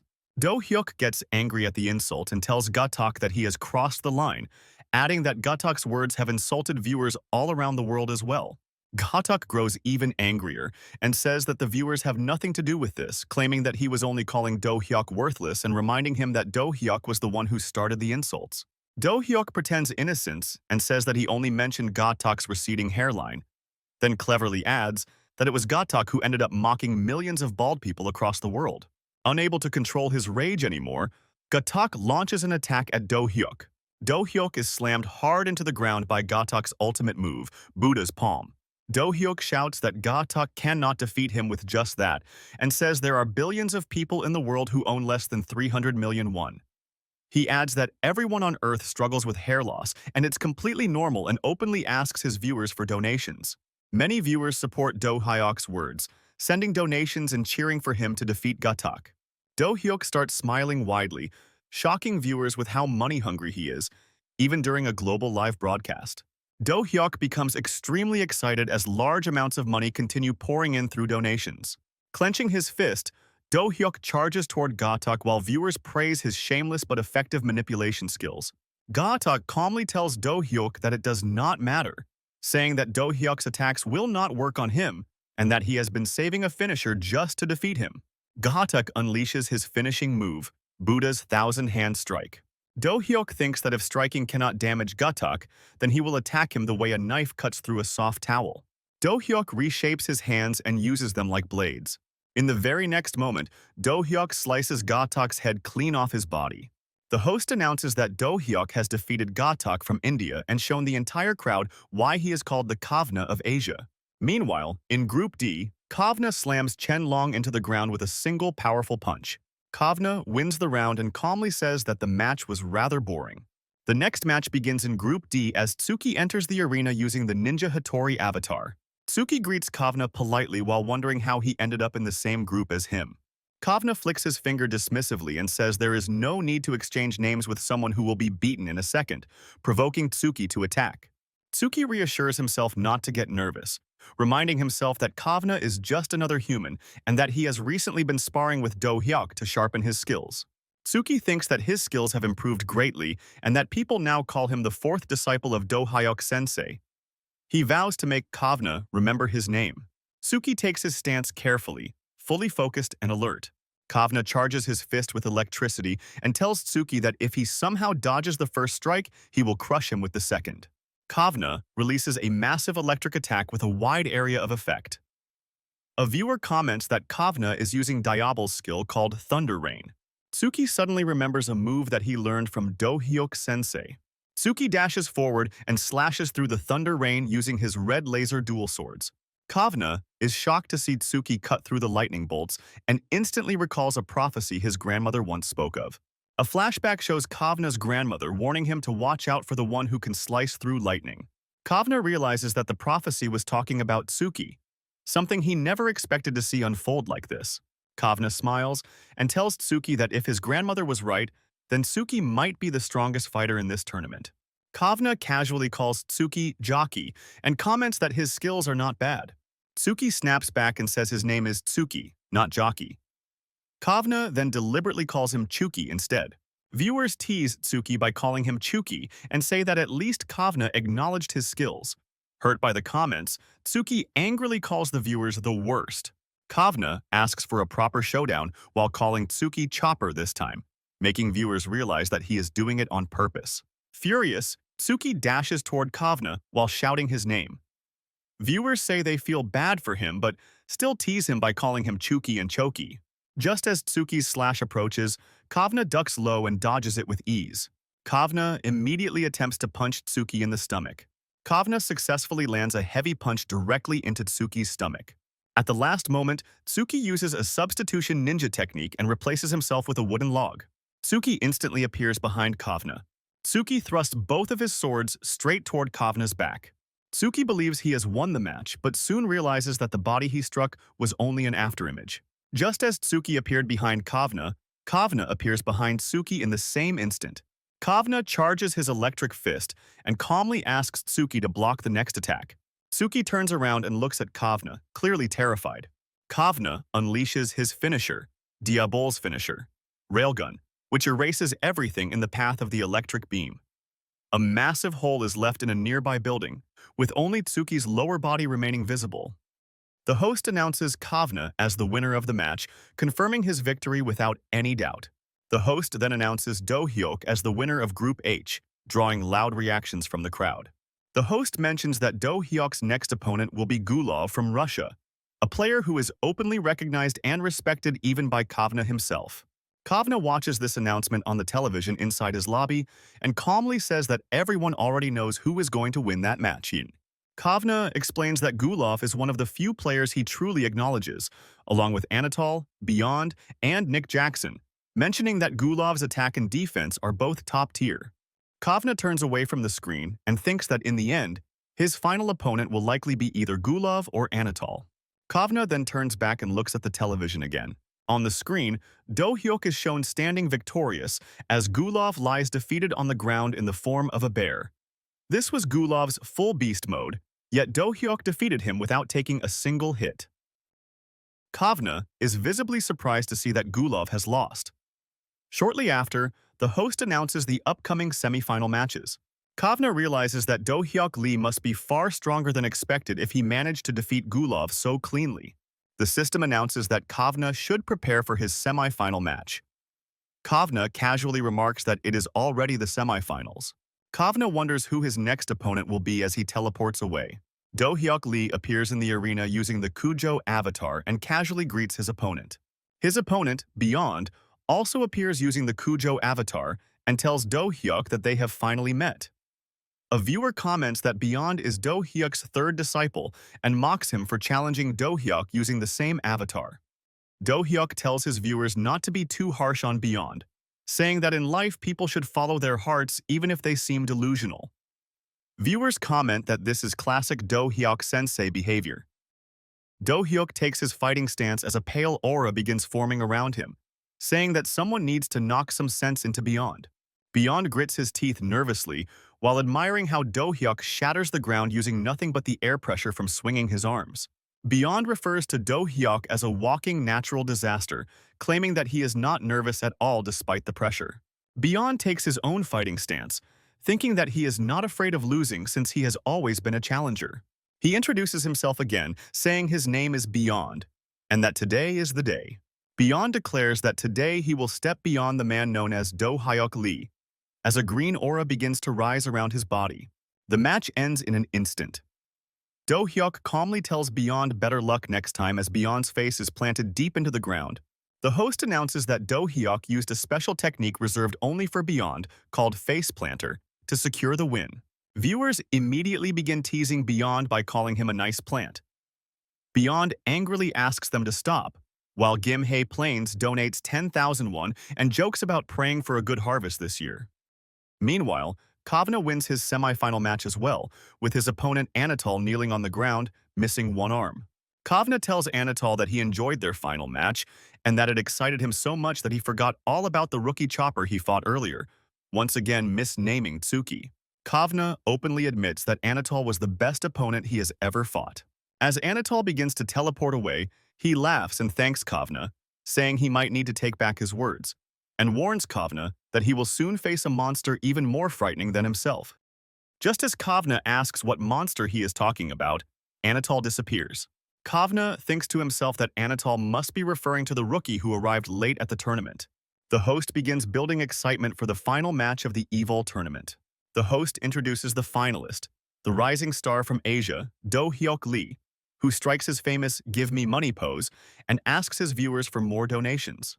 On the other side stands the champion, the living legend of Iron Fist, Kavna the Emperor, who watches Do-hyuk fool around in silence. Kavna thinks that there must be something wrong with Do-hyuk's brain, as his behavior makes no sense to him. The host tells Do-hyuk to enter his capsule or face a warning. Do-hyuk apologizes for the disturbance, while Kavna remembers what Anatol said earlier but still feels disappointed, thinking of Do-hyuk as nothing more than a money-hungry maniac. The host announces that both players have entered the arena and asks which character the Emperor Kavna will choose. Kavna appears in the arena as Diabol, causing excitement among the viewers, who now wonder what Do-hyuk will choose. Do-hyuk appears as Salabi, the same character he used against Rin and has not used since then. Kavna mocks Do-hyuk by calling him a money grubber and says he heard that Do-hyuk would do anything for money, claiming that the title suits him perfectly. Do-hyuk raises his middle finger at Kavna and tells him to shut up, saying it is Kavna's fault he ended up this way. He adds that he does not care if the whole world calls him cheap, but Kavna has no right to say it. A flashback shows Kavna telling Do-hyuk to take as many loans as possible, advising him to borrow money from banks and loan sharks to prepare for the apocalypse. Back in the present, Kavna looks confused and says he does not understand what Do-hyuk is talking about. Do-hyuk angrily tells him to stop pretending and says that Kavna deserves every bit of hell, as all his loans came from following Kavna's advice. Kavna becomes angry, saying he does not know Do-hyuk at all and does not understand why he is being blamed, before threatening to beat him down. Do-hyuk mocks him further, telling him to go ahead and calling him Lizard Head. Viewers ask if Do-hyuk is okay and question why he keeps provoking him. As the match begins, Kavna charges toward Do-hyuk in rage, saying that Do-hyuk will realize this was his final mistake when he ends up in a coffin. Do-hyuk narrowly dodges the punch and thinks to himself that Kavna has not changed at all, still reacting to childish taunts. Do-hyuk swings his sword, trying to slash Kavna. Kavna stops Do-hyuk's sword with his bare hands, shocking everyone watching. Do-hyuk immediately throws a punch with his other hand, sending Kavna flying backward. Kavna suddenly attacks Do-hyuk's face without warning. The impact of the punch sends Do-hyuk flying backward this time. Do-hyuk skids across the ground while trying to regain balance, thinking that Kavna's reactions are still as fast as ever. Kavna laughs even as blood drips from him and tells Do-hyuk that he thought Do-hyuk was a fool, but now realizes he was trying to catch him off guard. Do-hyuk replies that nothing has changed even if Kavna figured it out, and says that Kavna is the reason behind all his loans as he slashes his sword toward him. Kavna stops the sword again with both hands and asks if Do-hyuk lost his money after betting on Kavna's matches. Kavna's Thunder Fist pushes Do-hyuk away with force. Do-hyuk steadies himself, prepares his sword, and says yes, it really was a bet. He explains that it was a bet because he trusted the nonsense coming out of Kavna's mouth and took every loan he could, saying this while slicing through the lightning bolts. Seeing Do-hyuk cut through lightning, Kavna once again remembers what his grandmother had foretold and begins to realize the truth. Kavna mutters that Do-hyuk is nothing but a money-grubbing gambling addict. Do-hyuk snaps back and tells him to stop calling him that. Kavna spits and asks how someone like Do-hyuk could be the biggest rival in his life, saying prophecies are a joke. Do-hyuk replies that Kavna should speak for himself and calls him a scammer. A system message appears, telling them to save their arguments for another time. Only then does reality hit both of them. Do-hyuk apologizes to the system and says all this happened because he got carried away due to Kavna. Like a lightning bolt, Kavna suddenly appears behind Do-hyuk, and Do-hyuk instantly senses danger. Kavna tells Do-hyuk that he cannot believe he has been living on edge his whole life because of someone like him. Do-hyuk turns around and says that he had almost forgotten about Thunder God-style's lightning steps. Kavna unleashes his special attack, Railgun, but Do-hyuk is no longer there. In the next instant, Kavna's hand is sliced out of nowhere. Kavna screams in pain as it becomes clear that Do-hyuk cut off his left hand. Enraged, Kavna unleashes Railgun once again. Do-hyuk slowly begins unsheathing his sword as a viewer comments for everyone to look at his stance. Kavna releases his Railgun attack. Do-hyuk responds by unleashing his special attack, Moonlight. Viewers call it an epic clash of ultimate moves as both attacks collide. Sweat runs down Do-hyuk's face as he rushes forward to attack Kavna. Kavna throws a thunder punch, and Do-hyuk tries to dodge it. Do-hyuk blocks the thunder punch with his sword and applies extra force using his left hand on the blunt side. Electric sparks burst out continuously as arm and sword clash. In the end, Kavna manages to land an attack on Do-hyuk. Viewers identify it as Diabol's melee attack, Electric Shock. Kavna warns Do-hyuk that he will turn him into a pile of ashes. Do-hyuk charges forward and kicks Kavna, but his sword breaks in the process. Kavna laughs loudly and admits that the one mentioned in his grandmother's prophecy is none other than Do-hyuk. Do-hyuk stands facing Kavna, thinking about what he should do next. Kavna begins transforming into another form, and viewers comment that this is the first time they are witnessing it. Do-hyuk watches quietly as Kavna transforms. A viewer explains that this form is Diable's Phase 2, and that it consumes 90% of his health for a one-hit kill. Kavna stands before Do-hyuk in his second phase, known as the Demigod, Radiating Pressure. Demigod is Diable's ultimate skill that activates when health drops below 10%, forcing Diable into pure attack mode for easy one-hit kills. This ultimate skill even heals Kavna's wounds, but his health now drops below 2%. This means that if Do-hyuk manages to touch Kavna even once, the match will be over. Everything now depends on Kavna's final attack. The question is whether it will work against Do-hyuk, or will Do-hyuk's attack be the one to finish Kavna? Kavna cannot remember the last time he felt this tense. Kavna tells Do-hyuk that he will show him why he is called the Emperor and calls him the slasher of lightning spoken of in the prophecy. Do-hyuk releases a moonlight slash. Viewers can hardly believe what they are seeing as another massive clash of epic moves unfolds. Hearts pound everywhere as the moment that will decide the evil tournament champion draws near. The moonlight cuts through everything standing in its way. Do-hyuk wonders why no victory message appears and thinks that Kavna might have escaped the attack. He questions if Kavna is behind him and wonders if Diable's high-speed maneuver was used. Do-hyuk turns around and sees a massive hole in the building behind him, but Kavna is nowhere to be found. Realizing where Kavna might be, Do-hyuk slowly looks upward. Do-hyuk looks up and clearly sees Kavna flying high in the sky above the arena. Kavna begins charging up his next move. A red sphere slowly forms near Kavna's chest, growing denser with every second. A viewer comments that Kavna is preparing to use the big one. This is the move that made countless beginners quit using Diable altogether. It is the multiple railgun technique that demands absolute mastery over Diable, a move fans famously call the Tunguska event. The pressure becomes unbearable, forcing Do-hyuk down onto one knee. A viewer jokes that Tunguska event sounds like a funny name, but adds that it stops being funny the moment the attack actually hits. Do-hyuk realizes that this is still before Kavna became one of the 9 heroes in his past life, yet he is already overwhelmingly strong even at this stage.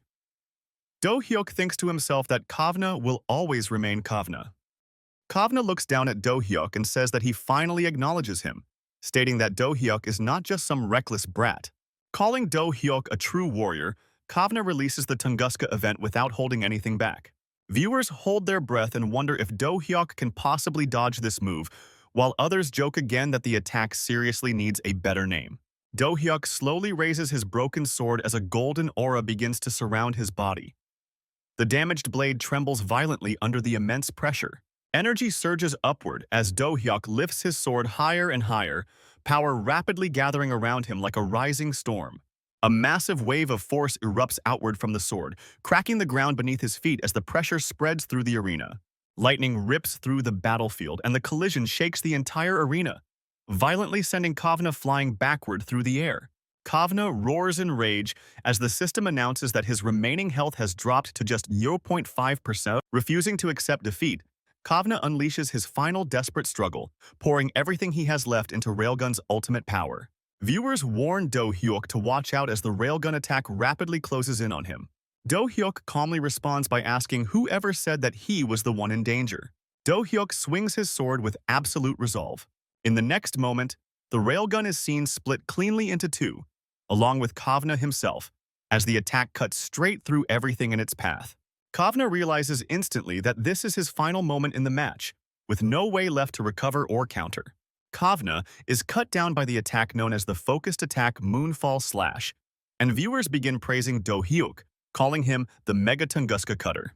The host shouts in disbelief, saying that what just happened is completely unbelievable, as Do-hyuk managed to pull off an incredible and impossible-looking move.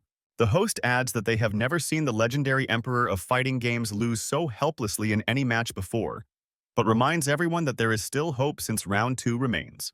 The system announces that Do-hyuk Lee now has 2 consecutive wins. Do-hyuk stands before the defeated Kavna with an overwhelming presence, while viewers begin asking if this is truly the end for Kavna. Do-hyuk Lee defeats Kavna for the third time, securing a perfect and flawless victory in the third round. Viewers cannot believe that Do-hyuk achieved a perfect win against Diablo in its demigod state. Kavna slowly emerges from his capsule, the result now undeniable. Moments later, the man who defeated the emperor appears as well. Do-hyuk Lee is declared the new emperor of fighting games and the champion of the evil tournament. The host announces that it is now time for the interview with the new champion, but before he can finish his sentence, he is suddenly interrupted by Kavna. Both finalists stand face to face, the tension between them still heavy after the match. Do-hyuk looks at Kavna and calmly asks him what he wants. Kavna asks how Do-hyuk did it, questioning how he managed to defeat him. Do-hyuk grins slightly and simply says, well. Do-hyuk points his finger upward and tells Kavna that he is simply more superior than him. Kavna grows angry and asks if Do-hyuk is messing with him right now. Do-hyuk mocks him, saying that he does not understand why Kavna is feeling that way. Do-hyuk says that to many people around the world, Kavna was seen as an unbeatable monster. Do-hyuk adds that he just happens to be a monster who feeds on other monsters, and that it is not that hard to understand. Kavna is left shocked after hearing those words. Kavna thinks to himself that he truly was a monster, having never lost a fight and proving his strength through countless battles, fully believing no one could ever defeat him. But in the end, Kavna realizes that his grandmother's prophecy was right, as she had warned him not to become arrogant. While Kavna is lost in thought, Do-hyuk tries to snap him back by flicking his hand in front of him and asking if he fell asleep or something. Kavna suddenly laughs out loud, repeating the words, "A monster that feeds on other monsters." Kavna admits that Do-hyuk truly is a monster, and says that he is the only one capable of keeping Kavna on his toes. Kavna turns his back and walks away, saying that next time he will be the one to defeat Do-hyuk. Do-hyuk tries to punch him, but the host quickly steps in to stop him. The host tells Do-hyuk that they should proceed with the awards ceremony first, and then announces the evil champion of the year on the stage. Other participants step forward to congratulate Do-hyuk, and he thanks each of them in return. Tsuki comments that he knew it was a bad idea to let the demon lord enter the realm of humans, adding that otherwise the trophy could have been his. Do-hyuk turns toward Tsuki and asks him what he just said. Tsuki quickly replies that it was nothing, then adds that he heard Kavna will not be retiring after all. Tsuki also mentions that Kavna is going straight back to training so that he can defeat Do-hyuk next time they meet. Beyond scoffs and says that Kavna's words were arrogant, then boldly claims that he, the third disciple of Do-hyuk, will be the first one to defeat him. Tsuki says it only makes sense that Do-hyuk's own disciples should be the ones to defeat him. Anatol says he is disciple number 2, Beyond says he is number 3, and Tsuki loudly declares himself as disciple number 4. Tsuki adds that if they unite, they could easily defeat Do-hyuk, while Do-hyuk listens quietly in the background. Anatol remarks that if only Sword Girl were here, since she is the number 1 disciple of Do-hyuk. Tsuki agrees and says that would complete the full union of Do-hyuk's disciples. Tsuki then asks Do-hyuk if he plans to work as a professional Iron Fist player from now on. Anatol follows up by offering Do-hyuk a place on his team. Do-hyuk calmly replies that he is quitting Iron Fist. His words leave everyone shocked. Beyond immediately asks Do-hyuk why he is ditching them like this. Do-hyuk tells them something that is not revealed to viewers yet. Do-hyuk's younger sister, Jian, happily congratulates him on winning the tournament and immediately asks if he bought any gifts for her as well, clearly expecting something. Do-hyuk takes out the gift and hands it to her, but Jian does not even wait a second and instantly snatches it straight from his hand. Jian's face lights up the moment she sees the gift. It is the latest Louis Vuitton bag, and she excitedly says that it shines so brightly that she can barely keep her eyes open while staring at it. Still holding the bag close, Jian asks if Do-hyuk really turned down the offer to go professional in Iron Fist, and questions why he would do that after such a huge win. Do-hyuk replies calmly that it is because he cannot really make money that way. Jian responds that she heard professional teams offer very big salaries, sounding surprised by his answer. Do-hyuk explains that if he joined a team, he would be tied down by contracts and rules. He says he would not be able to freely earn money from other games or sign large advertisements, since he would need the club's permission every single time. Jian thinks about it for a moment and says that since Do-hyuk already won the EVOL tournament, he will probably earn even more money as a freelancer, especially now that he will receive more ads and donations. Jian then asks which game Do-hyuk plans to play next. Do-hyuk replies that it is time to stop playing Iron Fist, since there is nothing left for him to achieve there anymore. Do-hyuk adds that he was asked to do another sponsored stream, so before choosing his next main game, he will be playing Monster Buddies. Just as Do-hyuk starts thinking about what he should play after that, the doorbell suddenly rings. Do-hyuk checks the door camera to see who it is and notices that there is a girl standing outside. Curiously, Do-hyuk asks through the door who the person standing outside is. The girl asks if this is the house of Do-hyuk Lee. The girl is none other than Rin. Do-hyuk quickly realizes that it was Rin who rang the doorbell. Do-hyuk gestures toward the table and offers Rin some water. Rin drinks the water quietly and then thanks Do-hyuk in a polite voice. Do-hyuk asks Rin how she managed to find this place, and more importantly, how she knew the exact location of his house. Rin explains that she is well acquainted with Tsuki, so she asked him for Do-hyuk's address and came here directly. Do-hyuk becomes irritated and asks what exactly Tsuki told her. In his mind, he complains that he had to beg Tsuki for his contact information, yet Tsuki casually gives it out to anyone. Rin asks if she disturbed him by coming over like this. Do-hyuk replies that it is not a problem at all. Do-hyuk then asks Rin the real reason she came to his house. Rin addresses him respectfully as Do-hyuk sensei. She then kneels down on the floor, clearly making a serious request. Do-hyuk asks her why she is doing this and tells her to get up. At the same time, Jian hides nearby, watching everything unfold with a shocked expression. Rin mentions the technique Do-hyuk used during the tournament, the moonlight technique, and the ultimate secret move known as falling moon. Rin bows her head deeply and sincerely asks Do-hyuk to teach her those techniques. Do-hyuk reaches down and lifts her back up from the ground. Rin asks if asking someone like him to teach such a technique to someone like her is really too much to ask. Suddenly, Rin tries to commit seppuku again, saying she overstepped her boundaries and that she will do better in her next life. Do-hyuk quickly grabs her hand to stop her and scolds her, calling her a drama queen and telling her to stop this act. Do-hyuk says that every time the topic of swords comes up, she completely loses her mind. Flowers begin blooming once again inside Rin's delusional imagination, and she happily says that Do-hyuk still remembers her old habits. Rin once again brings up strange talk about having only one son and one daughter, adding that she might also be feeling motion sickness from traveling by bus. Both Do-hyuk and Jian are left stunned by her behavior. Jian suddenly grabs Do-hyuk by the hair in anger. Do-hyuk desperately tells Jian to let him go, insisting that this is not what it looks like. Jian asks how he can still say that after seeing Rin's condition, while Do-hyuk continues claiming his innocence. Sometime later, night falls, and the misunderstanding between Do-hyuk and Jian is finally cleared up. With a swollen face, Do-hyuk proudly says that he told her he was innocent. Jian raises her hand threateningly and tells Do-hyuk that this is exactly why he needs to behave properly. Jian then turns to Rin and says that since she arrived in such a hurry, she must not have found a place to stay yet, asking where Rin plans to stay while learning swordsmanship from Do-hyuk. Rin nervously asks if she could stay here at Do-hyuk's house until she manages to save enough money to find a place of her own. Jian asks in shock if Rin came here without any money at all. Rin quietly apologizes. Do-hyuk thinks to himself that this is exactly what he would expect from a sword-obsessed fool who only knows how to train. Of course, she would not have saved any money having spent her whole life focused on swordsmanship.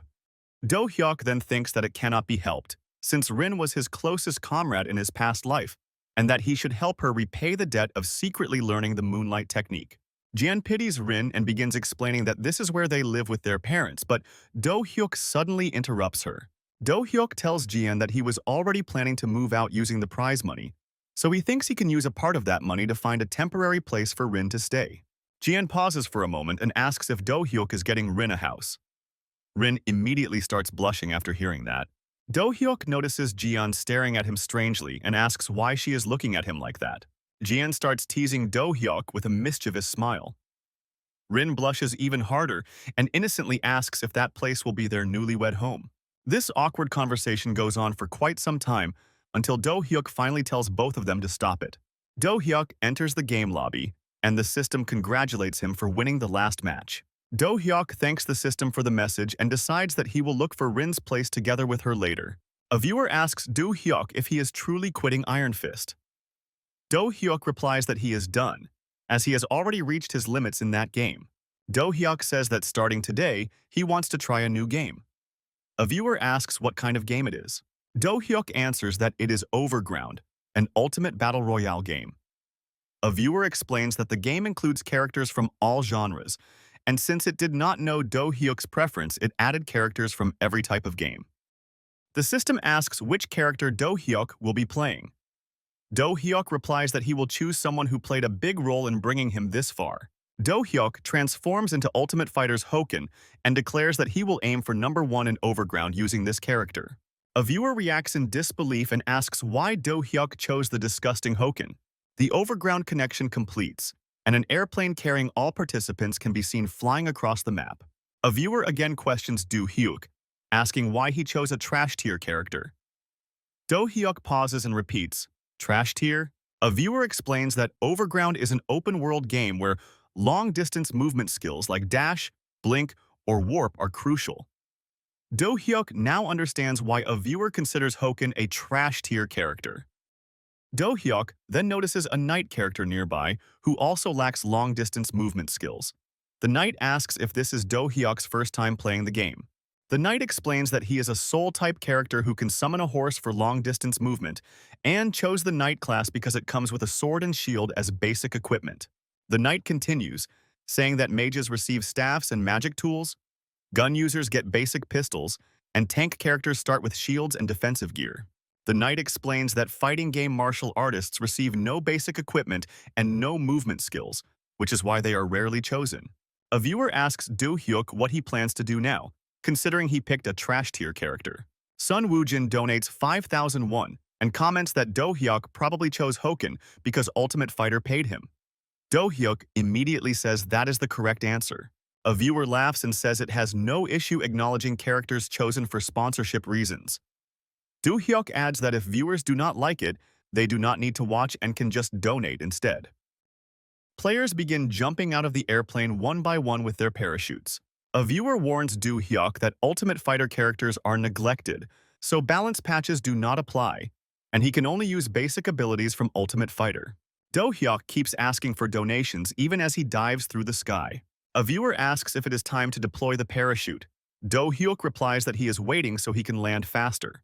A viewer warns him that he will fall to his death because of greed and tells him to deploy the parachute immediately. Instead, Do-hyuk opens his shirt like a flying squirrel and uses it to slow his fall. A viewer shouts at him, asking how a shirt is supposed to function as a parachute, and orders him to open it properly. A player named NevX, a webtoon artist, comments that he finally finished his deadline and is playing a game after a long time, but wonders why everything is so noisy. In desperation, Do-hyuk grabs onto the artist's pants to stop himself from falling, accidentally pulling them down. The artist angrily tells Do-hyuk to let go, warning that something that should not be seen is being exposed, and that if it gets shown, not just the series but the world itself might end. The artist's pants completely fall off, leaving him exposed. Do-hyuk quickly lets go and shouts an apology while trying to escape. A shield-bearing player looks up and asks what just happened. Do-hyuk kicks that player in the face without hesitation. He then steals the player's shield. Do-hyuk continues diving toward the ground at full speed. A bald player parachuting nearby fires a gun at Do-hyuk, shouting at him to stay away. All the bullets are blocked by the shield Do-hyuk stole earlier. Do-hyuk suddenly grabs the bald player and tears off his parachute. Do-hyuk uses the falling player like a skating board as they rapidly descend toward the ground. Both of them crash through the roof of a warehouse. Another player inside the warehouse turns around and sees a man lying on the ground, while Do-hyuk lands nearby in a dramatic superhero pose. Even a viewer struggles to believe what it just witnessed. A system message appears, announcing that Home Base Center, who is Hoken, has killed Plumsnack, who is Bahram. A viewer concludes that whatever just happened, the real game has now truly begun. Friends of Bahram quickly realize what happened and immediately begin attacking Do-hyuk from different directions. Do-hyuk charges straight toward one of the enemies and smashes him hard using the shield in his hand. Another enemy appears with dual pistols and points both guns directly at Do-hyuk. Before the enemy can react, Do-hyuk closes the distance and punches him straight in the face. A player wielding a large greatsword tries to sneak up behind Do-hyuk to land a surprise attack. The system announces that Hoken has knocked out X5. Do-hyuk turns around and slams the greatsword player down using his shield. The game system announces that Hoken has knocked out X4. Do-hyuk's viewer reacts in disbelief, saying it is insane how Do-hyuk wiped out an entire squad moments after entering the base. A viewer then asks Do-hyuk why he is only knocking players out instead of finishing them. Do-hyuk casually replies that he only accepted the first-place mission and did not take any kill missions. Do-hyuk's viewer informs him that each kill is worth 135,000 won. Do-hyuk immediately responds with, "Yes, boss," saying he will work hard, all while beating players brutally and splattering blood across the nearby walls. A viewer asks Do-hyuk why he is not picking up any weapons at all. Do-hyuk replies confidently that his weapons are his 2 fists and 2 legs. A viewer laughs and says that this is exactly what a true martial artist would say. Suddenly, a bomb drops from above and explodes on the ground. A viewer warns Do-hyuk to be careful, saying that the real chaos has already begun. Do-hyuk shouts loudly and runs toward the explosion, yelling that everyone better stay alive until he gets there because he cannot afford to lose 135,000 won per person. Do-hyuk notices someone firing at the knight he met earlier on the airplane. The knight calls out for help, saying he cannot move because an enemy sniper has him pinned down. Do-hyuk kicks the enemy who is firing and tells him not to bully his tin can. The knight looks at Do-hyuk and asks if he is the beginner he talked to on the airplane. Do-hyuk asks if he is the same knight and checks whether he is okay or not. The knight thanks Do-hyuk and extends his hand in friendship for saving his life. Without hesitation, Do-hyuk punches the knight in the face and bluntly tells him to die. The system announces that Hoken has killed the wandering knight. A viewer comments that even Satan would find this too cruel and run away. A player with modified weapons instead of hands appears behind Do-hyuk and angrily asks if he killed the knight, revealing that the knight was his teammate. The player immediately starts firing his machine gun hands non-stop. Do-hyuk begins running to dodge the incoming bullets. Instead of fleeing, he runs toward the enemy in a zigzag pattern. The gunman begins sweating heavily, sensing that something terrible is about to happen as he keeps firing. Do-hyuk reaches him and lands a powerful punch, tearing his body apart and revealing that it was mostly made of machinery. Do-hyuk narrowly dodges the explosion triggered by the cyborg's destruction. Suddenly, an arrow appears right in front of Do-hyuk's face. Do-hyuk reacts instantly and catches the arrow with his bare hand. An archer standing on a rooftop shouts in disbelief, calling Do-hyuk insane for catching an arrow mid-air. Do-hyuk immediately rushes toward the archer's position. Panicking, the archer fires several more arrows at him. Do-hyuk effortlessly dodges every single arrow without slowing down. Do-hyuk leaps toward the archer while gripping one of the arrows tightly in his hand. While airborne, Do-hyuk throws the arrow using nothing but his raw strength. The arrow flies straight and hits the archer directly in the head, resulting in a clean headshot.